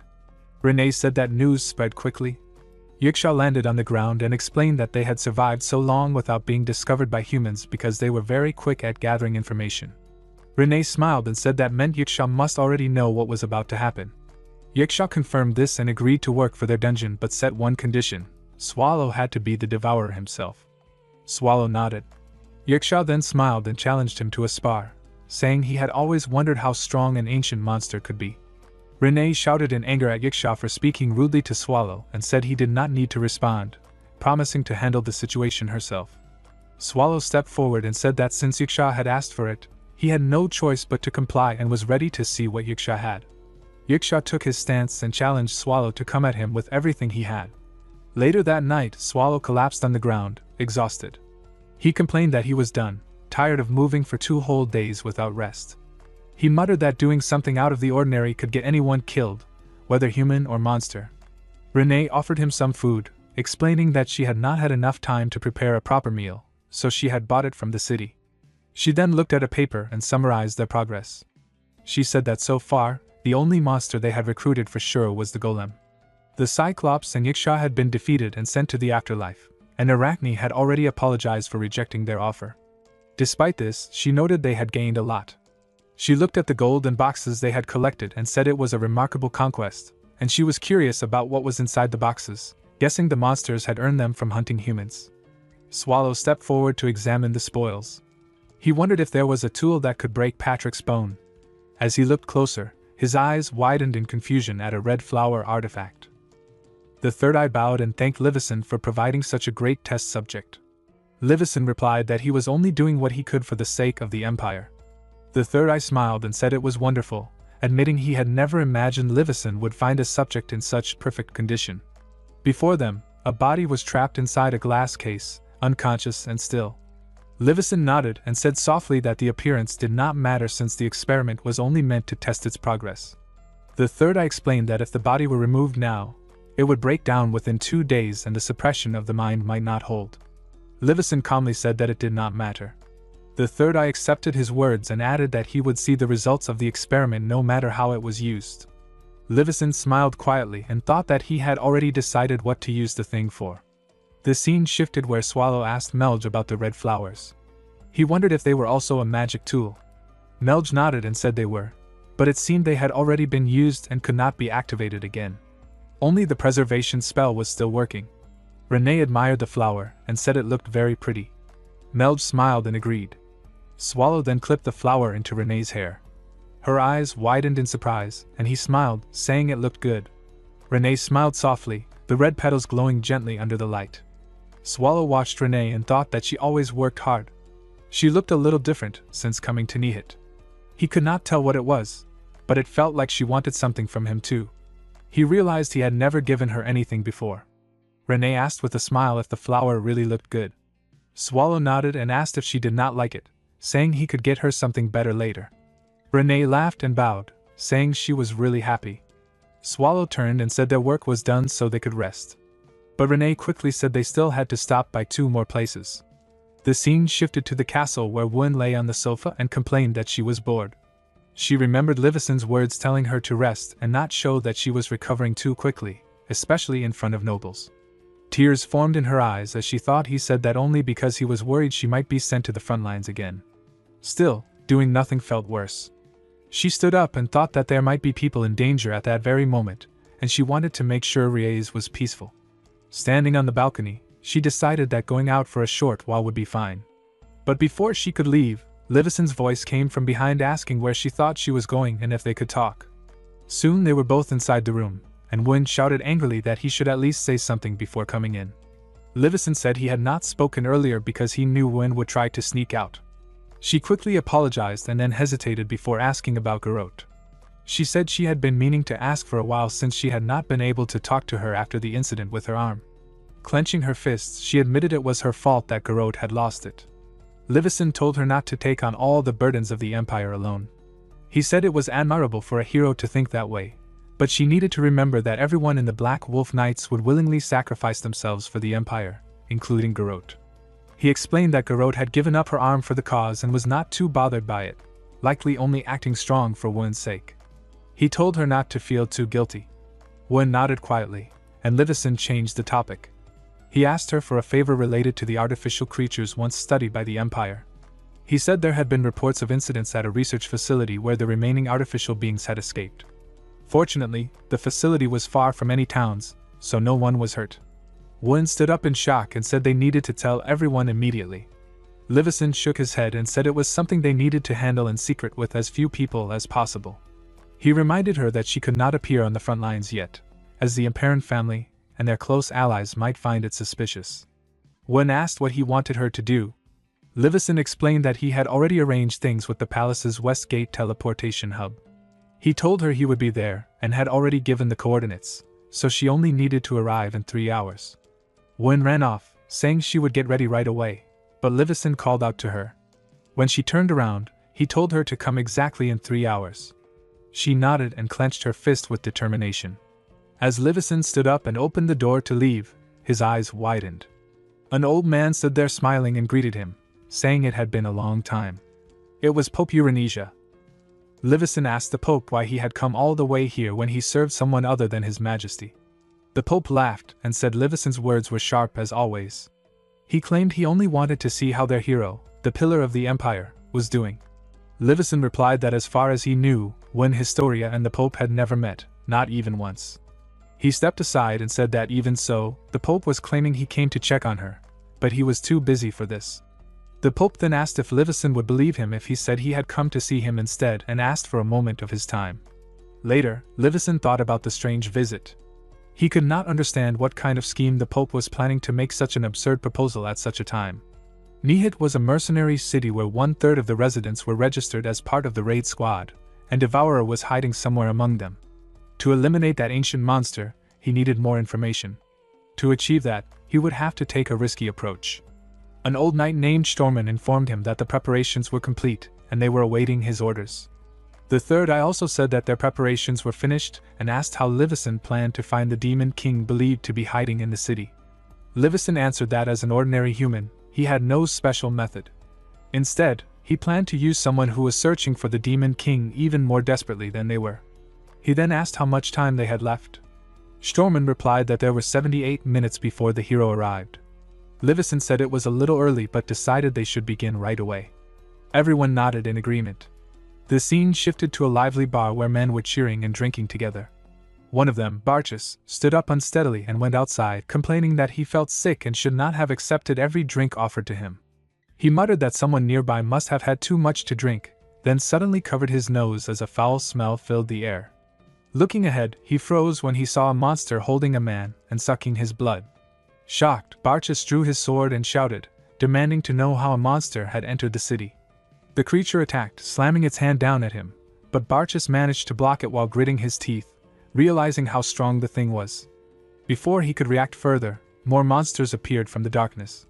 From above, an Imperial officer looked down at the burning city and shouted in disbelief, wondering what was happening. He said that even as an officer of the Empire, this went too far and that something was wrong, even if it had been ordered by His Majesty. The third eye silenced him sharply and told him to watch his words. The man clenched his teeth, thinking he had always known the third eye's alchemy experiments were inhumane, but he had never imagined they would cause such a massacre in the middle of a city. Livison sat calmly on a chair and told him not to worry too much, assuring that the city would not be wiped out. Suddenly the ground shook, and Livison stood up, saying that it had finally arrived. The man's eyes widened as he saw the massive creature and asked if it was a homunculus too. He shouted in panic, accusing Livison of lying, saying that if that thing ran loose, the entire city would be destroyed. He wondered if all of this had been planned from the start. Livison smiled and told him to calm down, calling it a small sacrifice. He thought to himself that Devourer did not seem to want the complete destruction of Nihit. The ancient monster's lack of destructive behavior meant it had another purpose beyond chaos or plunder. Depending on how things unfolded, Devourer might even fight against the homunculus tearing through the city. With a cold smirk, Livison said that the sight before them was beautiful, the sacrifice of the Empire's citizens for the progress of their nation. The man beside him trembled with rage, thinking that Livison had gone completely insane. The scene moved to the forest where Renee looked up and said the tree was as huge as those in Graphenia Forest, and that this forest seemed very old too. Swallow stretched and said that now they were done recruiting monsters, he could finally lie down and rest. Renee nodded and said they should go back after taking a good rest. Suddenly the ground shook, and they turned towards a burning city in the distance. They stared in disbelief, realizing it was where Theron was. Swallow shouted in shock, mourning the loss of his bed. Melge murmured that it might be Marmolia's doing. Swallow frowned and said it looked like someone was scattering their mana all over the place. Melge felt the disturbance too and asked if Swallow could sense it. Swallow asked what was wrong, and Melge clenched her fist and said she wanted to go see what was happening. She looked at them and asked for their permission. The scene shifted back to the city where monsters were attacking humans in every direction. Barchus swung his sword and shouted that there were too many grotesque creatures. A soldier nearby thanked him for his help and asked if he was a raid member, saying they were from the Ursus Red Lion raid force. Barchus recognized the name and thought they were a famous A-class raid group made up entirely of elites, and their help would make a big difference. The Red Lion man clenched his teeth and said they had cleared the nearby area, then asked if Barchus knew anything about the monsters. Barchus said he did not and introduced himself as a member of the Diana Silver Deer raid force. He added that the creatures seemed to be artificial beings but looked completely different from the homunculus Zephyr. He pointed toward the distance and said that the large creature there seemed to be the most important one. The Red Lion man agreed and said they were also heading toward that thing and needed to get closer to it. Barchus said he would follow them and insisted he was also an A-class member. The Red Lion man warned him that if he went there he would die, and he placed a hand on Barchus' shoulder telling him to listen to the sounds around him. He added that he had heard a voice searching for Barchus on his way here. Barchus thought he was the one shaking. The Red Lion man told him they understood how much Barchus had pushed himself to protect the citizens, but he needed to take care of himself and those around him. He asked Barchus to leave the fight to the Ursus Red Lion raid force. Barchus agreed to leave it to them. The Red Lion man smiled and accepted the request, then began to run.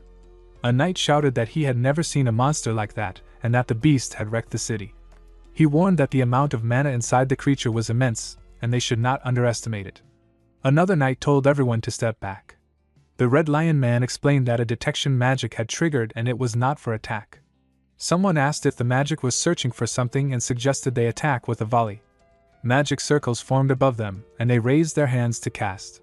One man thought the attack was not working, and then a blast shook the ground. A man fell with blood leaking from his mouth and murmured that this was beyond what humans could handle. Suddenly Melge appeared in the air and called out to the monster, asking if it was looking for her and scolding Marmolia for causing such a mess. She raised her staff and declared they would end it once and for all.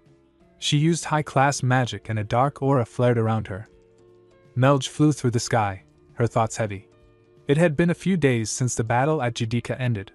She believed Marmolia had no reason to remain in Nihit after everything that happened. Yet the demonic power she felt pulling at her senses clearly belonged to Marmolia. She called out to her, wondering if Marmolia hated her so much that even after becoming a monster she still could not let go of that resentment. Melge said she did not know what had happened to her, but she would not pity her. She attacked, releasing dark mana beams toward Marmolia. For a moment, it seemed like the battle had ended too easily. Melge frowned, realizing something was wrong. The attack she had used carried pure destructive power, yet it felt too simple for someone who once fought off a class raid members. Then Marmolia's hand began to move again. She slowly rose to her feet, her body twitching with dark energy. The men nearby gasped in shock and charged at her, stabbing their swords into her head, but she released a burst of magic that exploded around them. Through the smoke and pain, Marmolia's voice trembled as she cried that her body was melting and it hurt too much. Still, she smirked and said she would kill Melge before dying. Both women rushed toward each other. Melge summoned a purple magic circle, while Marmolia burned with green mana. Their powers clashed, and the ground shook with a massive explosion. From a distance, the Third Eye watched and asked if Livison was satisfied. Livison nodded with a calm smile, saying he now understood why the Third Eye had been so confident. The Third Eye told him to wait longer, promising an even more interesting sight ahead.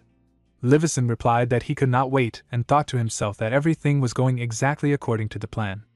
On the battlefield, Melge faced Marmolia with determination. She thought that her mana was almost gone, but Marmolia's body would not last much longer either. If she could just hold her ground, she might still win. Gathering her strength, she formed another magic circle and tried to stop Marmolia. But before she could act, sharp shards struck her stomach. Marmolia smirked and told her that this would hurt. Melge used the last of her magic to throw Marmolia back. Her body trembled as she fell to the ground, realizing her mana was completely drained. The scene reminded her of the time she had protected the teleportation hub under Mr. Devourer's command. Back then, he had come to her aid as she collapsed, and now, those same thoughts filled her mind again. She understood this must be what dying felt like. Whispering weakly, she apologized to Mr. Devourer for failing to complete the mission he had given her. Her body then went still on the ground. Elsewhere, Renee asked if Melge was going to be alright. Swallow replied that she probably would be, saying Melge was stronger than she looked. Renee worried about the demonic power she had sensed, but Swallow smiled and said there was nothing to worry about. It seemed Melge herself did not realize it, but she was a very capable demon king. Livison observed that in the end, they had captured the demon king. Third Eye explained that changing the combination formula had shown a strong effect. He said he had been doing research to gain powerful strength while avoiding side effects, like in the case of Nifrim. But the new creation ignored all concern for safety, and only focused on gaining power. It was unstable but held great strength. Livison thought that everything happening was necessary for the subjugation that was coming. It was meant to measure the power of Devourer. He wondered if the Demon King Melge had any connection to Devourer. He worried that the situation would end before one arrived and decided he had to gather as much information as possible about Devourer. His eyes widened when he saw Melge surrounded by a dark aura that belonged to Swallow. Then Swallow's large bright yellow eyes appeared before Marmolia. Marmolia screamed and rushed toward Melge, but Melge raised her staff and froze her with magic. Melge murmured in shock, realizing that her spell had far greater power than her own strength should allow. She thought that she had used the last of her mana to push Marmolia away and should have died from exhaustion and blood loss. Yet she noticed that Mr. Devourer's mana still remained inside her body and all her wounds had healed. She wondered if Mr. Devourer had done something to her back at Rie's and decided she needed to confirm it. Melge sensed that Marmolia was still alive, though her body remained frozen. She whispered that it was finally over and covered her mouth, thinking that if she had overused Mr. Devourer's black mana, she would have exploded before Marmolia's scythe even reached her.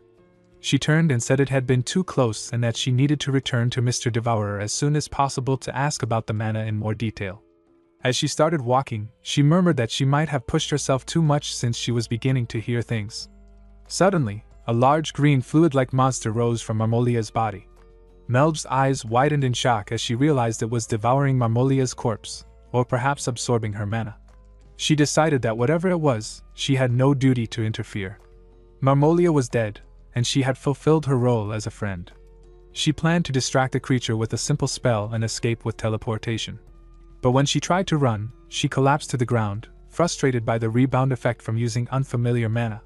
She forced herself to stand as the green monster attacked, barely dodging its strike. At that moment, Renee appeared and threw Melge aside to save her. Melge landed on Swallow's furry body and felt relief, patting him with a smile. Renee turned and said she had been wondering what was taking so long and hadn't expected Melge to be facing something like that. Swallow yawned and said she had taken too long, and he had almost fallen asleep. Then, seeing the creature grow larger, he muttered that it was becoming a bother. Renee prepared to finish it quickly, but Swallow said he would handle it instead.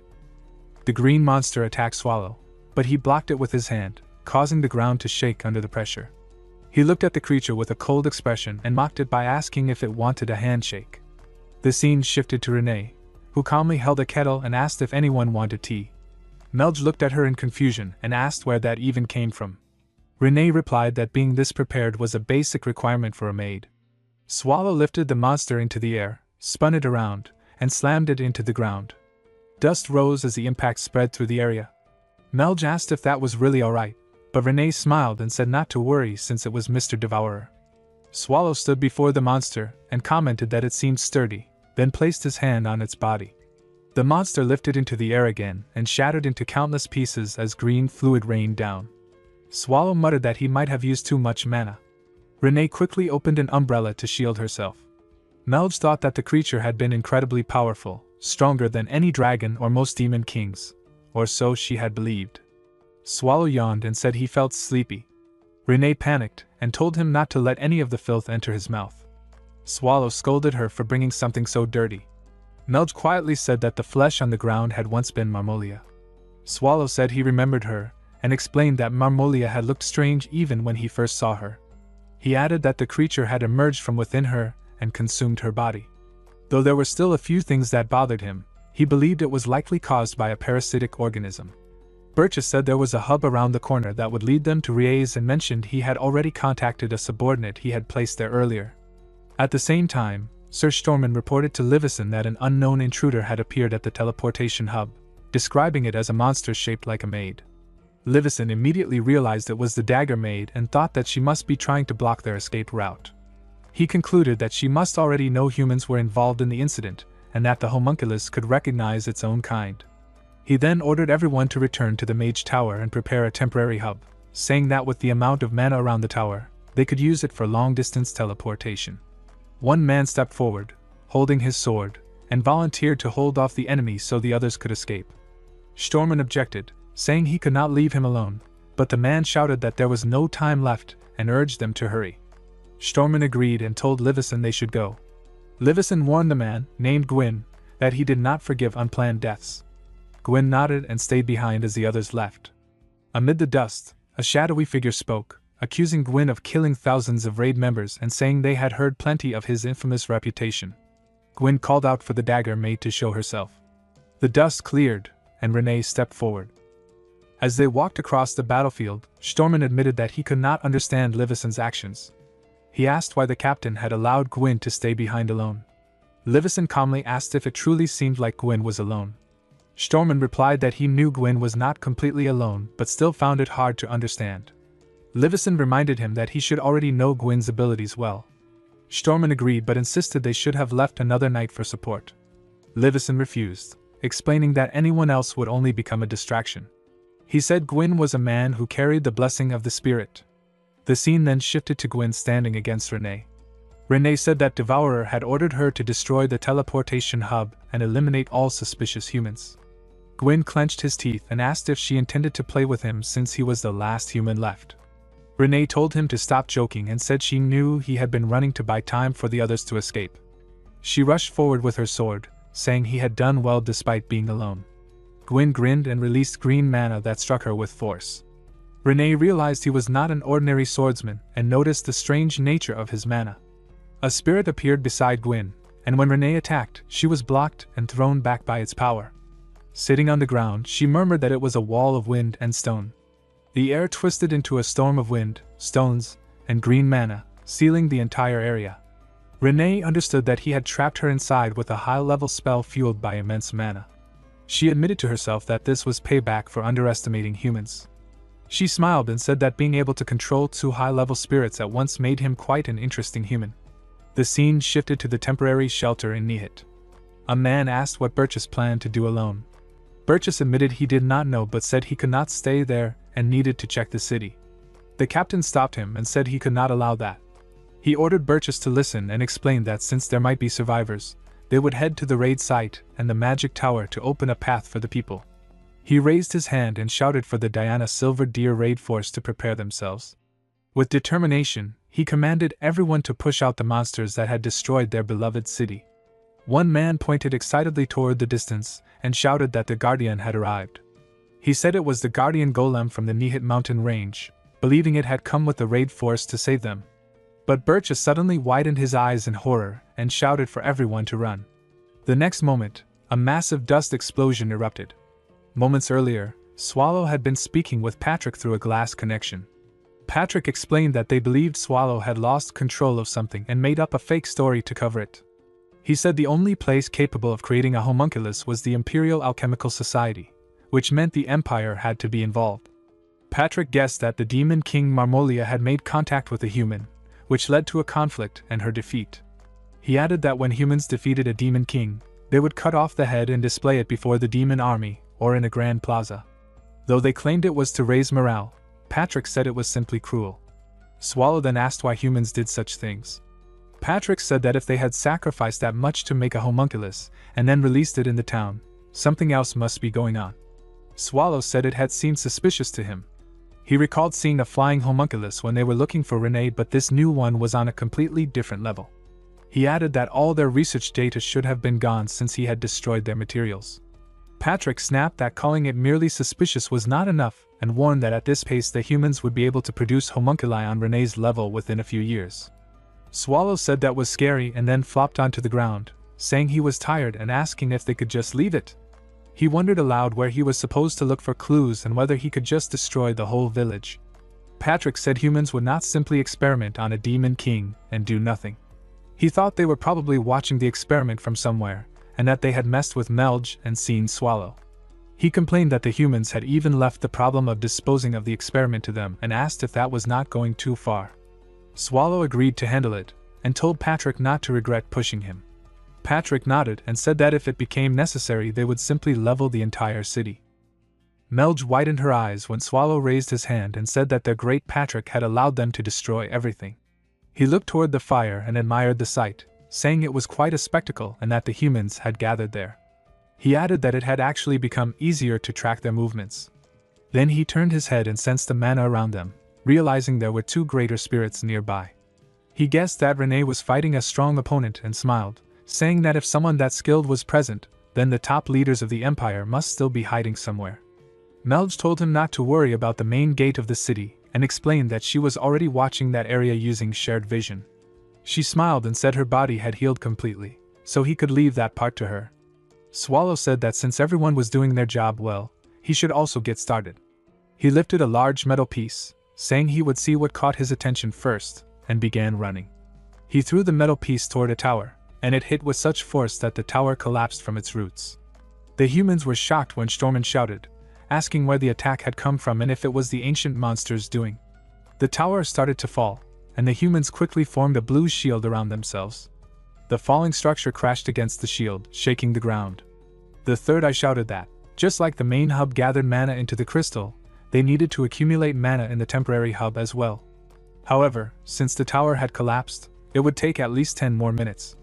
Livison then asked Stormen how long it would take for Wind to arrive, and Stormen replied that it would be about 5 minutes. Livison thought about the hub that the dagger maid had destroyed and realized only its device was ruined. The coordinates leading to Nihit should still be intact. He worried that if Wind met the maid in this situation and caught the attention of the Devourer, it would be over. Without the completed apocalypse, Wind would never be able to defeat the Devourer, and this time, they would all truly die. Stormen then asked his captain to give him the order to return to the teleportation hub. He promised that he would bring Gwen Historia back safely. Meanwhile, Gwen thought about the spirits, and how their power was not limitless. Even summoning them required a great amount of time and mana, and maintaining them consumed even more. The longer the battle lasted, the worse it would be for him. Still, he believed he held the upper hand as long as the storm continued. Even if the enemy broke through, he could still block her path using the Earth's spirit. He reminded himself that his goal was not victory but to hold out until all his mana was completely drained. He thought of a scene from a story he had read as a child, where a small blade in the sky grew larger as it fell, resembling a guillotine. With red eyes, he shouted in disbelief, wondering how a monster could do such a thing. But before he could react further, he was struck down and fell to the ground bleeding, his eyes wide with shock. Renee stood over him and explained that her blade and wire could freely extend to tens of meters and could pierce through a storm with ease. She looked at him and said that since he possessed the blessing of spirit's protection, he might have survived under normal circumstances. Holding her sword, she remarked that being split in half meant he could not be saved even with healing, but she decided to make sure anyway. Suddenly someone shouted for the dagger maid, and Renee turned to see Stormen standing there. Stormen was relieved that she had stopped and thought that since Sir Gwyn had the blessing, he only needed to buy some time. Renee looked at him and said she had more to ask from him than from the corpse lying nearby, then threw her weapon toward him. Stormen saw the small blade flying and thought it would not do much, but his eyes widened in shock when the blade suddenly grew gigantic. He quickly dodged it and thought that she had made a mistake by throwing her weapon away. Confident, he rushed toward her, but another blade appeared above his head, forcing him to block it by raising his weapon just in time. Renee demanded that he tell her everything he knew about Marmolia and the homunculus. The blade continued to grow larger, and Stormen, sweating heavily, admitted that it was her victory. He warned her, however, that she had spent too much time on an old man like him. Before she could react, Renee turned sharply, her eyes widening as a sudden blast of mana and dust erupted around them. Wynn stood firm after the fight, and Stormen thought with awe that it was just as expected from the hero Wynn Historia. With a single strike, she had taken down the dagger maid, showing incredible power. Meanwhile, Livison focused on ensuring the mission's success. He thought their top priority was to return safely. The temporary hub would activate without issues, and Stormen would soon join Wynn. Everything seemed to be going according to plan. Even if the dagger maid had recognized the homunculus, there was no way that information would ever reach the citizens of the Empire. Suddenly, the third eye called for him. Livison asked how long it would take for the hub to activate, and the third eye replied that it would need about 3 more minutes. Livison acknowledged it and told them to continue without worrying about him. At that moment, Garrett appeared, surrounded by mana. She wondered if what she had seen earlier had been an illusion, saying the fear carved into her would never fade. She looked down at their great captain lying on the ground and could not believe he had made such a mistake. Extending her hand, Garrett explained that the master of the magic tower, Polaris, had sent an official request for assistance to the imperial family. She said it was fortunate she had intercepted it midway, as the entire incident might have been exposed otherwise. Livison realized the situation and said that the master of the magic tower had caused trouble after all. He then noticed her presence and understood what it meant. Garrett nodded and confirmed that the entire Edelbria's Black Wolf Knight Order had been assembled there. Many knights appeared on the scene as Garrett explained the situation. She said she was not sure if it had been part of the plan, but Sir Gwyn had lost his life, Sir Stormen was injured, and now Wynn was fighting the dagger maid. Livison immediately asked if she had heard anything about the mission from Stormen. Garrett looked confused and said she did not know what he meant, as she had hurried there the moment they arrived. Realizing the danger, Livison shouted that they had to move quickly. He clenched his teeth and ordered Garrett and the entire Knight Order to retreat from the area immediately. The scene shifted as Melb said she thought she had found them, and Swallow turned his head with a smile, asking if that was so. Then the focus moved back to the battlefield where Renee stood firm. Stormen, still injured, told the other knights holding him that they could not fight her. One of the knights protested, saying they had Wynn and the entire Knight Order, so defeating a monster should not be a problem. Stormen insisted that it was an order from the captain, and that they could not stay there any longer. One of the knights shouted for Wynn to return, but Wynn refused and said that with a little more time, she could defeat the monster. Suddenly, a voice called out to her, telling her no. Wynn turned and saw Livison approaching. He said that this was the time to regroup after retreating. Wynn protested, saying it was the perfect chance to eliminate the keeper of the primordial core. Livison raised his hand and admitted that she was right, but said it was still not the right time. He assured her they would surely have another opportunity. Wynn lowered her gaze and said that if Livison insisted, she would obey. Livison then ordered everyone to head to the temporary hub at once. But before they could move, the ground began to shake violently. Renee stepped forward with a dark expression and demanded to know where they thought they were going. She said the Devourer had sent her because he trusted her, and she would not allow a single one of them to escape. She studied them carefully, and thought that the black-haired man seemed to be their leader, which could make things troublesome. She also noticed the blue-haired human, and realized he possessed great power. She had faced countless A-class raid parties before, but none of them had ever produced such destructive energy in an instant. She decided that she would kill the blue-haired one first. Wen clenched her fists and shouted in anger, asking if a monster like her even had a name. She challenged Renee to try her strength and declared that mocking the name given by the devourer was unforgivable. Renee used her magic, and dark butterflies filled the air, making Wen and Livison widen their eyes in shock. At that moment, Swallow appeared, stepping forward calmly. He said he had come looking for Renee and noticed that everyone was already gathered there. His bright yellow eyes glowed as he spoke, saying he never expected to meet them again since humans lived such short lives. He recognized the blue-haired Wen as the blue flying squirrel, mentioned the redhead who had revealed Renee's location, and looked toward Livison, calling him the gutsy one. He said it was interesting that among all the humans in the Empire, they were the ones to meet again. Livison thought that if this ancient monster had come to find out who was behind the chaos instead of destroying the entire city, there had to be a reason. He fell to his knees and said it was an honor that Swallow remembered him, asking if he had been well. Swallow nodded but said he did not need such greetings, then asked if this incident was their doing. Livison bowed his head and replied that it had nothing to do with them. Swallow pointed out that they lived in the Empire's capital and had not come here without reason. Livison calmly said they were only there to help resolve the situation and that they would fully cooperate in finding the real culprit. Swallow then turned away and said he was tired and wanted to return with Renee. Livison smiled slightly, but Swallow noticed and stopped. Turning his head, he asked why Livison was smiling. Before Livison could answer, Swallow's expression hardened. Swallow glared at Livison as a dark aura flared around him and said that although he owed him for what had happened in Riez, this was still shameful. Wen began to rush forward, but Garrett shouted for all members to protect her and Livison. Swallow raised his hand in annoyance and said they were a nuisance, then unleashed sharp shards toward Wen. A man suddenly stepped in front of her, and the shards pierced through his body. With blood dripping from his mouth, he smiled weakly and said that this time he had been quicker than Lady Wen. Wen's eyes widened as anger filled her face. She clenched her teeth and stepped forward, ready to fight, but Livison tried to stop her. She shouted in frustration, demanding to know why he was holding her back. Livison turned to Garrett, who realized the situation was growing dire.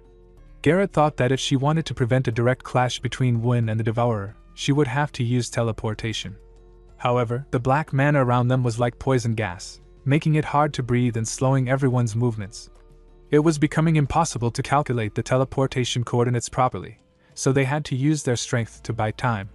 Einar, one of the knights, thought that they needed to push back the black mana to give time for the teleportation magic to be prepared.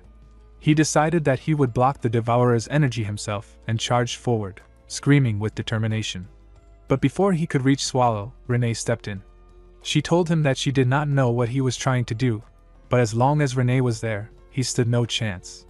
She raised her hand, and suddenly a burst of red aura spread across the entire area, filling the battlefield with intense power.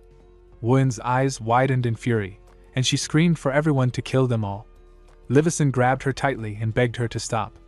He told her that she could not do it, and that she must survive no matter what happened.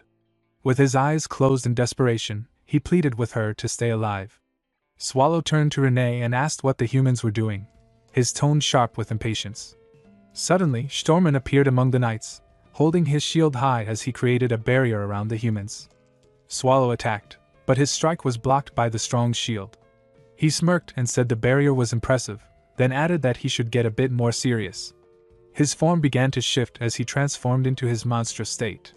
The humans responded by creating multiple magic circles around him, channeling all their remaining mana. Garrett thought that the teleportation magic circle was nearly complete and urged Stormen to hold on a little longer. She believed that even if the attack came from an ancient monster, the 36 masterpieces, said to be made by a god, would withstand it. Swallow then unleashed another powerful strike, and the shield shattered instantly, sending a violent shockwave through the area. A cloud of dust and debris filled the air. When the dust cleared, Stormen was badly wounded but still standing. He looked at Livison and shouted for him to run away. Livison's eyes widened in disbelief, but Stormen insisted, telling him to leave the old man behind and escape quickly. He turned to Wen and said that he would entrust the captain and the Empire to her. With a faint smile, he said it had been an honor to escort them both. Swallow looked down at him and asked coldly if he was still alive. Wen stepped forward in anger, but Stormen raised his arms and told her not to go, saying she was no match for Swallow. Wen clenched her fists and replied that it did not matter. Her voice shook with determination as she declared that she would fight because she was a hero. Renee smiled and said that the mana stones were so pretty and sparkly. She added that even though this was not what they came for, they still gained quite a lot. Swallow nodded and said it was not bad. He mentioned that he had released the golem in the village to see how far it could go wild. It had done its job before running out of mana, so he decided they would recharge it once they returned.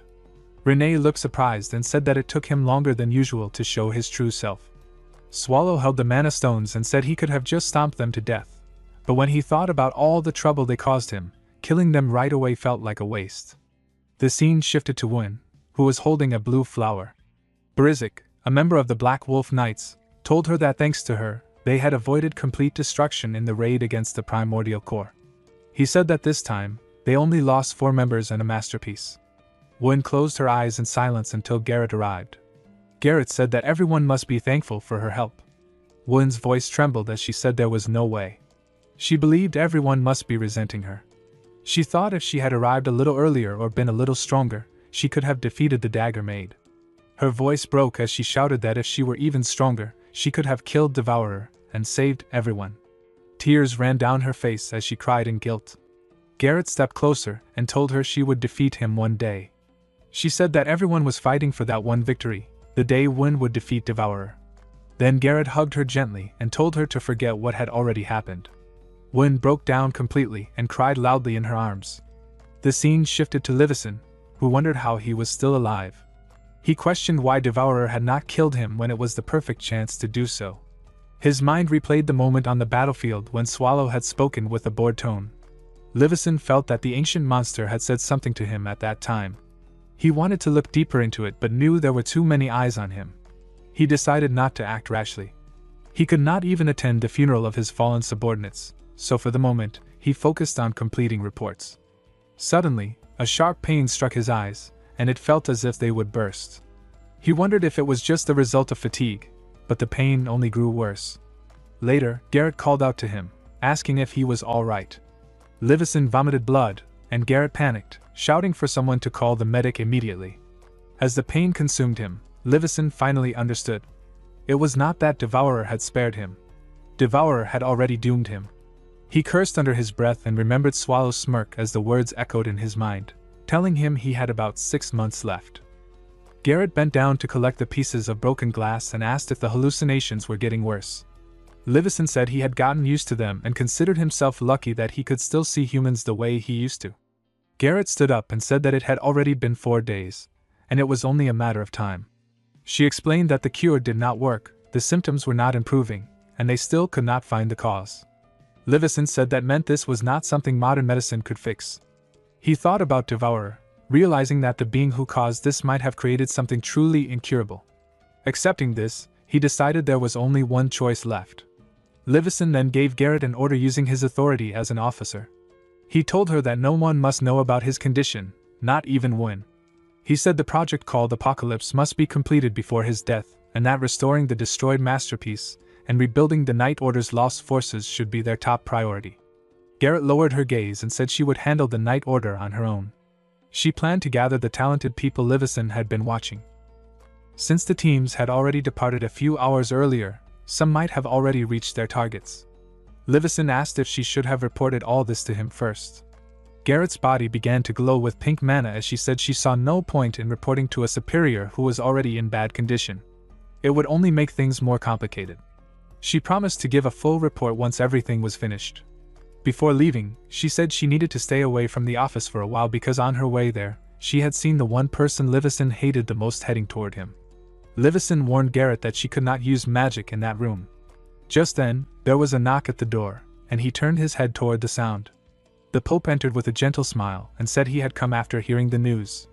He hoped that his visit could offer at least a small measure of comfort. Livison stood up and said that the Pope had always been terrible at lying, perhaps because he had been a clergyman for too long. He pointed out that the Pope was only there to hear his answer. The Pope admitted that it was true. Livison turned away and asked why the Pope wanted them, out of everyone else.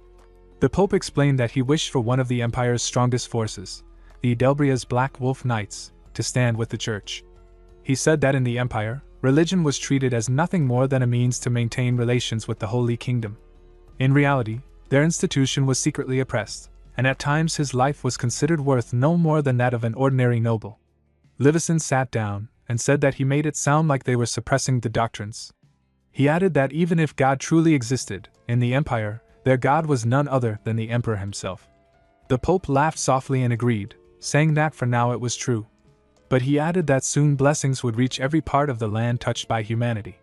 When that time came, they would break free from oppression and spread their teachings far and wide. Livison listened and said it sounded as if the Pope was preparing for a holy war. The Pope smirked and said that was quite a leap, explaining that he could barely hold tableware, let alone a sword, just like Livison himself. Seeing the officer's condition, he turned to leave and said that he would not press for an answer today. He hoped that one day, Livison would choose to stand with the will of God. After the Pope left, Livison sat in silence and thought that next time, he would give his answer in a different way. The scene shifted to Patrick showing Melge a new room. He said it was the 4th room and the one she and the demonic dog would take care of from now on. Melge's eyes sparkled with joy as she said she loved it. She called it the ever-famous primordial core and said it felt like a dream. She looked at Zons with excitement, saying they could rebuild an entire castle in that space and should start planning how to decorate it. Patrick sighed in relief, glad that she liked it. Swallow teased him, saying it looked like he liked it too. Patrick admitted that he did and said it had been worth destroying Nihit for this. He complimented Swallow for bringing an excellent gatekeeper, referring to Zons. Swallow asked if that was who he meant, and Patrick confirmed it. He said that having Zons, or the demonic dog, in that room alone would be enough for protection. He remembered that Melge was the one who had brought it. Swallow agreed and said she had a good eye for recruiting subordinates but mentioned that she did not yet know the dog's true identity. Patrick said it was not the right time to tell her and that she would find out one day. Renee then stepped forward and said she had finished sending the golem to the 3rd room. She reported with a smile that the power source, the magic stone, had been recharged and hidden within the wall so no ordinary human could find it. Swallow patted her head gently and praised her for doing a great job, saying she had gone through a lot. Patrick sighed and said he had seen that scene too many times. He complained that they never changed and that it gave him a headache every time, so he decided to move to the main topic. When he mentioned going outside, Swallow quickly shouted that he refused to leave the dungeon. Patrick said that was exactly what he meant. He explained that Swallow must not step outside at all this time. There had already been too many incidents, and he had destroyed an entire city. Other great evil dungeons had taken notice of his unusual movements. Swallow yawned and asked what they could possibly say to his face. Patrick said they had already been contacted by Ms. Battery and that the other dungeons had many things to discuss with him. Swallow leaned back and asked when they would arrive, and Patrick answered that it would be today. Swallow stretched and said it felt good to be back home. Battery, clearly annoyed, shouted at him and asked if he even understood what was going on. Swallow replied casually that it must be time for end of year cleaning. Battery kicked him in anger and yelled that it was not even the end of the year yet. Melge looked around with wide eyes and asked if the great evil dungeons gathered regularly. Patrick explained that they did not. He said that if she meant a gathering like Judecca, then no such thing had ever happened before. Judecca's goal was to unite the Demon King species, while the great evil dungeons were all completely different from one another in type and nature. Melge's eyes sparkled with excitement as she said that meant this was an unprecedented event and she was witnessing history being made. Patrick sighed and said it was not something to be happy about. He explained that it only meant their boss had been causing too much trouble lately. He showed her a letter and said she could tell just by reading it how serious things were. Melge read it aloud, saying it mentioned heading to the primordial core but did not ask for permission or explain the reason for the visit. She said it showed no respect at all. Patrick crushed the letter in his hand and said that was exactly how reckless those people were, having no manners whatsoever. Suddenly, Melge's eyes widened as she sensed something unusual. She quickly informed Patrick that there was an intruder. Patrick stayed calm and told her to let the others know about the situation. Melge nodded and left to spread the word, while Patrick said he would go and find out what was happening and the reason their unexpected guest had arrived. The scene shifted to the central area of the Kingdom Alliance, a vast region known as the Great Desert. It had once been the largest trade route connecting all 5 kingdoms until a single dungeon appeared and turned the land into chaos. A commander shouted for his soldiers to conquer the dungeon and reclaim their homeland. He called the enemies nothing more than oversized insects, and declared that with elite forces from all 5 kingdoms, they would drive out the vile creatures. Before long, the sand began to tremble, and countless monsters emerged from beneath it. Screams filled the air as the soldiers were overrun. One man shouted in horror, realizing the enemy's army was far larger than theirs. Panic spread as he called it a nightmare. Among the chaos stood the ruler of the desert, the mother of all insects, the one who brought despair to the 5 kingdoms, Mother Hexable of the great evil dungeon, Sand Hell. Patrick watched the enormous creature rise and said that it seemed not all monsters had been restored yet. As he studied Hexable, he heard a strange sound, a voice mimicking that of a human. He thought about how some insect-type monsters could imitate the voices of the humans they devoured. But what caught his attention more was the meaning behind the words. He realized Hexable might be trying to measure the strength of the primordial core. Knowing this, he decided to act quickly before Swallow appeared. Just then, Swallow stepped into view and teased him, asking if he and the monster were making out. Patrick warned him to stay back, saying he would handle the situation. But the huge creature lowered its head and greeted Swallow warmly, calling him teacher and saying it had been a long time. Swallow smiled faintly and said Hexable looked bigger than before. He told her he had heard about her growing reputation and asked how she had been. Hexable responded proudly that she had been doing well thanks to his teachings. Swallow turned to his companions and introduced Hexable as the former gatekeeper of the primordial core. Hexable smiled brightly and apologized for introducing herself late, calling herself Hexable of the Sand Hell. Everyone looked shocked at the revelation. Patrick quickly pieced things together and said that Hexable had once protected the Blue Path before he took over. He asked if her earlier question about the restoration of monsters had been out of concern for their dungeon's safety, and if her silence during their brief confrontation had simply been because she was shy. Hexable nodded and said she had not known what to say during their first meeting. Patrick glared at Swallow and shouted, demanding to know why he had never mentioned this before. Swallow scratched his head and admitted he had been too lazy and had simply forgotten to bring it up. Patrick sighed in disbelief and reminded him that even though Hexable was a former gatekeeper and a friend of their boss, she was now the ruler of another great evil dungeon, which meant they could not let their guard down. To everyone's surprise, Hexable looked at Patrick with admiration and said she was his biggest fan. Patrick's face lit up with joy, and he told her to think of the place as her home and stay comfortable. He then turned proudly to the others and shouted that the owner of another great evil dungeon was actually a fan of his. Renee stepped forward and introduced herself as the current gatekeeper. With a polite smile, she asked Hexable if she was truly called the mother of all insects, and what her gender was. Hexable answered that she was female. Renee nodded and asked if that meant she was a woman who had once been close to Mr. Devourer. Before Hexable could respond, Melge burst out loudly, accusing Renee of suggesting something inappropriate. Renee snapped back that Melge had never even dated anyone before. Patrick stepped in quickly and apologized to Hexable for the chaos. He explained that everyone was on edge since beings from other great evil dungeons had started arriving without proper permission. Hexable smiled kindly and said she was really just there to see her teacher again after a long time. The scene shifted to the great evil dungeon known as Sand Hell Margar. Margar looked at Azidahaka and asked if she was leaving. Azidahaka replied firmly that when Arivos and Devourer, the 2 great evil dungeons, had clashed, either had given any explanation, and the same had happened with the incident in Nihit. She said they could no longer afford to leave Devourer unchecked. In her mind, she reminded herself that she was Azidahaka, the master of the White Mountain Range and the strongest dragon, and she could not allow others to underestimate her. Nearby, a small girl called out with excitement, asking Azzy to look at her because she could now turn into a human form and proudly showed her tail. Azidahaka sighed in mild irritation and told the girl, Fafnir, that she must call her either boss or lord in public. Fafnir quickly nodded in understanding. At that moment, someone arrived with a stern voice, remarking about Azidahaka bringing a child to a meeting of the great evil dungeon bosses. Azzy turned toward him and spoke sharply, questioning his audacity to release such a menacing aura in a gathering meant for the dungeon leaders. The newcomer was Kurak, the boss of the great evil dungeon Nirkumbal. Azzy studied him silently and realized he looked like an ordinary orc, but she knew he was a strong individual who had climbed to the position of boss through pure strength. She then warned him not to interfere unnecessarily, and explained that though Fafnir looked small, she possessed strength far greater than that of an ordinary dragon. Kurak gave a faint smirk and said it was good to hear, but he warned her that losing a comrade could happen in an instant. Azidahaka turned to Fafnir and told her to stay close to her no matter what happened. Fafnir nodded obediently, standing at her side as the tension between the two dungeon bosses filled the air. Azidahaka turned and told Fafnir to walk on two legs as they moved forward. They entered a dungeon, and Azidahaka looked around, noting that it was empty. She recalled that the book had said hundreds of glaciers, known as cave demons, should swarm this place. She thought it was strange and realized that this was the primordial core, not some sloppy third-rate dungeon that would leave monsters unguarded.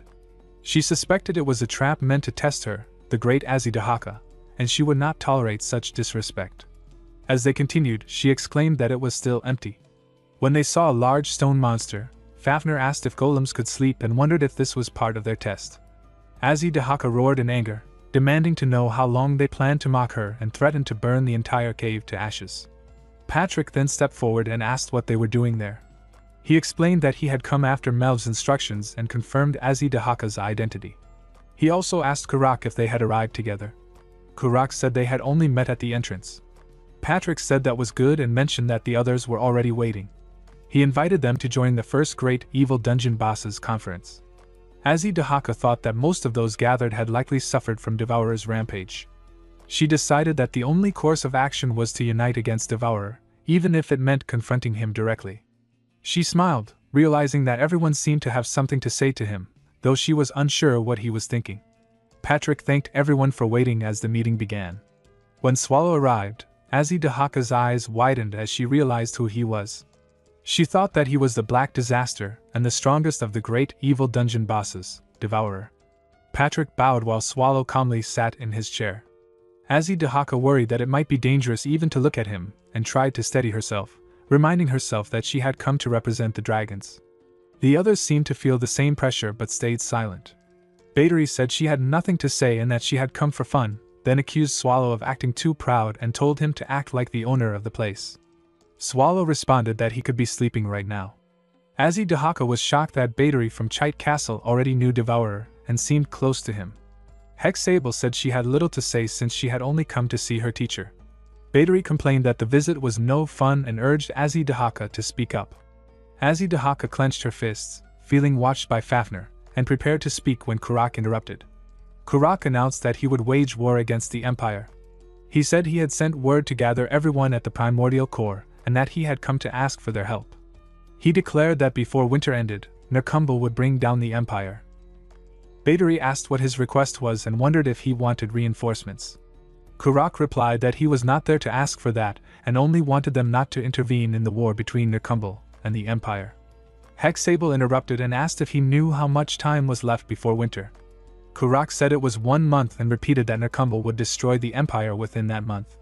He explained that all preparations were done and all warriors of Nerkumbel were waiting for his command. Hexable told him he could not bring down the Empire with only his orc warriors and asked how many they had, 200,000 or 300,000, when the Empire had millions ready to fight. Kurak said this was their only chance because the Empire was in chaos after the fall of Riez and the incident in Nihit. He revealed that he had already formed an alliance within the Empire that shared the same goal. Azidahaka and Patrick were shocked when they heard that. Battery stood up as a dark aura flared around her, and asked if he had allied with humans. Swallow told them that if they wanted to fight, they should do it outside and not make a mess in his house, asking if they wanted to fight him too.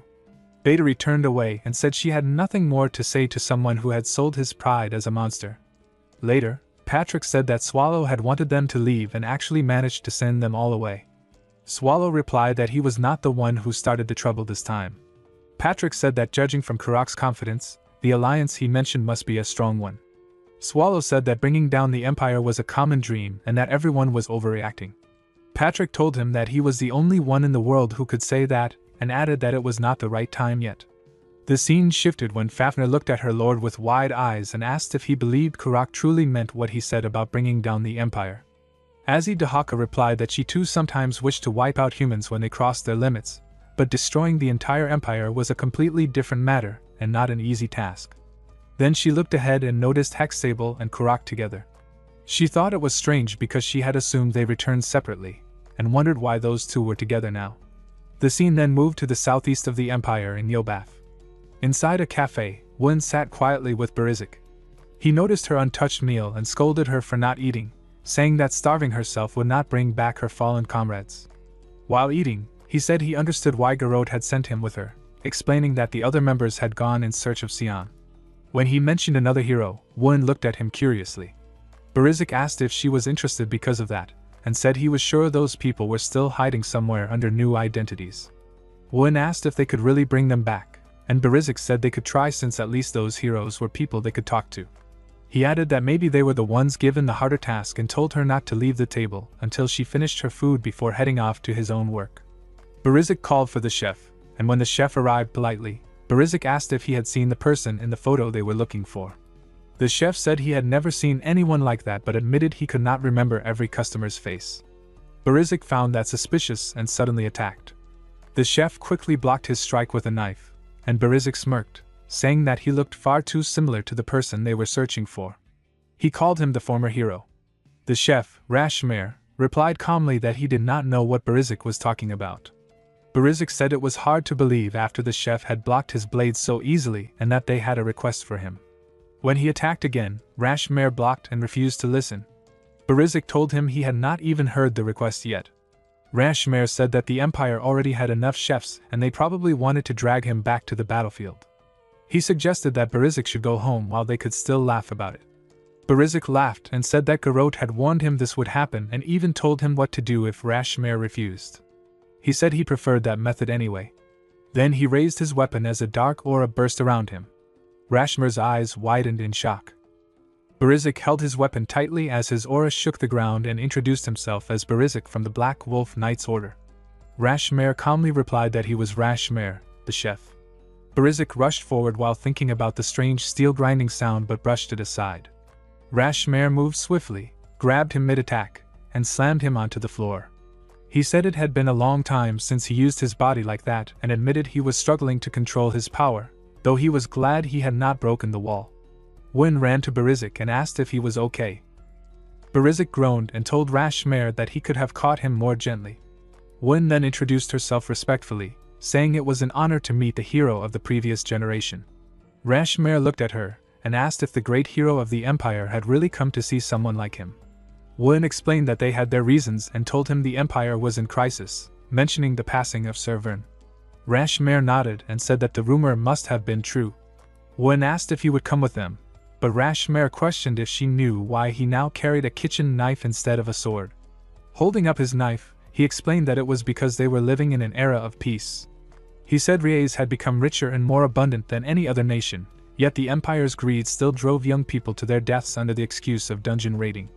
Wen asked if he was denying the Empire's noble mission, and Rashmir smirked, saying her gaze was sharp and wondered if she planned to arrest him for treason. Wen took her stance and declared that since he had rejected their polite request, she would have to subdue him and bring him back by force. She rushed forward and punched, but Rashmir dodged with ease and said that young people these days were far too energetic. Wen turned again with clenched teeth and tried to slam her fist into Rashmir's face, but he dodged easily. Frustration filled her mind as she wondered why none of her strikes could reach him. She kept attacking, yet every move was avoided with ease. Berizik watched the fight closely and thought that Rashmir was handling Wen as if she were a child. The fight went on until Rashmir spoke, telling her that she seemed to be struggling to understand why she was failing. He threw her aside and said her attacks were too straightforward, a reflection of her upright personality. He warned that such a simple fighting style would only become a weakness when facing enemies of equal or greater strength. Wen's eyes widened at his words, but before she could respond, she heard a faint sound. She turned and saw an artifact glowing as a voice came through it. Rashmir frowned and asked who it was. Livison's voice came from the artifact as he introduced himself. Rashmir realized he must be the one who had sent the two to him and asked if he was also there to try convincing him. Livison asked Wen to step aside for a moment, so he could speak privately with Rashmir. She nodded silently. Livison apologized for having to contact him in such a way and said he would have preferred a direct conversation. Rashmir crossed his arms and said he had nothing to discuss with a subordinate of His Majesty. Livison said that as expected, Rashmir still held resentment toward the Empire's upper ranks because of that incident. Rashmir's eyes widened, and he said that if Livison knew about it, then he should also understand why he could never return to the Empire. He prepared to end the call. Before he could, Livison spoke again and said it was not just 6 people. He began listing names one by one: Jacob, Brenda, Arnold, Kenneth, Wig, and Reinhardt. Rashmare froze as Livison revealed that it had not been 6 but 8 in total, and that there were 2 more he had never found out about. Rashmare's eyes widened in shock as silence filled the room. Rashmare looked stunned and asked if what Livison said was true. Livison nodded and told him that he knew the names of those 2 people as well. The scene then shifted to the dungeon, where Swallow told Patrick not to do anything. Patrick agreed that doing the bare minimum was the best choice for now. Swallow explained that whether they worked before or after something happened, they would still have to put in effort, so it made more sense to do it later when the results would be clearer. Patrick was surprised and said he could not believe the boss was thinking so productively. Swallow replied that he preferred enjoying the sure happiness of the present rather than chasing an uncertain future. Patrick said he had a point and then announced that, for the sake of his own happiness, he would start taking a break. Swallow immediately shouted that he would do the work instead. Patrick suggested they begin with fixing up the dungeon and called it self-maintenance, reminding Swallow that the first and second rooms were still empty. Swallow said that he was already perfect, but Patrick glared at him until Swallow gave in and shouted that he would go inspect the rooms. While walking, Swallow muttered that he would rip Patrick's resignation letter into pieces when he was not looking. He looked ahead and realized he was at the food storage, deciding to check it as well. After a while, he returned, and Patrick commented that he was back quicker than expected, asking if he had done the job half-heartedly. Swallow scratched his head and said that he had simply found the problem earlier than he thought. When Patrick asked what kind of problem, Swallow replied in confusion that the food storage was completely empty. Scovina knelt down before Swallow and apologized deeply to him. Melge asked if the monster merchants had come directly because of the food supply issue. Patrick confirmed it, and explained that while most dungeons contacted merchant groups to secure goods, the Great Evil dungeons were different. Their relationship with the leprechauns went beyond a normal trade deal and was more like mutual support, where they looked after each other. Swallow then asked where North was. Melge shouted in surprise that Mr. Devourer personally remembered a merchant by name. Patrick nodded and said that North was especially skilled among the leprechauns and had left quite an impression on the boss. Scovina lifted his head and explained that a few days ago, there had been a supply raid that targeted most of the merchant groups. Swallow asked in shock if they had raided others as well and who the attackers were. Scovina gritted his teeth and said it had been a group of orcs. Patrick immediately guessed that it must have been Nerkumble. Scovina went on to say that North had tried to stop them but they ignored him. Swallow asked if they had killed North, but Scovina said that was not the case. Instead, they had taken him along with the stolen supplies. Swallow asked if everything he said was true, and Scovina quickly nodded, saying he would never dare lie to him. He begged forgiveness, and offered his own life in exchange for sparing the others. Swallow asked where the orcs had gone. Patrick frowned and said the situation was more troublesome than expected. He had not thought that Nerkumble would go as far as raiding monster merchants for war supplies. He added that they could recover the stolen food easily, but Swallow said the real issue was North. He ordered Scovina to guide him to where the orcs had gone. Patrick asked quietly if he should go along with the boss. Swallow refused Patrick's offer and said he needed to teach the orcs a lesson for daring to mess with their food. The scene then shifted to a group of orcs gathered together. Their leader asked if they really believed the words they had heard and mocked them for being cowards. He repeated the idea that they should stop raiding for supplies and instead seek cooperation to avoid conflicts with other Great Evil dungeons. Another orc laughed and told the commander this was no time to play nice, reminding him that they had a war to win. He said that even if there was a chance of clashing with other dungeons, as long as he, the Kunder, was there would be no problem. He boasted that if anyone wanted to fight him, they would have to bring the ancient monster living in the primordial core. Just then, Scovina appeared and asked if Kakunda would stand by his words. Behind him stood Swallow, silent and still. One of the orcs shouted in surprise that it was the leprechaun who had run away before. Scovina declared that he was there to take back North and demanded to know where he was. An orc sneered and said he admired Scovina's courage for coming back, so he would give him a reward. He held North by the collar and said that North had been annoying, so they had taught him a lesson.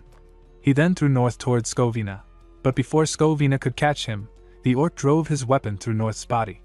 The orc laughed cruelly and said that North was already as good as dead and that he should be grateful he had ended his suffering.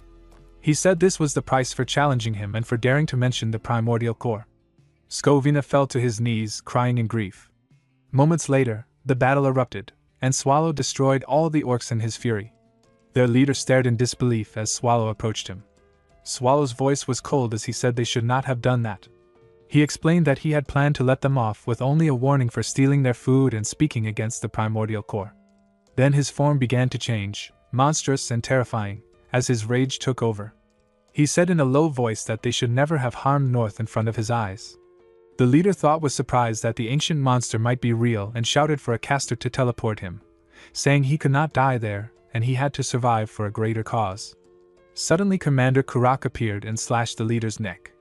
Kurak admitted that it was his mistake and that his foolishness had led to his subordinate's insolence, and he said he would take responsibility. Swallow said he liked the sound of responsibility, and then said he had a plan. He demanded 20 times the food they had lost and set the deadline for 3 weeks. The commander thought that was absurd and wondered where he would find so much food, but he feared that refusing could doom not just Nerkumbel but every orc on the continent. In the end he agreed and promised on his name, Kurak. The scene shifted to the castle where Rashmare crossed his arms and asked if more people had been called besides him. Livison nodded and said he had something to tell Sir Rashmare and Dame Sion. On the battlefield, Kurak asked what would happen if they failed to follow the timeline. Swallow replied that he was too lazy to move and saw no reason to take action. He decided to unleash the black tentacles on Nerkumbel. Kurak watched in awe and thought it was the offspring of the creator, destined to devour everything. He believed the end of prosperity had already begun and that they should not see it as death but as the beginning of life. Later, Commander Kurak said he was not the protagonist of this myth and was sure everyone already understood what he meant. An orc stepped forward, expressing his honor to stand before the Great Legion commander. He said the myth passed down across the continent had turned out to be true, and the catastrophe that once nearly erased the land, the primordial core, the black tentacles, was real. He feared that if such power went on a rampage in Nerkumbel, all the orcs and perhaps every living being would perish. He declared that all orcs of Nerkumbel awaited the commander's orders.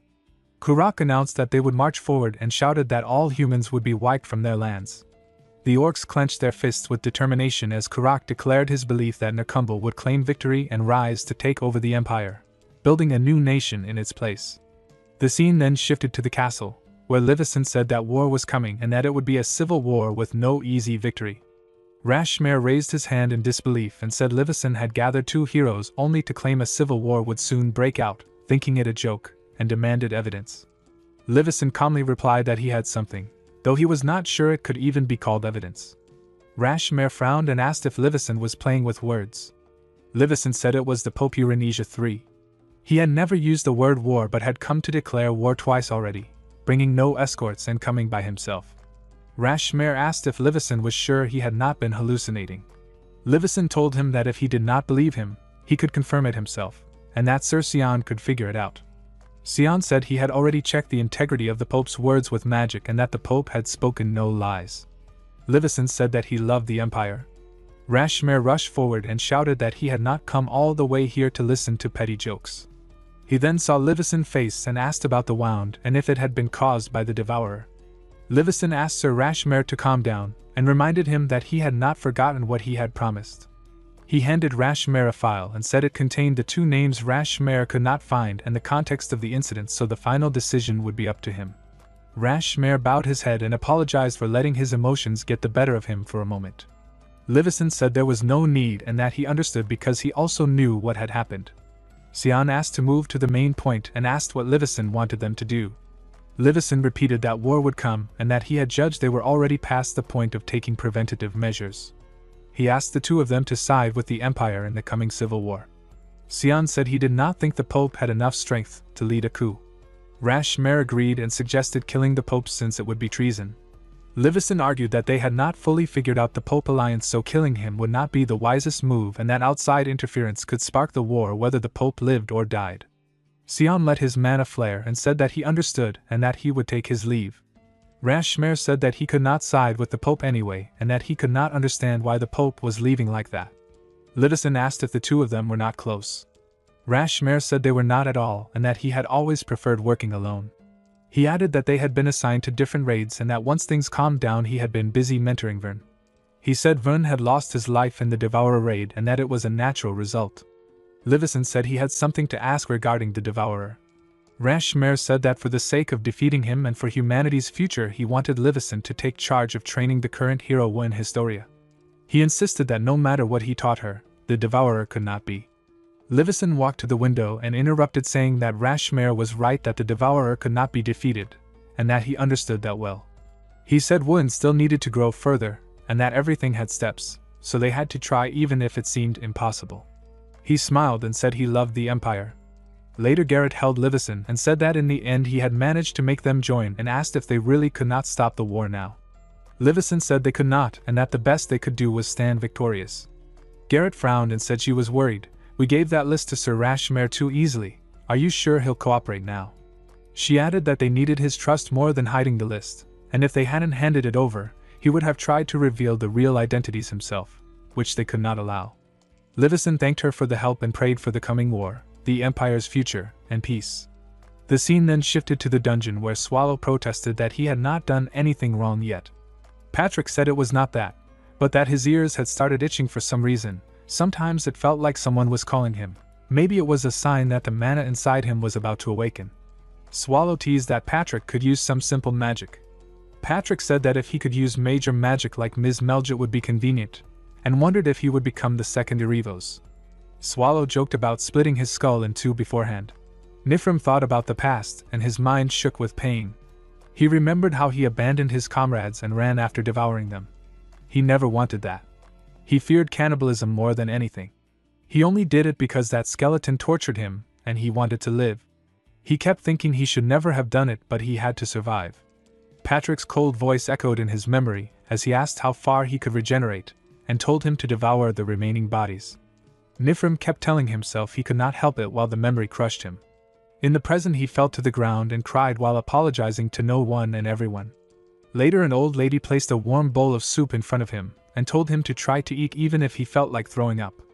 He nodded and thanked her softly. She told him she would be out in the field.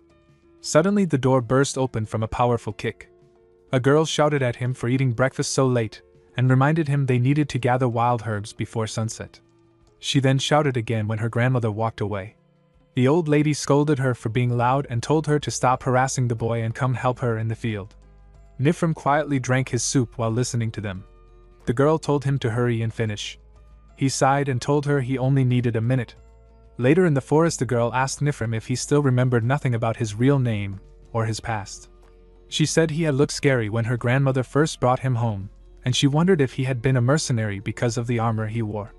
Nifrim admitted he was not sure but thought it was possible.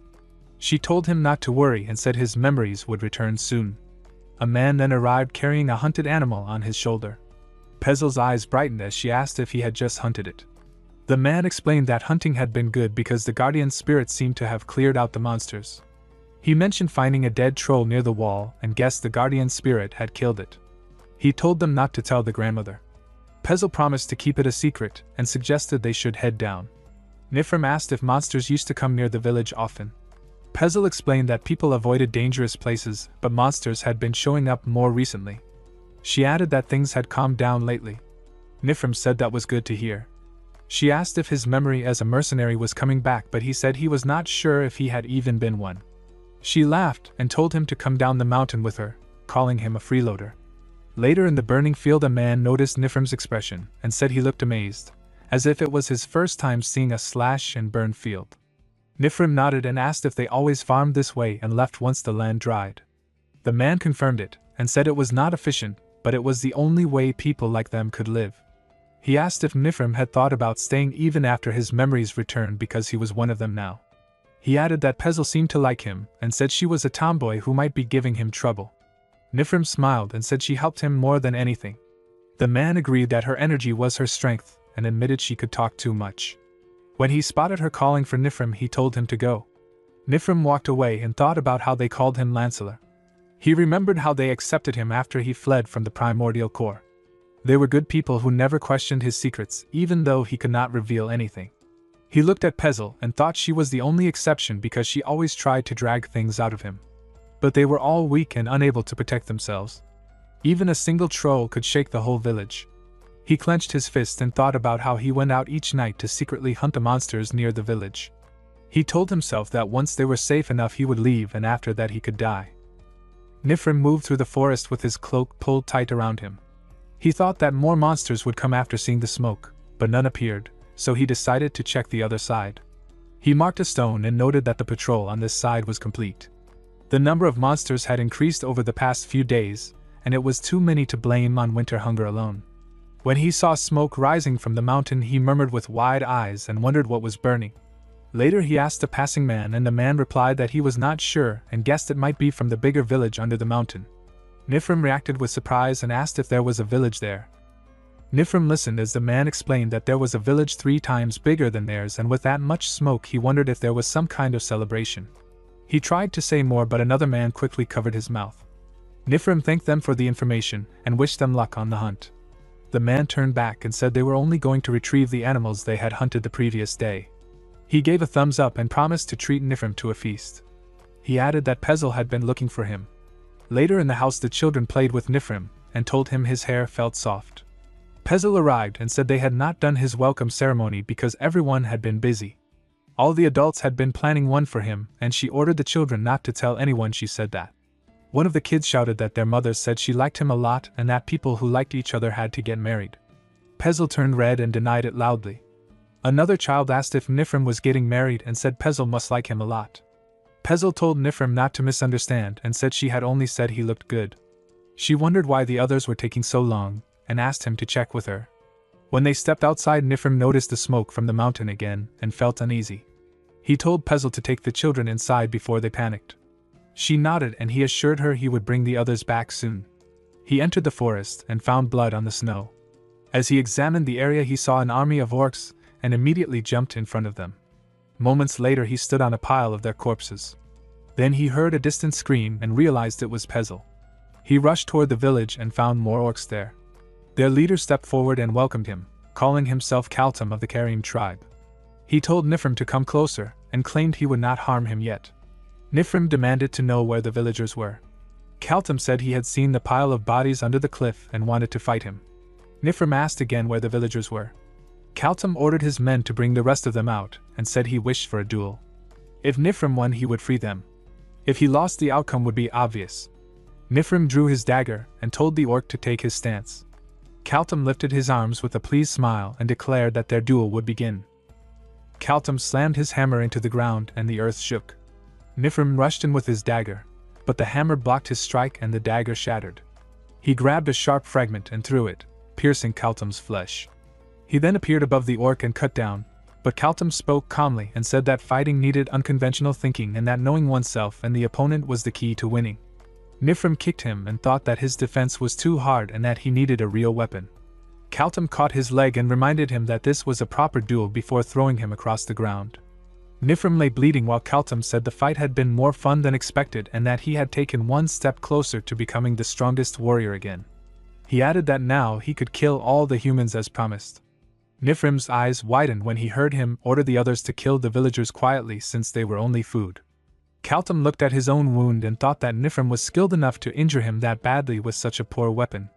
He knew he would not be able to use his left arm for a while. In the distance, Pezel screamed for help. Nifrim drifted into unconsciousness and saw a memory where Sylvia woke him up and told him he slept too deeply even after being experimented on. She teased that seeing his face made her crave chocolate. The others shared small wishes and Nifrim told them they would eat everything together. He smiled and promised to work harder so they could all leave that place and sit together to eat until their stomachs hurt. Back in the present, Nifrim moved weakly on the ground. One orc noticed and shouted in surprise that he was still alive even after taking a full punch from the tribe's chef. He said Kaltum liked him so he would be used as a sacrifice. He called him strong and wondered if there were more humans like him in the capital. One orc dismissed the concern and said they had the great commander Kurak behind them. He said Nifrim was dangerous, and it was good they had already cut off his legs. The scene moved to Patrick, who sat on Swallow while reading a newspaper. He told him that a war was about to start. Swallow asked why he needed to sit on him while reading. Patrick explained that the reports came from many merchants, and the events were becoming exciting. The orc army was crossing mountains, rivers, plains, and even the ocean. They slaughtered every human village they found and burned them to ash. Swallow asked why they were being so bothersome and dramatic. Patrick guessed they were using that strategy where they gathered information before secretly spreading into a wide formation to siege the capital. Swallow told him to stop talking and wondered why he was having so much fun. Patrick said war was more fun to watch than fire. Swallow then mentioned a horrible smell disturbing his sleep. Patrick happily explained that it was popcorn. Melge had used oil and fire magic to make it, and said it was something you ate while watching something fun. He urged him to eat with him since Miss Battery would arrive soon. The scene shifted again to the knights, who grumbled that the orcs had forced them to work non-stop. They believed the orcs would tire out soon. They wondered what the monsters planned to do since the land was not even a dungeon. They whispered about the paladin and said he was incredible, almost inhuman. Their captain stepped forward and reminded them that even if the orcs had numbers, they were still monsters. For the Imperial Army, this was child's play. The real problem was the great evil dungeon boss Kurak. If they could hold out a bit longer, warrior-ranked reinforcements would arrive and their victory would be certain. He swore he would not let arrogant orcs set their dirty feet on Imperial territory. Kurak sat by the fire with his warriors and asked about Kaltum. A cloaked orc reported that Kaltum would join them soon and that he had captured a strange human he planned to offer. Kurak brushed off the news and asked instead about their food supply. The orc explained that several villages had been raided and humans had been secured for consumption. Kurak ordered them to butcher the captives upon arrival and distribute the meat evenly. He then told the orc to summon Kadachwi. When Kadachwi appeared and closed his eyes in respect, Kurak told him he had something important to discuss and called him closer. The scene shifted to the humans preparing for battle. The Count expressed his relief at the Paladin's arrival and promised to personally thank the Order once everything was over. The Paladins replied that helping the Empire meant helping the Order and that they spoke on behalf of the Pope. A knight stepped forward with a report from the front. He explained that the number of orc troops was massive and appeared to be their main force. However, their siege weapons were far too few, so the defense captains believed the orcs would struggle to use their numbers properly. The Count asked about their own supplies. The knight said they had enough since preparations for winter had already been made and both soldiers and citizens could endure well. He added that all suppression squads within the territory had joined without trouble and everyone was highly motivated by anger toward the orcs. The Count said they could not afford to lose, especially with morale running high. He declared that they only needed to hold out for 1 week. The Empire's strongest warrior, the Red Spear of Roa, would arrive soon and give the orc invaders a true taste of hell. One of the men asked the Count if they really needed to wait. He looked at the orcs in the distance and said their siege attempt was a joke. They did not even need a report to see it. Their gear was weak and they might be relying too much on magic. He added that reports said the orc shamans outnumbered their mages. The Count replied that it no longer mattered because the paladins who could break those spells had joined them. The man lowered his voice and said that worried him even more. He wondered when the Order had ever helped the Empire and said he was more concerned about their hidden motives than the orcs. The Count cut him off and said their only enemy right now was the Nokumbo orcs in front of them. Doubting their allies would only cause confusion. The man agreed and asked how long the orcs planned to stand still. Then they saw a group approaching. The man pointed and shouted that something was coming. He said it must be Kurak, the boss of Nokumbo. The knights prepared their weapons and magic, but the man sensed something wrong. Other than Kurak leading them, only one figure followed. He wondered if it was a spell. Kurak's amplified voice echoed across the battlefield. He asked the humans if they could hear him. Some covered their ears and realized he was using amplification magic. Kurak said he admired their spirit, but they could not stop the advance of Nokumbo. He asked if they hoped to hold out for a while or dreamed of stopping the orcs and leading a counterattack. He raised his hand and declared that humanity would go extinct because it refused to wake from foolish dreams. He promised that in half a day he would kill all of them and break that dream completely. The knights yelled in confusion, wondering what the orc leader was talking about. The Count felt a chill as he watched Kurak. He wondered where that kind of confidence came from because a leader would never speak so boldly without reason. He realized Kurak was completely serious and felt something was wrong. He feared the orc had been waiting for something the whole time. He shouted for everyone to stay calm and not act carelessly. He reminded them that those were the words of the Primordial Core's boss, and there had to be a hidden plan behind them. Before he could finish, a paladin suddenly drove his spear through the Count's body and lifted him off the ground. The paladin said the Pope had been right and that the Count was too competent. Striking that land first had been the correct move. The Count screamed that they were traitors and had truly betrayed the Empire. The knights panicked and realized the paladins were using teleportation magic to bring the orcs directly into the territory. The paladin told the Count it was already too late and declared that from that moment it was holy war. The scene returned to Nifrim. The orcs mocked him while pushing meat toward him. They told him to eat because he had to live as an offering for the commander, and was nothing more than merchandise. Nifrim stared weakly at them. One of the orcs grew annoyed and said he had lost a bet because Nifrim still refused to eat. He warned that a human had limits. Nifrim swore in his mind that he would never eat it, and that he would rather die than accept their food. The orc lifted him and said he was still resisting and that he would feed him himself. He shoved the meat into Nifrim's mouth while Nifrim begged inside his mind for it not to happen. He was forced to swallow. The orc told him not to waste his strength because if he did not eat he would die anyway. If he resisted again, the orc promised to feed him personally. He tossed Nifrim into a prison cell and turned to leave. But as soon as the orc stepped away, Nifrim rose up despite his wounds and killed him in an instant. Earlier the doctors finally succeeded and they looked at Nifrim with relief. They asked if the regeneration was perfect and if he felt anything strange. Nifrim stared at his arm with wide eyes and said his severed arm had regenerated in an instant. The doctor clenched his fists and said they could now mass-produce invincible soldiers. Later the doctor glared at him and told him to eat the meat at once and complained that Nifrim always made them force him. He explained that to use his ability properly he had to eat that meat. Nifrim lowered his head with sadness and asked why it had to be that. In the present the orc body fell to the ground and the other orcs became active. Nifrim jumped on one and slammed him into the dirt. More orcs rushed at him and formed a pile over him, but they were all thrown away wounded and dropped around him. Nifrim stood holding the axe while one orc shouted that they needed to use sorcery because they could not waste their forces without Kaltum. Nifrim widened his eyes as a memory surfaced. The doctor had once warned him not to eat the meat of other demi-humans because they did not know the side effects. He had said that Nifrim's self-repair reacted to the species that formed his foundation, and consuming a different race might lead not to restoration but to collapse. He had added that the first effect might feel similar, and it might not kill him right away, but one thing was sure. Nifrim would wish for death. In the present the orcs cast fire through magic circles and the blast shook the ground as flames surrounded Nifrim. He thought that the doctor had been right about the part that it would not kill him right away, and he felt that was enough. One orc shouted to kill him before he reached the main force while another backed away in fear and said he was eating the meat of their own kind. Nifrim clenched his jaw and thought that he was coming now for Pezel. Another orc watched the fight with wide eyes and thought that something was wrong because the orcs of the Kaltum clan who were the strongest were losing to a single human, and they could not be wiped out like that. Nifrim kept eating the meat when an orc raised his hand and begged to talk and asked what Nifrim wanted and said he could tell the chief. Nifrim held his sword and told him there was no need. Later Nifrim dropped to his knees and murmured that he could not save anyone and that he was sorry. He said he was the one who should have died and only he needed to die, and he kept apologizing. His eyes widened when he suddenly heard Pezel calling him in a weak and wounded voice. Melge looked at 2ounce and said she had seen the pretty boys moving the stuff.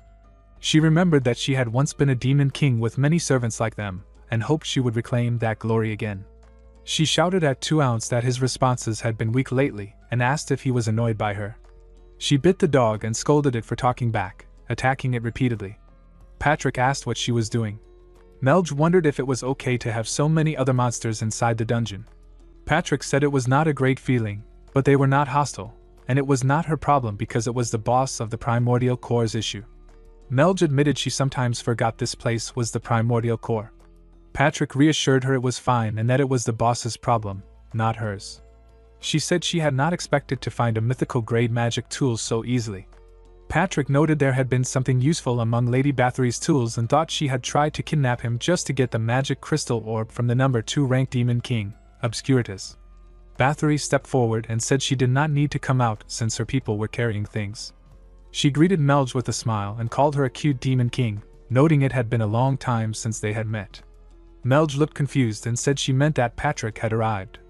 Patrick interrupted and said he was really proud of her. Melge asked what he was suddenly saying. Bathory admired the Demon King's perfect skin. Patrick told Melge that Lady Bathory had come to help and they should show some courtesy. Melge, still confused, asked what he meant and why he was avoiding her eyes. Bathory held Melge and said that with skin like hers, what flowed inside must be pure as well. She smiled and said she would take it as agreed. Melge shouted for Patrick. Patrick turned, and Bathory said only the mirror would go to Swallow and the rest of her things would stay in room 4. She said she would enjoy a few days there. Patrick told Melge that was how it turned out. Melge, with teary eyes, shouted that she had even made popcorn for him. Bathory told Melge to take care of her for a few days, and that they would have a cozy time in the same room. She started walking, and Melge called her a shameless skull-faced witch and cursed Patrick. Bathory said the mirror only activated when she was around and that she would just have a quick taste and be back soon. Patrick told the dog not to look at him like that because it made him sad. Later, Bathory asked what the popcorn was. Patrick explained that Melge had made a bunch, and it was eaten while watching something. Bathory then asked about Swallow. Swallow rose from a pile of popcorns and asked why Bathory was there again. Bathory said she came because Patrick had called her. Swallow asked if she did not have a dungeon to guard. Bathory said it was funny that her dungeon should protect her, and not the other way around. She asked if in the end they had chosen to stand by. Swallow said the Empire had been annoying with all its subjugation nonsense lately, and that he was not fond of Kurak either. He said it was better to let them fight each other. Bathory asked about the time limit set on solving the merchant caravan raid and what his plan had been. Swallow said he was curious to see how far Kurak could go and transformed into human form. He asked Patrick where Renee was. Patrick said she had gone to comfort Melge. Bathory thought she did not know what they were scheming and wondered if throwing a fit over a food issue and calling it fun was really just for entertainment. Patrick, looking at the mirror, said it looked like it was starting now. Swallow said he wanted to see how well it played out. Bathory thought about what Swallow was preparing and that thinking about it gave her a headache, then her eyes widened. The scene shifted to the humans. A man burst open the door and shouted urgent news that the situation was dire and Felstein had fallen. Another man asked the acting commander what he would do. Cart, captain of the Red Dragon subjugation unit, stepped forward, clenched his fist, and said he would go. Livison denied permission and said the situation on the battlefield was very bad. He explained that it was not a matter of doubting Cart's skills, but with that size of a force, he would only be able to buy time. Even if they were orcs, they were still forces from the Primordial Core, and the Red Dragon subjugation unit could be annihilated by them. Cart stepped forward and said that even if Livison did not trust him, he trusted Livison. He believed things would unfold as Livison expected and said he was going for the future Livison envisioned. Livison commented on how old that story was and finally authorized the deployment of the Nixer Red Dragon subjugation unit. Cart smiled and shouted the unit to move out. Livison murmured to himself that he would meet Cart again. Later, he thought that Felstein was not the kind of fortress to fall in half a day, even against overwhelming numbers. He realized they must have started to move and that the Pope had set up the situation perfectly, making him a believer. His eyes turned dark as he wondered why they were still alive when no one, not even he, knew the answer. A cloaked man arrived at the door and said they were from the Magic Society. Livison told him the door was open and asked if everything was ready. The man removed his cloak and said everything was ready and asked if they should proceed. Later, in the lab, the man told Livison he could lower his hood since no one there would be hostile. He showed Livison their work and said they had successfully mass-produced it as instructed. Livison said it was excellent. The man then asked what they should do with the Pope's rat they had caught last time, noting they had extracted all necessary information and asking if Livison needed anything more from him. Livison said he thought the Magic Society could put the Pope's rat to good use. He noted that the rat was no longer what he used to be but had once been called the Pope's right hand. He told them to consider it a gift and to use him well, asking if they already had some idea of how to use him. The man smiled and said he just enjoyed a bit of drama. Livison thought that with this, all their cards to draw out the Pope's hand were ready and all their pieces were in place. He planned to use the setup to lure out the Pope's Masterpieces 36 collection and create the Apocalypse for Wynn's use. Suddenly, he began to fall and thought many Imperial citizens would probably die, and that he, who had planned the war, would surely fall into hell. The man shouted that he would get some painkillers and told Livison to hang in there. Livison fell to the ground with blood dripping from his mouth and thought that monsters like him must disappear. He realized the world did not need monsters, only small bright lights. The scene shifted to Wynn. Rashmare told her that if she dragged him out at dawn to watch her train, she should at least focus. She said it felt like AR had called her just now. He asked if she really thought he could shout loud enough to reach her, and reminded her that she had not landed a single hit. Wynn clenched her fist, rushed forward, and shouted that she was going again. The scene shifted to Bathory. She flared her aura and said she could not just watch that and not react. Patrick told Swallow that even he should be angry about the situation and that when they said they joined hands with humans, he thought they meant an enemy nation or mercenaries. Bathory clenched her teeth and said the orc had completely abandoned his pride as a monster. Patrick agreed that the religious group had crossed many lines. The scene shifted to the Primordial Core Ice Palace, Margar. Lord Azidahaka reported no major issues and said Arlo had not moved, but another problem had come up. Hexable of the Sand Hell had sided with Kurak. The warriors were traveling when a girl asked Cart about his relationship with acting Commander Livison. Cart said it was nothing special and that they had simply grown up in the same village as childhood friends. He then jumped ahead with his sword. In the village, an old man wondered why there was commotion in the rear when the orcs should have been in front. A man on the tower said someone had suddenly appeared so fast that he could not even see clearly. Since that direction led to Liège, he wondered if it was an envoy from the capital. When the villagers got a closer look, they murmured that the figure did not look human at all. When Cart removed his helmet, Lord Maginot fell to the ground in relief and said they were saved and he had not expected Cart to come. Later, Cart stood on a tower and observed the area.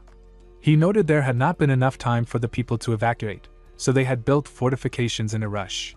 For something improvised, he thought it was excellent. He also felt the enemy look suspicious up close. He thought that even with many troops, a siege was not just a matter of numbers. Taking a castle in 5 hours seemed impossible. He thought Carlyle would never surrender and would die defending his land. He wondered if the enemy had magic that destroyed walls instantly, but he knew Nokumble's strength came only from Kurak, who had never used magic. Cart wondered if AR had known something but could not tell them. He told Lord Maginot he already had a defense plan and asked for full authority over the territory's forces if Maginot had no intention of fighting. Later in the camp, Cart told his subordinates that they would strike first that night. They nodded in agreement. Cart pointed at the map and said they would form a special unit to burn the enemy camp and then retreat. He explained that burning their supplies would lower morale but could also provoke an early attack. They would target only the soldiers' barracks to buy time for reinforcements from the capital. He planned to execute it with exactly 7 people, including himself, using the minimum unit size. A girl said the guards would be tight. Cart replied that they were not trying to sneak back and that if they got caught during the mission, any orc blocking their way would be killed. Later, standing on the tower, the girls said they had scouted with familiars but the beasts had interfered, so it was not perfect. She asked what kind of person Cart had been as a kid and mentioned that the news of him being childhood friends with the acting commander was gossip among the unit. Cart said with annoyance that he should not have mentioned it and that he had been ordinary compared to AR. She asked if he had been pretty close to him. Cart said maybe it was just him who thought that, explaining that AR had always focused on reality while he chased dreams. He smiled and said that was why he had to keep chasing his dreams. The girl said he was probably dense because he kept chasing dreams and asked if he should start facing reality, mentioning things like marriage. Lord Maginot arrived and said he had someone to introduce. He explained with a smile that an A-rank subjugation unit had been stationed in the territory, and that they wanted to help however they could. A knight placed a hand on his chest and said he had long heard of Cart's fame and asked him to give any orders without hesitation. Later, Cart sat in the camp and thought something felt off. The area was too quiet for wartime, and he felt AR would have come up with a far better plan in this situation. A man arrived and said he was the captain who had introduced himself earlier. Cart said he was resting. The man said he had heard the rumor that Cart always rested to compose himself before a subjugation and wanted to discuss the night raid on the orc camp. Cart said only his unit would participate, so there was nothing to discuss. The man said it was nothing grand, but if the operation succeeded, it would put him in a tough spot. He then said he would have to ask Cart to die there. A masked man suddenly stabbed Cart with a sword. But Cart began laughing, confusing them. He said he knew taking a castle in 5 hours was ridiculous, and that there had been a traitor all along. With a cold expression, he asked them why they thought he was. The village burned in the night, and the knights screamed in panic. Cart held a man by the throat and said he had set the fire. He ordered that the plan had changed because more of the so-called holy knights were hiding in the territory. He named Pavel Rakhnahobo Samani and Lashu and told them to see the Lord at once. He told them to subdue anyone who interfered and to show the Lord the item he had found if anyone questioned them. A knight raised his hand and asked what they should do next, wondering if they should bring the Lord in since the traitors had come through him. Cart said they should interrogate him without limits and learn his connection to the traitors and where they were hiding. Another girl knight asked with worry if the orc camp raid was cancelled. Cart answered that the raid would continue but only he and Rain May would carry it out. She agreed to follow him without hesitation. Cart then ordered the rest to spread through the territory and watch every suspicious person. He lifted his hand and said the holy knights had worked with the orcs and their raid plan had probably leaked. To destroy the traitors before they reacted they needed to move fast. He promised he would return in glory within 30 minutes and wished them luck. Later that night the scene shifted to the orc camp where Rain May crouched in the darkness. She looked around and whispered that there were not many guards. She believed the situation would be manageable and waited for the captain's command. Cart warned that the orc shamans might counter mid-level magic, so they needed to move closer until they could use high-level magic. Rain May noticed a wound on his side and asked if he was injured, telling him that hiding the wound would not make it disappear. Cart brushed it off and said it was only a scratch, but she argued that it did not look like a normal scratch and called him all brawn and no sense. Before they could continue, an orc shouted that they were under attack and Rain May whispered that the orcs had spotted them right away. Cart ordered them to fire as soon as the spell was ready. As the orcs rushed forward, he stepped ahead and said he would protect her. Rain May lifted her glowing staff and told him to make it flashy as always. Their blasts sent the orcs flying and flames filled the battlefield. Rain May cheered that the spell had worked and told him they should retreat at once. Cart told her to go without him. She turned to him in shock and asked what he meant. Cart told her to return and take command because he could not leave now. His eyes fixed on the massive orc standing ahead and he said that the creature was the gatekeeper, worth more than killing thousands of low-level orcs. She shouted that he was not at full strength and that this was the gatekeeper of the primordial core. Cart repeated that he did not falter. Rain May grabbed him and confessed that if he died everything would be over. He told her not to worry because he would win. She stepped forward and said they would win and return together. Cart widened his eyes at her words and she reminded him that they only had to win. He nodded and then leapt forward toward the orcs, shouting that he would go all out from the start. The scene shifted to the dungeon where Swallow watched the battle through a mirror and muttered that the red human was not bad. Patrick crossed his arms and said that even Melge must see how skilled Cart was. He called out to her but Melge shouted at him and called him a traitorous skeleton. The battle continued in the reflection and Renee watched with sparkling eyes. She claimed she was touched and said the human clearly understood romance, a man and woman trusting each other in danger and love blooming in crisis. She asked Swallow what he thought, leaving him completely confused. Fire spread around the battlefield and the heat wrapped the entire area. A cloaked orc peeked out from the camp and muttered that the humans had come exactly as the commander predicted. He sounded surprised that the prediction had been so accurate. He turned his head and asked what they should do now, saying he had followed the instructions exactly. Karak stepped forward calmly and said it was time to move. The scene shifted back to the dungeon where Melge stared at the mirror with confusion. She complained that she could not understand the humans' actions. If their surprise attack had worked, it would have been smarter to retreat at once. Continuing the battle only looked foolish to her. Patrick agreed that she was not wrong, but he explained that the human captain must have a plan. He said the captain had seen the true strength of the orcs the moment he arrived and must have realized their side could not win by numbers alone. This was a war that would have been decided by overwhelming size from the start. Still, the orcs had built fortifications to let their reinforcements rest, and since they were resting anyway they had placed those structures close to the humans to spread fear. Patrick said that such a large difference in numbers alone could crush the will of weaker armies. That was why the human captain stayed, to defeat the gatekeeper of Teak Cavern, raise morale, and slow down the orc assault even by a single day. Melge narrowed her eyes and said the human looked like he was made of muscle even inside the brain, yet he was surprisingly clever. Patrick shook his head slightly, and told her that even that was not fully true. He said the decision was noble for a warrior but foolish for a commander. Then he looked steadily at Melge and added that the human had underestimated Karak far too much. The scene shifted back to the battlefield where the fight neared its end. Cart glanced at Rain May and asked if she was alright. She lowered her head and said her mana had nearly been drained by the gatekeeper. Cart asked if she could still use Cure, telling her that once the flames died the orcs would swarm them, so she needed to hold them off and retreat quickly. She nodded and stepped forward with him, but her eyes widened in confusion when she saw the empty ground. She said she had thought the orcs would go berserk once their leader died. Realization hit her like a blow, and she shouted that the orcs must have attacked the commanderless main base while they were busy fighting. She called the gatekeeper a trap and said they needed to hurry. They ran across the burning territory until they reached piles of human bodies. Cart clenched his teeth and slashed into the orcs with wild fury. Rain May rushed to him and begged him to calm down. She thought he had lost his mind from guilt and fear, especially with the injuries he carried from the gatekeeper fight. Cart shouted to her that he would head to the Lord while she joined the retreating citizens and knights. She tried to protest, but he cut her off and said he would be fine. He told her that the people needed her more than him, and that she could save many lives. Rain Mei trembled with anger and fear, saying if he died she would never forgive him. She rose to her feet and shouted his name as Cart turned toward the enemy lines. He declared that since he could not die, the orcs would have to die in his place. The scene moved to the castle where Cart stared at the magical gadget with frustration. Only one signal from all the squad leaders remained active. He wondered if the others had died before even reaching the place. He thought that something was wrong, that maybe the raid plan had been flawed from the beginning, or maybe the orcs had simply reacted well. He swore he would take full responsibility for the failure. He burst through the castle door and shouted for any surviving squad leaders. A knight in white armor stood calmly above a fallen body. He said Cart had arrived late, explaining that one squad leader had been alive only moments ago before they snapped his neck. He said he had done the same to another holy knight.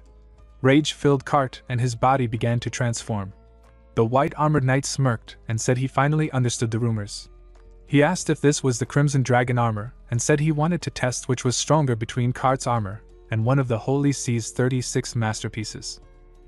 Humans ran through the burning streets while a knight shouted for everyone to hurry and not look back. He ordered the Red Dragon Subjugation Force to hold the line until every citizen escaped, and he told them to protect the escape route no matter what. As he ran, he thought bitterly about the orcs. They were too strong and far too many, and at this rate they would be wiped out. He wished the captain were there, because they would not have been pushed back so easily. A red aura suddenly spread through the area as Rain Mei appeared. She announced that she would teleport as many citizens as she could and told the subjugation force to reform their ranks and retreat while protecting the rear. She looked toward the castle and saw an explosion. She wondered if a battle had broken out inside and begged Cart to hold on, promising she would reach him soon. Inside the castle, a girl in holy knight armor studied Cart's transformed body with interest. She said he had truly become a dragon and complained that the heat made it hard to think. She stepped closer and said that even so, his strength still did not compare to the Holy Sea's masterpiece. She noted she had not taken a single hit and asked if this was really his best. She said she wanted to test his power more. Cart suddenly rose from the ground. His tail lashed out and grabbed her while he punched her with full force. The attack burned through everything in its path, but it still failed to harm her. She commented calmly that his attack seemed aimed at melting rather than crushing and begged him to go wilder. Cart roared and attacked again, sending her flying into a pool of lava. He unleashed a dragon breath of fire straight into the pit. Her eyes widened just before the explosion shook the entire castle. When the dust settled, Cart stood alone, breathing heavily. He thought it was a good thing he had ended the fight before his dragon mode ended. Even for him, holding that form any longer would have been dangerous. With a slow exhale, he let the power fade and shifted back into his human form. The girl rose out of the lava with a smile, untouched by the attack. She said she was impressed and had even braced herself a little, but her holy masterpiece armor had not received a single scratch. She told Cart he had played all his cards and that if he had nothing else left, their fight should end there. Outside on the battlefield, Rain Mei shouted for Cart, desperately calling him to answer. When she stepped forward, her eyes widened as Cart's body burst through the castle wall and crashed to the ground. She sprinted toward him in panic. Cart forced himself up and ordered her to run immediately. He told her not to waste mana and yelled at her to get out. She cried and asked why he was saying such things. The girl stepped out of the broken wall with a smile and told him he should have died 6 times already, calling him an impressive dragon slayer. Cart placed his hand on Rain Mei's shoulder and ordered her not to fight. He told her to leave at once and report everything to the acting commander named AR before it was too late. The girl lifted her arms and mocked their bond, pretending to be moved. Cart clenched his teeth and explained that all the traitors were dogs of the Pope and that every holy knight was an enemy. Rain Mei had to deliver the message and become the one who would lay the foundation for their counterattack. Rain Mei placed her head against his arm and healed him, promising she would go ahead as he told her. He managed a tired smile. The girl then asked Rain Mei to deliver a message of her own. She said she could not chase a teleporting mage and claimed it must be divine will. She explained that they had planned to contact Lays after the fall of Felstein, but the orcs had destroyed all communication devices. She said the Pope had a message for the acting commander, that divine judgment would soon fall on them. She added another message of her own, saying she looked forward to seeing the strength of their heroes. Cart roared and rushed toward her in fury, slamming her into the ground. She laughed with excitement and told him to show her the full strength of his unbroken will. Cart clenched his teeth and answered with cold resolve, telling her they would go together into the fight. Holy night. The scene shifted to the fiery battlefield where Cart lay on the ground wounded. A mage knelt beside him and tried to cure him, but panic filled his voice as he asked what was wrong with Cart's arm and why the spell was not working. Cart struggled to sit up and told him to report the battle situation. The mage clenched his teeth with sorrow and said the territory had fallen, 53 civilians still had not escaped, and only 14 members of the subjugation force remained. The terrified citizens could not move and the remaining soldiers were hiding while protecting them. He added that the closest escape route was the bridge by the north gate, but the orcs had already taken it. Cart pushed himself upright and said there was still a chance and they should go. The mage tried to stop him and said he could not fight in that condition. Cart answered that he was responsible for everything, so he had to go. The mage cried out and asked why only Cart blamed himself. Cart told him that he already knew whose life he needed to save and said he was already done for, so he would use what was left of his life to serve the Empire until the end. The scene moved to the knights who stood between the citizens and the orcs.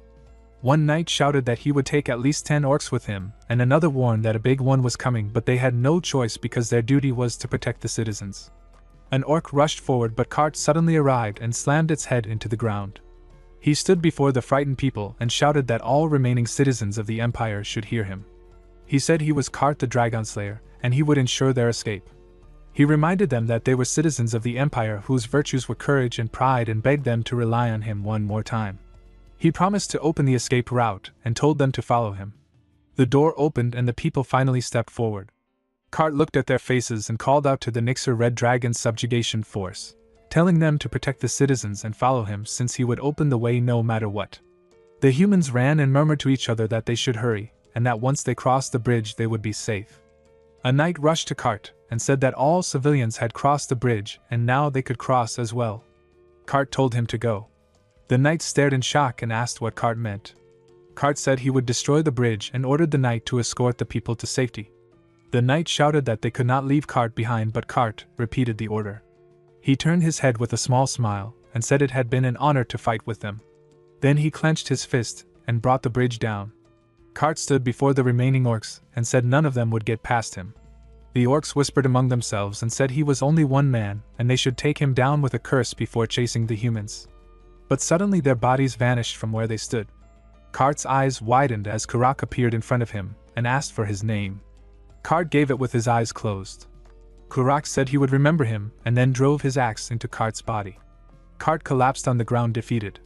The orcs roared that their great commander had brought Cart down and ordered everyone to charge. Karak announced that they were flanking. The orcs grew confused until Karak warned them not to make him repeat himself. He turned to a cloaked orc named Dara and told him to give Cart a proper burial because he had been a fine warrior. Hexable drifted into her memories and thought about the deep cave where she first became aware of herself. She remembered how she evolved just to keep a sense of self that should not have existed, and how she had still been nothing more than food raised for a powerful predator. She had accepted that fate until the moment Swallow appeared. He stepped forward back then and casually pointed out that if she ate like that she must also be swallowing sand and that her taste was strange, though he would not judge since it was her last meal. Hexable recalled how weak he had looked compared to the predator, yet even she had understood the truth the moment she saw him. She thought the word myth as the predator simply exploded and died without resistance before him. She wondered if a piece of food like her was allowed to dream a new dream. Swallow had told her that if she was curious she should come find out, and said he happened to need a monster or two to guard the dungeon anyway. From that moment Hexable decided she wanted to be like him. In the present, Patrick told Swallow that if he kept eating he would really evolve into a pig. Swallow lay on the ground with a huge belly while Renee said she still liked him just the way he was. Patrick shouted in frustration and said Swallow was not a pig and it made no sense to devour anything edible like that. All the popcorn had vanished and he found it unbelievable. Swallow groaned that he felt like throwing up and Patrick warned that if he tried, he would shove the food back into his mouth. Renee smiled gently and said Swallow should not only eat popcorn since it was not balanced, and she offered to cook something. Battery watched the mirror and said that things might finally become interesting and that from here on it looked like they would fight seriously. She added that after the death of the Red Dragon nothing really changed anyway, and she admitted that the human had been impressive. Patrick said Cart had fought well, even if he had lacked in some areas. Melge then asked something that bothered her. She said there were many orcs and orcs usually preferred large battles on open plains, yet the humans had chosen the battlefield themselves. She pointed at the map and said the Anan plains were flat with almost no advantage for humans, so she wondered if they had already given up. Patrick told her she had judged correctly and that there was almost no geographical benefit. Even so, it was a place the humans had to defend. He explained that there were 2 ways into the heart of the empire. One was the standard route through Lays, a city with 6 walls that still would not slow Kurak. The other was a functioning teleportation hub near the Anan plains that connected directly inside the 3rd wall. Battery said that Swallow had given Kurak a time limit, and because of that Kurak had targeted the hub. Melj asked why the humans did not simply destroy the hub themselves and defend from behind the walls. Battery smiled and said she was very smart but that they could not do that right now. Patrick added that destroying the hub meant clashing with the Holy Knights first. That was why he called it an extermination battle. The orcs would try to end the war in the 3 weeks Swallow had mentioned, and the humans had to win, while protecting the hub. There was nowhere to retreat. One side would be wiped out on that battlefield. He then said it might not be so one-sided and asked Battery to zoom in on the far side. Battery raised her hand and told the little demon lord to watch closely. Melj widened her eyes when the mirror zoomed in, and she clenched her teeth as she asked if the figure she saw was a hero. Patrick frowned and asked why that person was there. He asked Battery to zoom in on the center mirror as well and wondered why that figure was standing in that position. A few days earlier Wynn trained with excitement, and said she was dying because Rashmare never went easy on her but she still loved it. Livison approached and asked Rashmare for a moment. He told him that Kart had fallen in battle. Rashmare folded his arms and asked if it had been Kurak or the gatekeeper. Livison explained that Kart would never fall to a gatekeeper and that while Kurak had been his last opponent, the fatal blow had come from a holy knight who did not receive even a single scratch from Kart. Rashmare said that sounded exaggerated since Kart's strength was known by everyone. He rubbed his forehead and asked if that meant it was time for the hero to step in.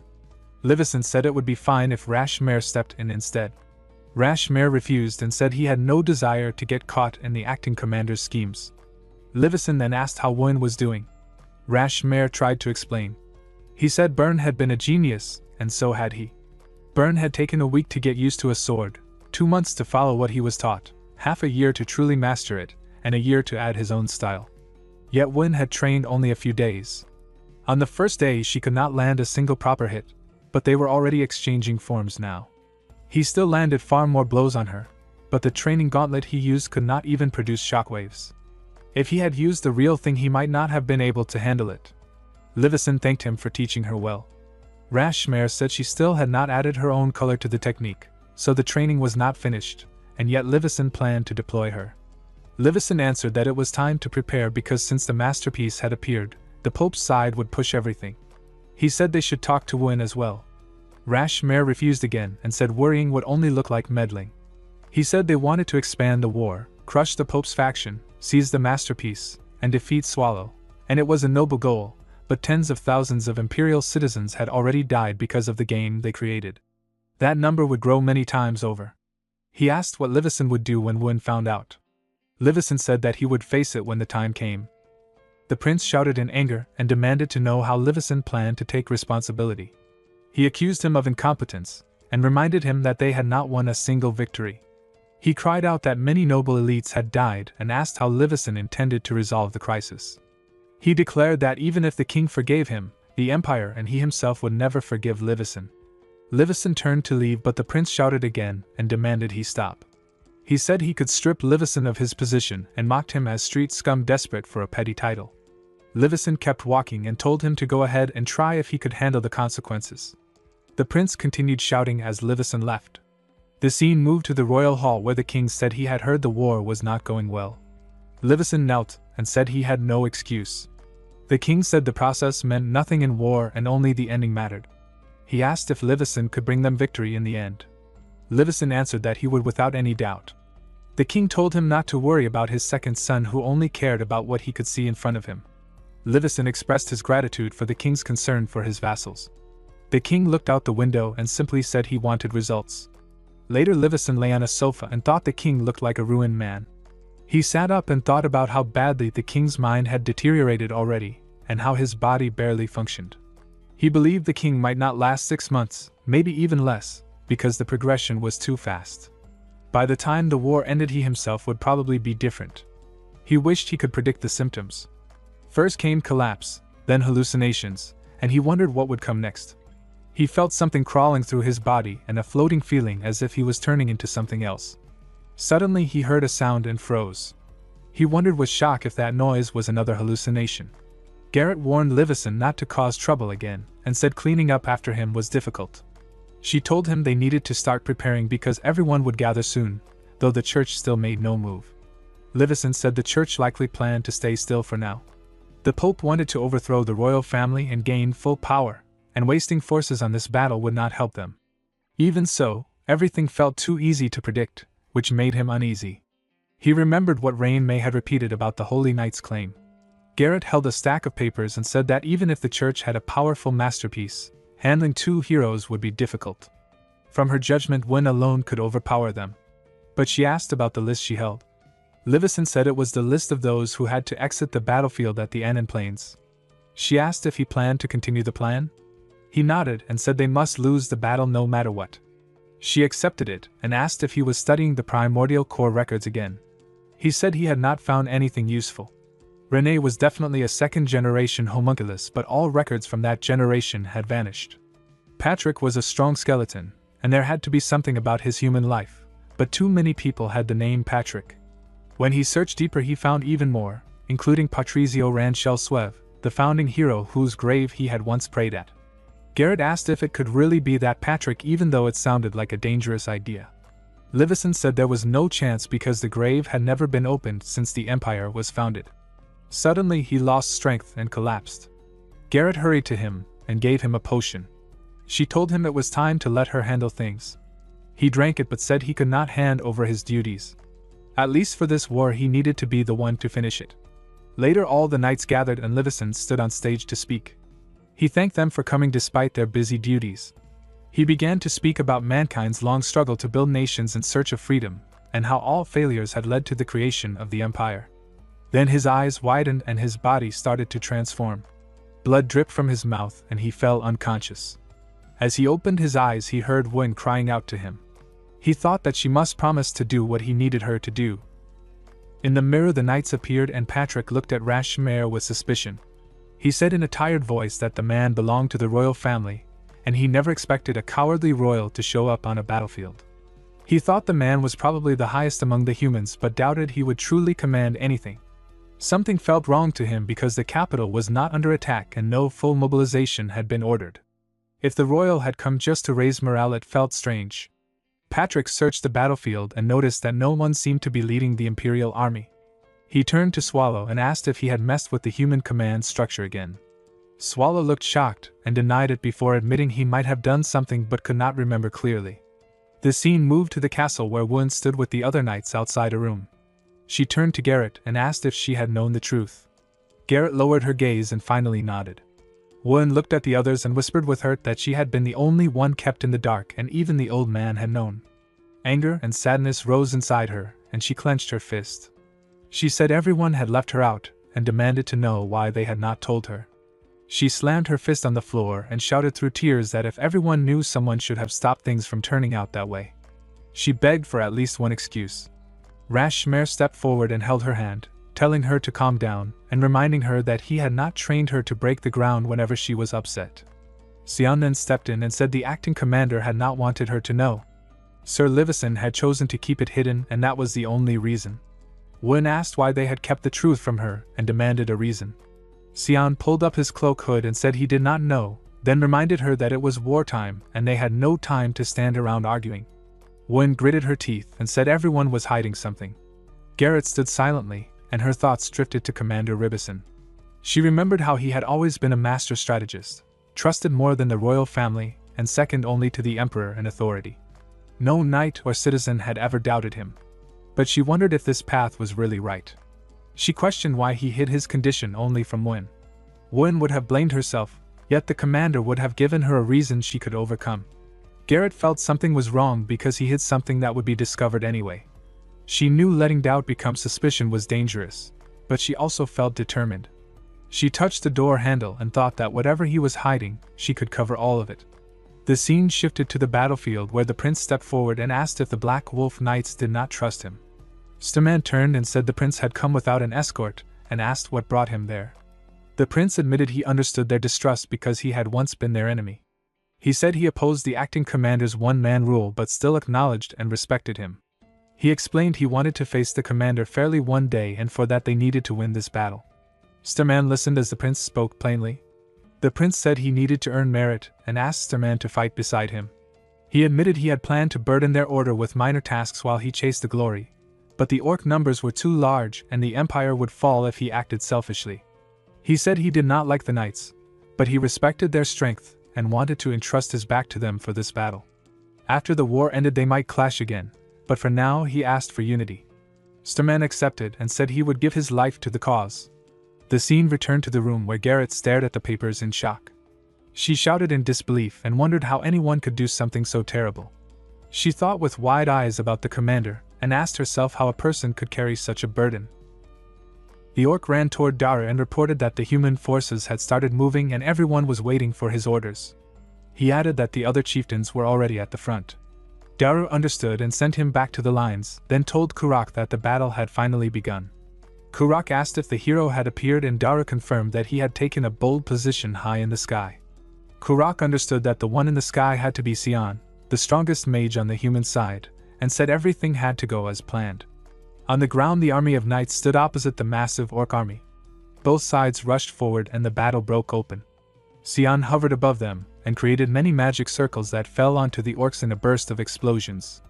Prince widened his eyes when he saw the sky twist with fiery aura and dark holes as a heavy pressure shook the land. Berizik looked up and wondered if the war would end quickly if they left everything to Sion. Starman wanted to dismiss him, but even he began to think the same after witnessing the destruction. Berizik muttered that the Anon Plains would soon turn into a canyon. Starman admitted it was possible but reminded him that Sion's mana was not endless and that the T-Cavern forces would not fall so easily. He felt their enemies had grown fiercer after losing some of their warriors. He tightened his grip on his hammer and said it was time for them to join the fight as the hunt was about to begin. The knights took their stances but their eyes widened when they saw the huge monster standing before them. Sion looked at it and admitted he had expected something like this from the T-Cavern forces. Kurak had brought out one of the continent's 9 mystical beasts, the Manticore. Far away, Swallow watched the scene through the mirror and complained that the creature looked ugly. He joked that he felt jealous because such a monster could guard several rooms with ease. Patrick explained that the continent had many mystical beasts, but this one was especially dangerous. He said the 9 mystical beasts were divided across the sea, sky, and land, and the Manticore alone had wiped out many a rank subjugation squads. Swallow still called it ugly, and said he would not want it inside his dungeon.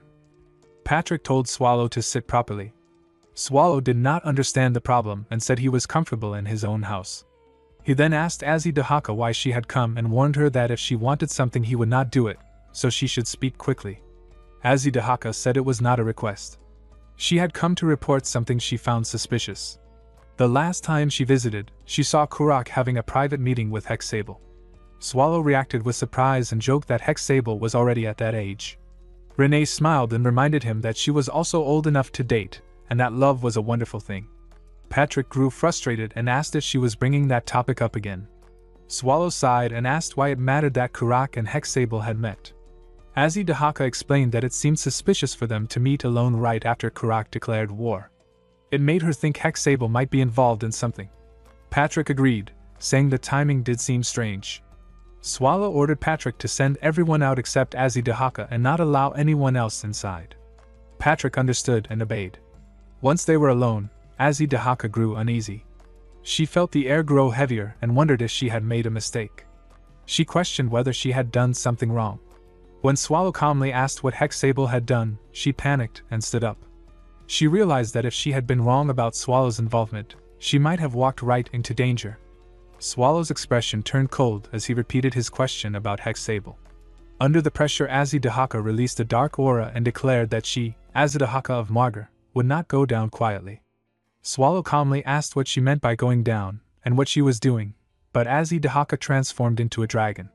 The room darkened and she realized the presence belonged to Swallow. He repeated his question and she wondered if she could win.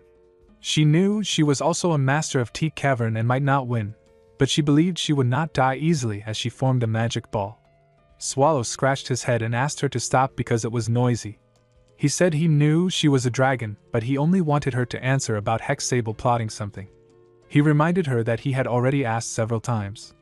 He even asked if she did not know and then yawned while telling her to stop breaking his house.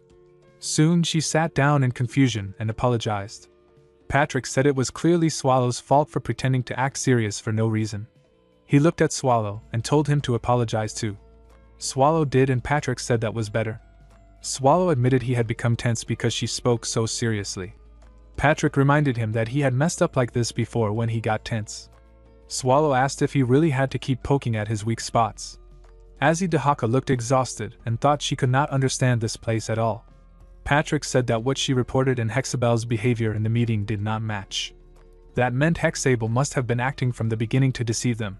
Swallow said she had told them she did not know what was discussed in private. Patrick answered that if it was a meeting with Kurak, it was probably connected to the current war. He did not know Hexable well but said Swallow knew her better. The battlefield was filled with chaos as the orc and human armies clashed. Prince shouted in disbelief, wondering how the orcs had deployed so many monsters. A knight warned that they could not hold their formation and begged him to retreat. Another soldier demanded to know what Xian was doing. Someone explained that Xian had exhausted his mana with full-powered spells and needed time to recover. They said the Manticore was the greatest threat, and Prince clenched his teeth. On the orc side, Daru observed that things were going exactly as Commander Kurak predicted. Other than the monsters they had thrown at Xian as bait, their losses were small. Kurak admitted he had not expected such a difference just because they had not deployed the beast unit until now. He said the humans must have been too confident in their own strength. He knew there had to be a reason for the timing and said it should be about time their hidden force reached the battlefield. Daru confirmed they had just joined. Kurak ordered preparations for the next move. Daru relayed the command, telling all chieftains to go wild as they pleased, and the orcs rushed the humans with renewed strength. Berizik charged forward, cutting down orcs until the ground was scattered with pieces. A red aura burst from him as he activated his masterpiece. The beast roared when Berizik struck it again and again from every direction. Rainmei watched with worry and asked if it was really safe for him to fight the Manticore alone. Sturman said that once the masterpiece was activated, their interference would only cause problems. He explained that the magical tool Masterpiece 36, Bloody Mary, attacked everything in a wide area without caring who it hit. It even targeted the user, but Berizik enjoyed that danger. He always ended up with serious wounds afterward but never minded. Sturman then asked if she was alright. Rainmei thanked him and said she was fine because she was also part of the Nixer Red Dragon subjugation squad. Sturman said he was glad she was fine and apologized if his concern had been unnecessary. He added that he wished he could leave the fight to Berizik and the others, but the enemy numbers were simply too large. Rainmei replied that the orcs were still just a chaotic crowd. She said they had been pushed back before because they lacked numbers and proper command, but now things were different since nearly all of the Empire's elite subjugation members had gathered.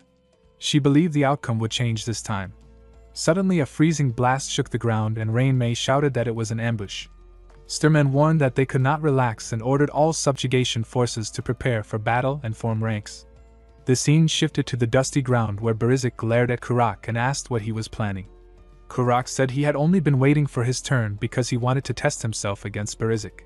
He was curious how a human who was not even a hero could become so strong. He promised not to let him rest as long as he did not run. Berizik warned him that if Kurak died there, the war would end immediately. Kurak simply told him not to worry because that would not happen. Berizik smirked and invited him to attack, calling him a fool. A knight opened his eyes and wondered if he had fainted. He remembered taking a hit to the head, yet only his helmet had flown off while he remained standing.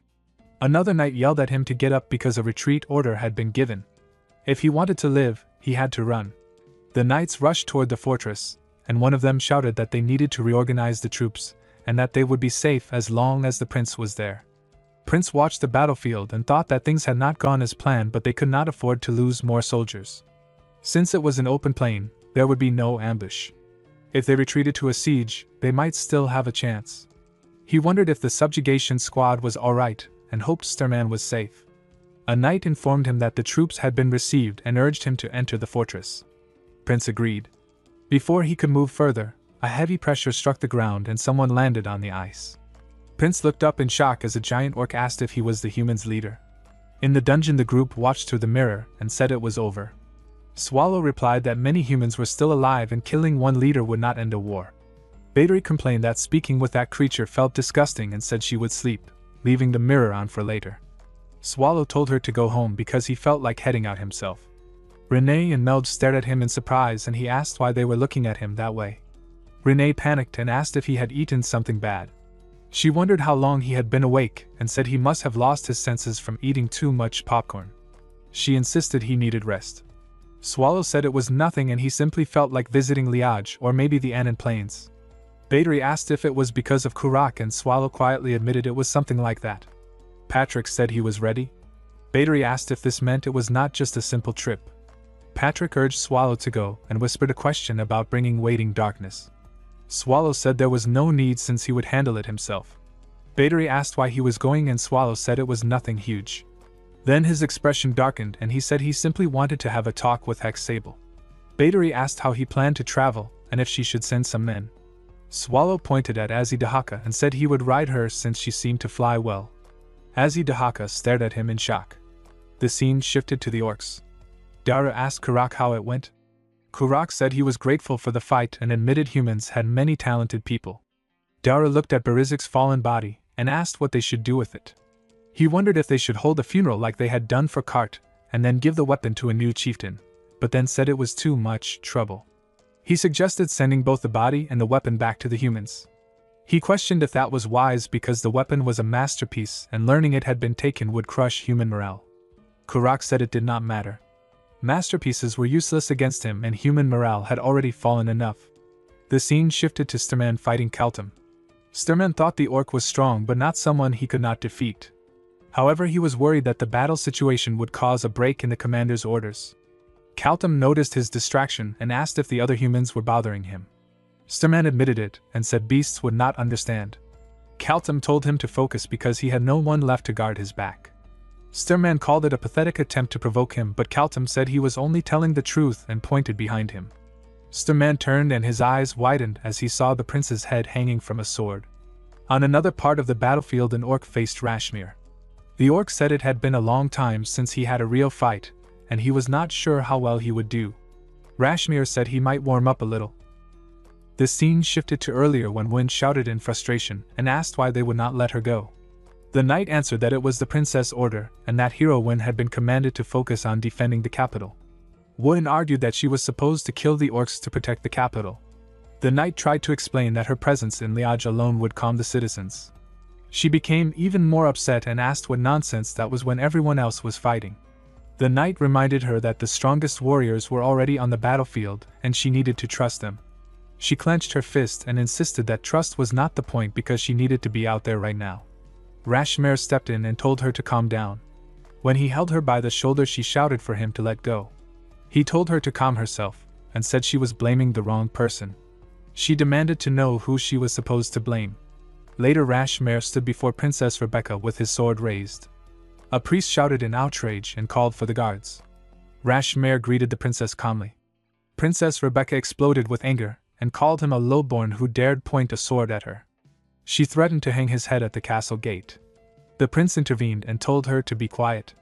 He apologized to Rashmir for his sister's foolishness and asked when Rashmir had returned to the capital without notice.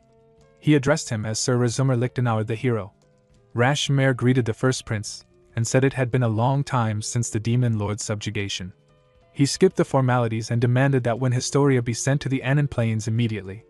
He accused the nobles of keeping the hero as an escort in case they needed to flee and called their plan to split the forces foolish. Turning to Win with a smile, he told her not to let herself be chained to the empire. The prince agreed to grant Rashmir's demand and ordered the princess released. On the battlefield, Win and Rashmir faced the orcs.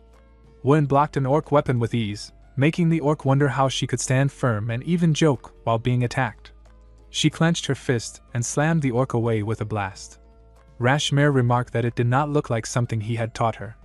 Win shouted that they would wipe out all the enemies and jumped high, telling Rashmir not to fall behind. Rashmir complained about no consideration for an old master and asked the knights if they had seen any of the so-called holy knights. The knight admitted that it was too chaotic to tell. Rashmare ordered them to protect the fortress, and reminded them they had to win. The scene then shifted to Patrick and Swallow sitting on the flying dragon as Dahaka. Patrick told his boss that the others had arrived and asked what he would do next. The battle between Orc and Rashmare continued. Rashmare rushed forward while Orc began to run.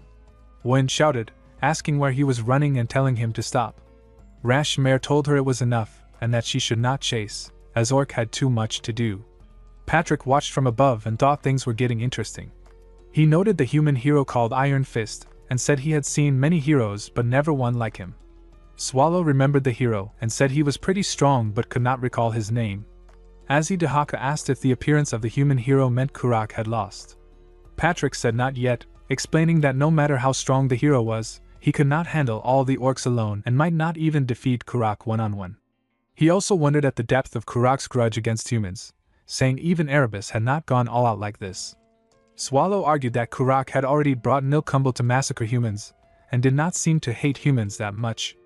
Kurak rode a huge eagle, crossing his arms and thinking the cult fools were incompetent for boasting they could stop the hero from joining.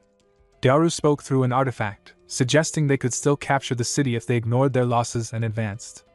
Kurak observed Rashmare and thought that although they had troops, the absence of the chieftains was critical. He realized that fighting the heroes now would be near annihilation, especially with the one using the sword. He had wanted to face him personally after capturing Kaltum, but even joining the battlefield late, the hero had quickly understood the situation. Kurak considered him very wise. Kurak ordered Daru to retreat all forces. Wen cried as she looked at Sturman's body, apologizing and wishing she had arrived earlier. Rashmare thought the losses were great and that everyone had underestimated Kurak. Taking down the orc chieftains was a gain, but at this rate, he worried that Liaj would fall soon. A knight stepped forward holding armor and introduced himself as Cable, vice captain of the Nixer Red Dragon subjugation squad. Rashmare asked about the armor, and Cable explained it belonged to the captain. The orcs had taken it, but vice captain Rain May had intervened. Rashmare realized that Rain May had self-destructed, and Cable said the armor was a legacy left by the captain and vice captain and asked Rashmare to carry it on. Rashmare swore on his name to uphold it. Wen remembered that Rain May had mentioned holy knights who had joined hands with the monsters and that they had blocked them earlier. She sensed their presence on the battlefield and suddenly declared that she had found them. Above, Patrick observed that the humans were retreating. Swallow asked if they were moving toward the hub, and Patrick explained that since the orcs were also retreating, they likely judged there was no benefit in fighting further and might destroy the hub on their way back to the capital. Swallow and Patrick discussed the situation. Swallow said that from now on, it was no longer a fight between orcs and humans. Patrick agreed and explained that a conflict between humans, the Imperial Army and the Order, was about to begin. He added that while he was not completely certain, it was clear that the Empire would disappear. Swallow said that would be troublesome unless something could replace the Empire. Patrick admitted he did not know what Ms. Hexable was scheming but guessed that Swallow might have a plan. Swallow said he more or less did. Patrick realized that was why Swallow had stepped forward personally and reminded him to keep his promise. Swallow said that was why he was going and told Patrick to stop being so angry. Patrick asked what he would do next. Swallow said he did not know where Hexable was and thought he might head to Liaj first. The scene shifted to a man reporting to Garrett. He said he had been waiting for Deputy Acting Commander Lord Garrett Azanelja and that all homunculi units had completed deployment preparations. The scene shifted to the orcs. The Pope asked through an artifact if Kurak had ordered a retreat. Kurak said he had only given orders to his own legion and asked if the Pope had a problem with that. The Pope said he just wanted to know Kurak's intentions. He noted that if Kurak had continued his march, he could have wiped out the Imperial Army and asked why he had not. Kurak replied that was exactly what the Pope wanted. He added that although they had retreated, the Imperial Army was already broken and would surely return to Liaj. He said when the survivors returned, the mood of the humans would be easy to predict. The scene moved to the room where the Pope was sitting. Kurak asked the Pope what he had done while Kurak's army fulfilled its role and achieved victory. He said that because the Pope had failed his promise to keep the heroes tied to Liaj, many of his soldiers had died and his capable chieftains were gone. He said his grief ran so deep that he could unleash it all on the Pope and demanded an answer. The Pope admitted he had no excuse and that the heroes had displayed strength far beyond their expectations. Kurak said that was the Pope's problem for failing to keep even a single word but added that he was willing to give him another chance. The Pope asked what Kurak meant by that with a smile. Kurak said that when the defeated imperial army returned to Liege, chaos would follow, and it would be the Pope's turn to collapse the empire from the inside. The scene moved as the Pope began to laugh. He apologized and said he had not expected Kurak to have such a plan, then asked what exactly Kurak wanted. Kurak told him to eliminate the heroes and divide the empire according to their contract. The Pope accepted this demand and suggested they should build more trust if they wished to maintain friendship after the empire fell. He said they would meet in Liege next time, and the connection ended. Daru informed Kurak that the link was closed. Kurak clenched his fist and asked how the funerals for the chieftains had been handled. Daru said each tribe had held them with sincerity. Kurak told him to inform the families that he would personally grant compensation and reorganize the forces of the tribes whose chieftains had been killed. He admitted his own weakness had cost many tribes their leaders. He said this was the final step and ordered everyone to head to Liege. Daru nodded in agreement. The scene shifted to Win. The fighter girl praised the hero, saying she was incredible and had taken no damage, yet it felt as if she could hurt. She called herself a holy relic and claimed that even with two great heroes present, either could land a wound on her. Win rushed forward and slammed her to the ground with a fist, then threw another punch, thinking about everything that had happened. She wondered why no one had told her anything and whether it was because they did not trust her or because she was not worthy of being called a hero. She wanted to know the truth. The girl stood up holding her shield. Win thought about why everyone had hidden things from her, and wished no one would hide anything. She wanted to be a hero everyone could rely on and decided that she would become a true hero. Suddenly the girl saw many reflections of Win and thought it was impossible. Win continued slamming her fists, and the girl was surprised to feel the impact piercing through her relic, realizing this was what they called a hero. Win then slammed a punch into the girl's stomach. Rash Mare, observing the fight, wondered if someone like him even deserved to be called a former hero. Win stood holding the wounded girl's throat as blue mana flared around her. Garrett looked at the burning city and said that this was the plan the commander had prepared. The third eye asked if she had not already known and agreed. She admitted that even if he knew something, it was hard to feel it right away. He said the acting commander would call it a necessary sacrifice. She asked if this horrible sight, and these dying imperial citizens were really necessary sacrifices. She wondered what Win would think of all this. A man landed near them and said the orc army had breached the second wall. The third eye asked if they were moving faster than expected and if they were pushing straight for the palace. The man nodded and said Kurak was confirmed at the front and was commanding the entire force. The third eye told Garrett it was time to make a decision. Xian arrived and said everything was ready. Garrett turned to him and asked if the equipment was prepared too. Xian said he had received it from Win and Rizumer and that they would arrive soon. She said she trusted his strength but confessed she did not know anymore. She had been ready to follow any order from AR and she still wanted to believe everything was for the Empire even after seeing this chaos, but her heart wavered. Xian floated in the air and said that was why it had to be done because they were the ones who had created these screams and this chaos. He said they would take responsibility and accept punishment, and that would be enough. Garrett nodded. Xian flew away and said he would go fulfill his mission. Garrett told the third eye that once Xian completed his mission, he should carry out the next step. He nodded in agreement. The scene shifted to Swallow, who asked the Azi Dahaka dragon if they had already reached Liege. He said that by carriage it took 2 months and the dragon was fast. Patrick said this was nothing and reminded him that the boss had reached Lady Melja's castle in less than half a day. Swallow said that had been because something was dropped by accident, and he had even apologized to Melja for it. Patrick said it was not a mistake but a failure. Swallow glared at him and thought about pushing him away so he would stop nagging, but he stopped himself because he could not handle the backlash. Patrick asked what the plan was since Hexable had not shown up. Swallow said that even if she was here, she was probably underground because the big one would not be out in the open. Patrick asked if they were heading down now and pointed out that many humans were still around.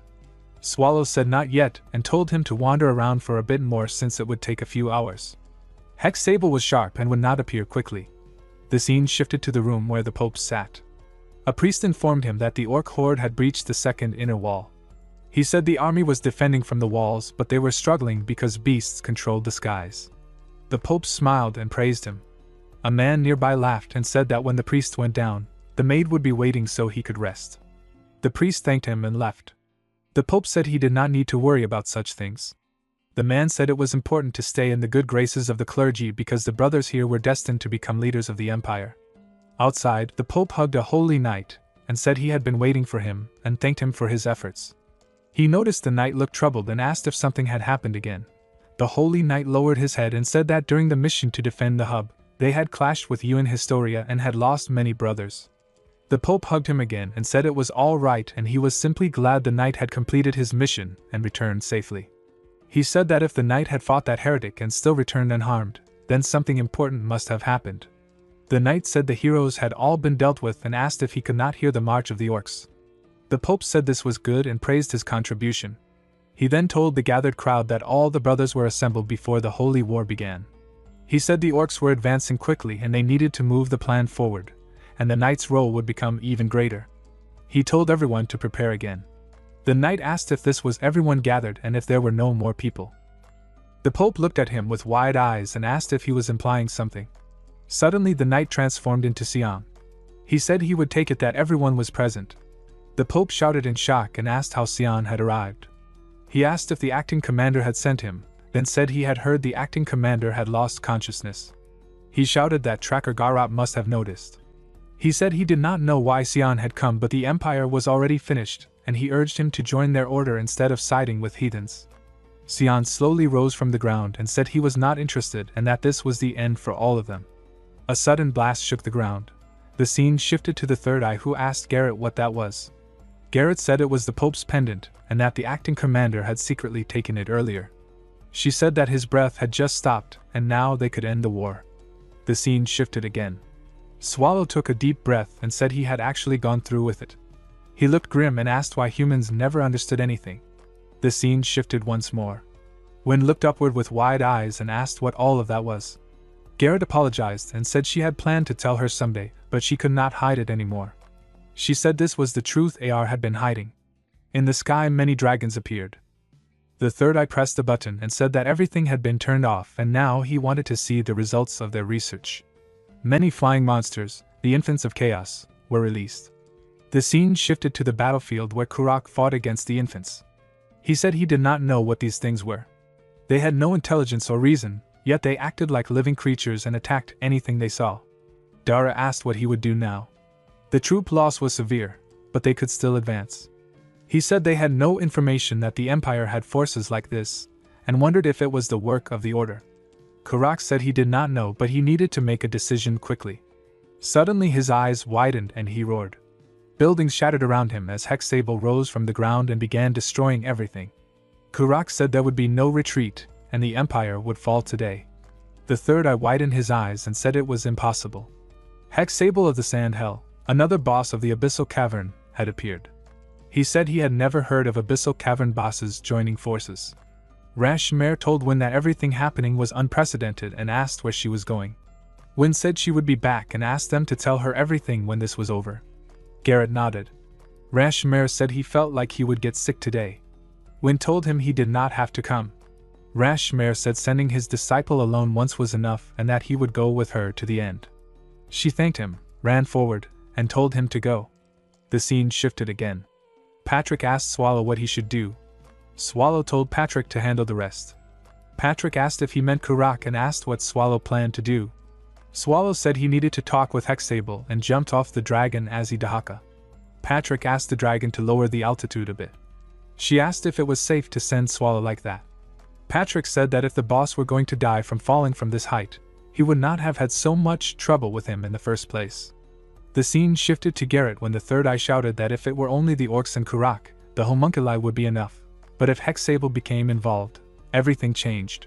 He said such a variable appearing suddenly was dangerous. Garrett said it would be fine because they had Wuin and Sir Rashmare, and no matter how great a boss of the Abyssal Cavern appeared, they could handle it. But then her eyes widened. She grabbed her arm in shock and wondered why the severed arm was reacting.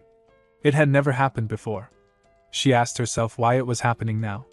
She looked upward and said that he had come. Meanwhile inside the castle, Livison ran while bleeding and murmured that he had seen it. He said Swallow's name as he staggered forward. The scene shifted to the battlefield where Kurak fought the infants and finally defeated them. He stood tall again, but his eyes widened when he saw what appeared ahead. Sharp shards rose from the ground and Swallow transformed into his human form, standing between Hexable and Kurak. Swallow told everyone to stop moving with a grim expression. Meanwhile, Garrett shouted to summon the homunculi and warned them not to confront Swallow. The third eye said the infants would not obey any controls since that one had been giving them orders from the start. The infants rushed towards Swallow. Swallow sighed and said they really did not listen at all. He used magic and the pressure shook the ground. The infants shattered and their fluids spilled across the earth. He gathered mana around his hand and said that was fine and ears that listened were unnecessary. He called it the lowest grade magic lice orb. He raised his hand and formed a mana ball. He said it was better to have fewer of them and threw the ball beside Garrett. The ground shattered and a thick dust blast filled the air. When the dust cleared, Swallow stood calmly and said there was too much dust. Karak asked why Swallow had come and said their promise still had time left. Swallow said that was not why Karak came and he would deal with him later. Karak asked again why he had come, reminding him that Swallow had ordered them not to intervene in the war with the Empire. Swallow smirked and said Hexaville was at Karak's feet and asked if pretending not to notice was a sin. Karak said if the reason was that he had not informed Swallow about the alliance with Hexaville, then he would give compensation and an apology. But intervening in the war over that was not reasonable. Swallow said the alliance with Hexaville had conditions, and the likely condition was to intervene if things became dangerous. Hexaville in return had asked secretly for something from Lays and told them not to let Swallow find out. What should not have been discovered had been discovered by him, so he came. He asked if that explanation made sense. Then he said he still did not understand. He said he would count to 5 and that Karak must make him understand. Karak shouted in shock when Swallow began to count, but Swallow pushed him away with raw pressure. Swallow then turned to Hexable and told her she could speak, but she had to choose her words carefully.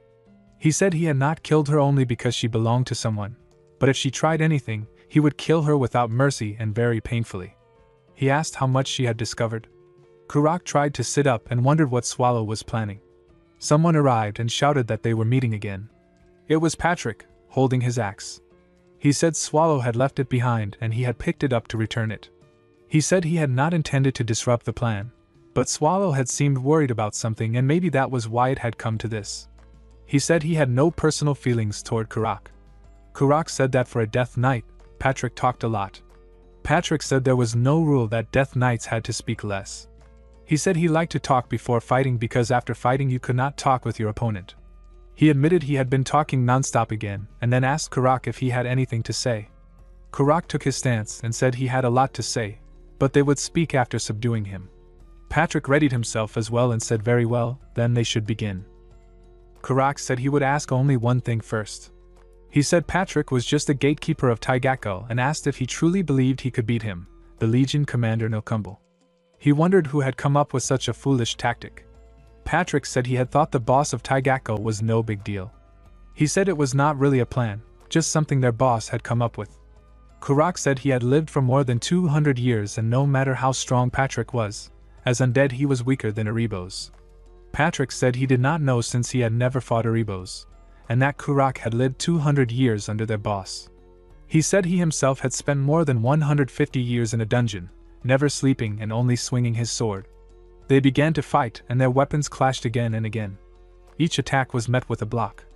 Azi Dahaka watched with wide eyes and thought the speed of the sword and axe meeting was faster than sound and both fighters moved at almost the same pace. She thought that without the shockwaves it would look like a practice sparring match. She thought Nokumble's power came from Karak himself and that one individual was enough to be called Taigakko, yet a Death Knight was fighting evenly with such a boss. She wondered how Patrick could be only a gatekeeper. While fighting, Karak admitted to himself that Patrick's skill matched his own. He thought that in a fight where a single mistake meant defeat, Patrick mixed his movements, as if showing off. From straight slashes to shifting attacks, he did not falter. They paused for a moment and faced each other. Karak noticed that the Death Knight aimed for the axe's joint seam and wondered if he believed the red axe could break from that. Then he remembered that Patrick's sword was the sword of the hero Burn, who supposedly died at the primordial core, and thought there was a real chance his axe could break. Patrick rushed at him and swung his sword. Karak raised his axe to block, but his eyes widened. Patrick slammed a kick into him and Karak was sent flying back. Karak said with blood dripping from his mouth that he could not remember how many decades had passed since he was last wounded like that. He admitted that the primordial core even had gatekeepers at such a level. He held his sword and said it was unfortunate for the Death Knight because this time it would be his victory, and without arms no one could win. Patrick stood calmly while holding an axe and asked if Kurak was looking for it. Kurak stared with wide eyes and wondered how someone like that could really be a mere gatekeeper, and how in an instant he had struck him and taken the axe from the floor. Patrick rushed forward and said they were in the middle of a fight, and he was going in without hesitation as he called out to Kurak. Hexable, she explained her past in a low and shaken voice. She said she had once been happy, living her days being acknowledged by a great being. She felt fulfilled as if her whole existence was complete just by serving him. She protected the place where he lived and spent decades feeling grateful for every moment shared with him. But with just a single careless word from him, she watched a once great kingdom disappear in only half a day. She wondered why he did such things and why he created a dungeon despite having such power. Extreme loneliness and a complete halt in her thoughts broke her. She said she could not even understand her own mind. Terror twisted her, and fear overwhelmed her until she could no longer stay by his side. She fled and created her own dungeon called Sand Hell. She settled deep in the desert surrounding the 5 kingdoms and grew stronger despite many human invasions. Later the empire rose and named her dungeon Taigakko. When humans attacked again, she saw something in Castia. During the battle against the human once called Holy Dragon and later called Hero, she defeated him. In the ruins beneath the kingdom she found something she had forgotten. She felt fear again. She found something that did not belong to their world. A strange domain beyond understanding. Her children changed just by being near it. She buried it deep so only she could reach it. She said decades passed as she fought the 5 kingdoms. No hero ever appeared again in Castia. At first she thought it was coincidence, but later she became sure. The moment the hero vanished was the same moment she took that mirror from the altar. She reminded that she had mentioned at the last Taigakko meeting that she had been too busy to visit lately. She said she had truly been busy and spent a long time trying to prove the mirror was connected to the hero. She had felt sure it was not a coincidence. She discovered other objects similar to that mirror and began to think about who could have given such things to humans. She admitted she was not good with words and had struggled to explain it before, but after thousands of attempts she finally reached a result. She opened her mouth wide and said the mirror had started to swallow her and forced her to understand it. She realized she had never been able to grasp it because it did not belong to their world. For a being born in this world, it was natural to fail to understand it. She felt a growing desire to know more. She wanted to understand a little more and learn a little more. She said that was why she turned her attention to the Empire. The Empire had 3 heroes. Among them, the blue-haired hero felt different from all the holy heroes and champions she had seen before. She believed something special existed within the Empire. Something that could create a hero even greater than the mighty one she once served. She said she wanted it, and wanted to know and understand. She wished to become more like her master. She transformed into a girl and said she believed this was her chance. With growing curiosity she asked him what exactly he was preparing. Swallow smirked as he began to shift into his monster form, and he said she was unbelievably smart. As he dahaka, she observed Patrick and Kurak clashing and said the Empire would end up half destroyed if the fight continued. The air shook with fierce force, like the cutting winds of the White Mountains. The scene shifted to earlier when Patrick had spoken to Swallow. Patrick said the boss acted like a hidden mastermind, the one behind the curtain, always seated out of sight while watching everything without stepping in. He said the actors on the stage never realized they moved according to a script and could not question what lay behind the curtain. He thought everything needed for the stage always came from that hidden place. Swallow agreed and said he liked that position. He thought to himself that people on stage never wondered about what lay beyond the curtain, but sometimes, very rarely, someone became curious. Now Swallow, in monster form, said it was admirable. He said only around 10 people per century tried to look behind the curtain, maybe hundreds in total. The most recent had been Erebos, but that one only had suspicion. Someone like Hexable was the first of her kind, though he added even that might not be fully right. Hexable asked what he was preparing. Swallow changed back to human form and said she should have found that out already and asked if that was all she had discovered. She nodded and said all her earlier ideas needed to be confirmed before she could continue her investigation. He told her she could think that way, but even if all her guesses were correct, he wondered why someone as smart as her would take such a reckless risk. He stepped forward and said she had spent decades in the same dungeon with him, so she should know how he acted. He told her she must have some plan if she was standing before him with such confidence. She said it was not like she could only stand before him if she could defeat him. She asked if it would be a problem for him if the empire were destroyed since it seemed important to him, and he had come in person. He asked if she planned to take the empire hostage. She nodded and said it was normally impossible, but in this chaos, killing humans was nothing. Being close to the imperial palace made it easier. She had released her children everywhere, not just here. She said she now thought she knew where the empire's alien object was located. She thought to herself that her children shared their minds with her, so even if her body died, she could be reborn. He asked what she would do. Suddenly the area darkened. She widened her eyes and looked at Swallow's mocking face, wondering why he was laughing. Swallow raised his hand and said everything was fine, but she had completely misjudged one thing. She realized something had gone wrong. She had thought the imperial family was indispensable to him. He asked what she was doing, pointing out she had even unlocked his shackles and transformed him into Nitocris's thing, and asked why she did not at least swing that arm. Hexable roared loudly as Wen appeared behind him, clenching her fist. He turned with wide eyes and a sudden blast shook the ground. The scene shifted to Patrick, who said the boss had done it again, and he was the one who had to clean up. He thought it was maddening and worried that if the attacks continued, they could die too.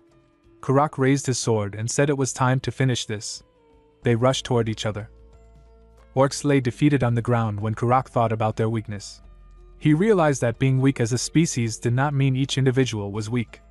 Orcs were being wiped out over time because they had not evolved. It was not about intelligence or lifespan, he thought.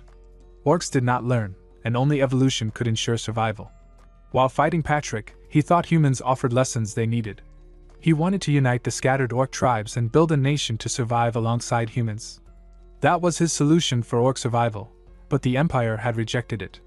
Instead of understanding, they had responded with hostility, and had labeled their struggling nation Nilkumbal as Taigakal. Patrick thought the average lifespan of an orc was about 30 years, but Karak had lived over 200. He had wanted to fight Karak since the first moment he saw him, and wondered if Karak had transcended his own species. Sparks flew as they clashed, shaking the ground with pressure. When they stood face to face, Karak realized he had made a mistake. His opponent was a skeleton who would not feel pain or exhaustion. Karak thought he must have lost too much blood and wondered if he alone was being chased by time. He clenched his fist and called on the great ancestors for strength. A red aura burst around him as he stepped forward and said he had kept Patrick waiting. Patrick readied his stance and said he was impressed, admitting he had not expected to be entertained this much, and invited Karak to attack. They rushed at each other again, slamming weapons as the ground shattered and pieces flew everywhere. They clashed repeatedly, sending each other flying back. Karak thought he could not die here and could not lose. He fought for the orcs, for their growth and survival, believing this was the true path. They ran at each other once more, and Patrick stopped.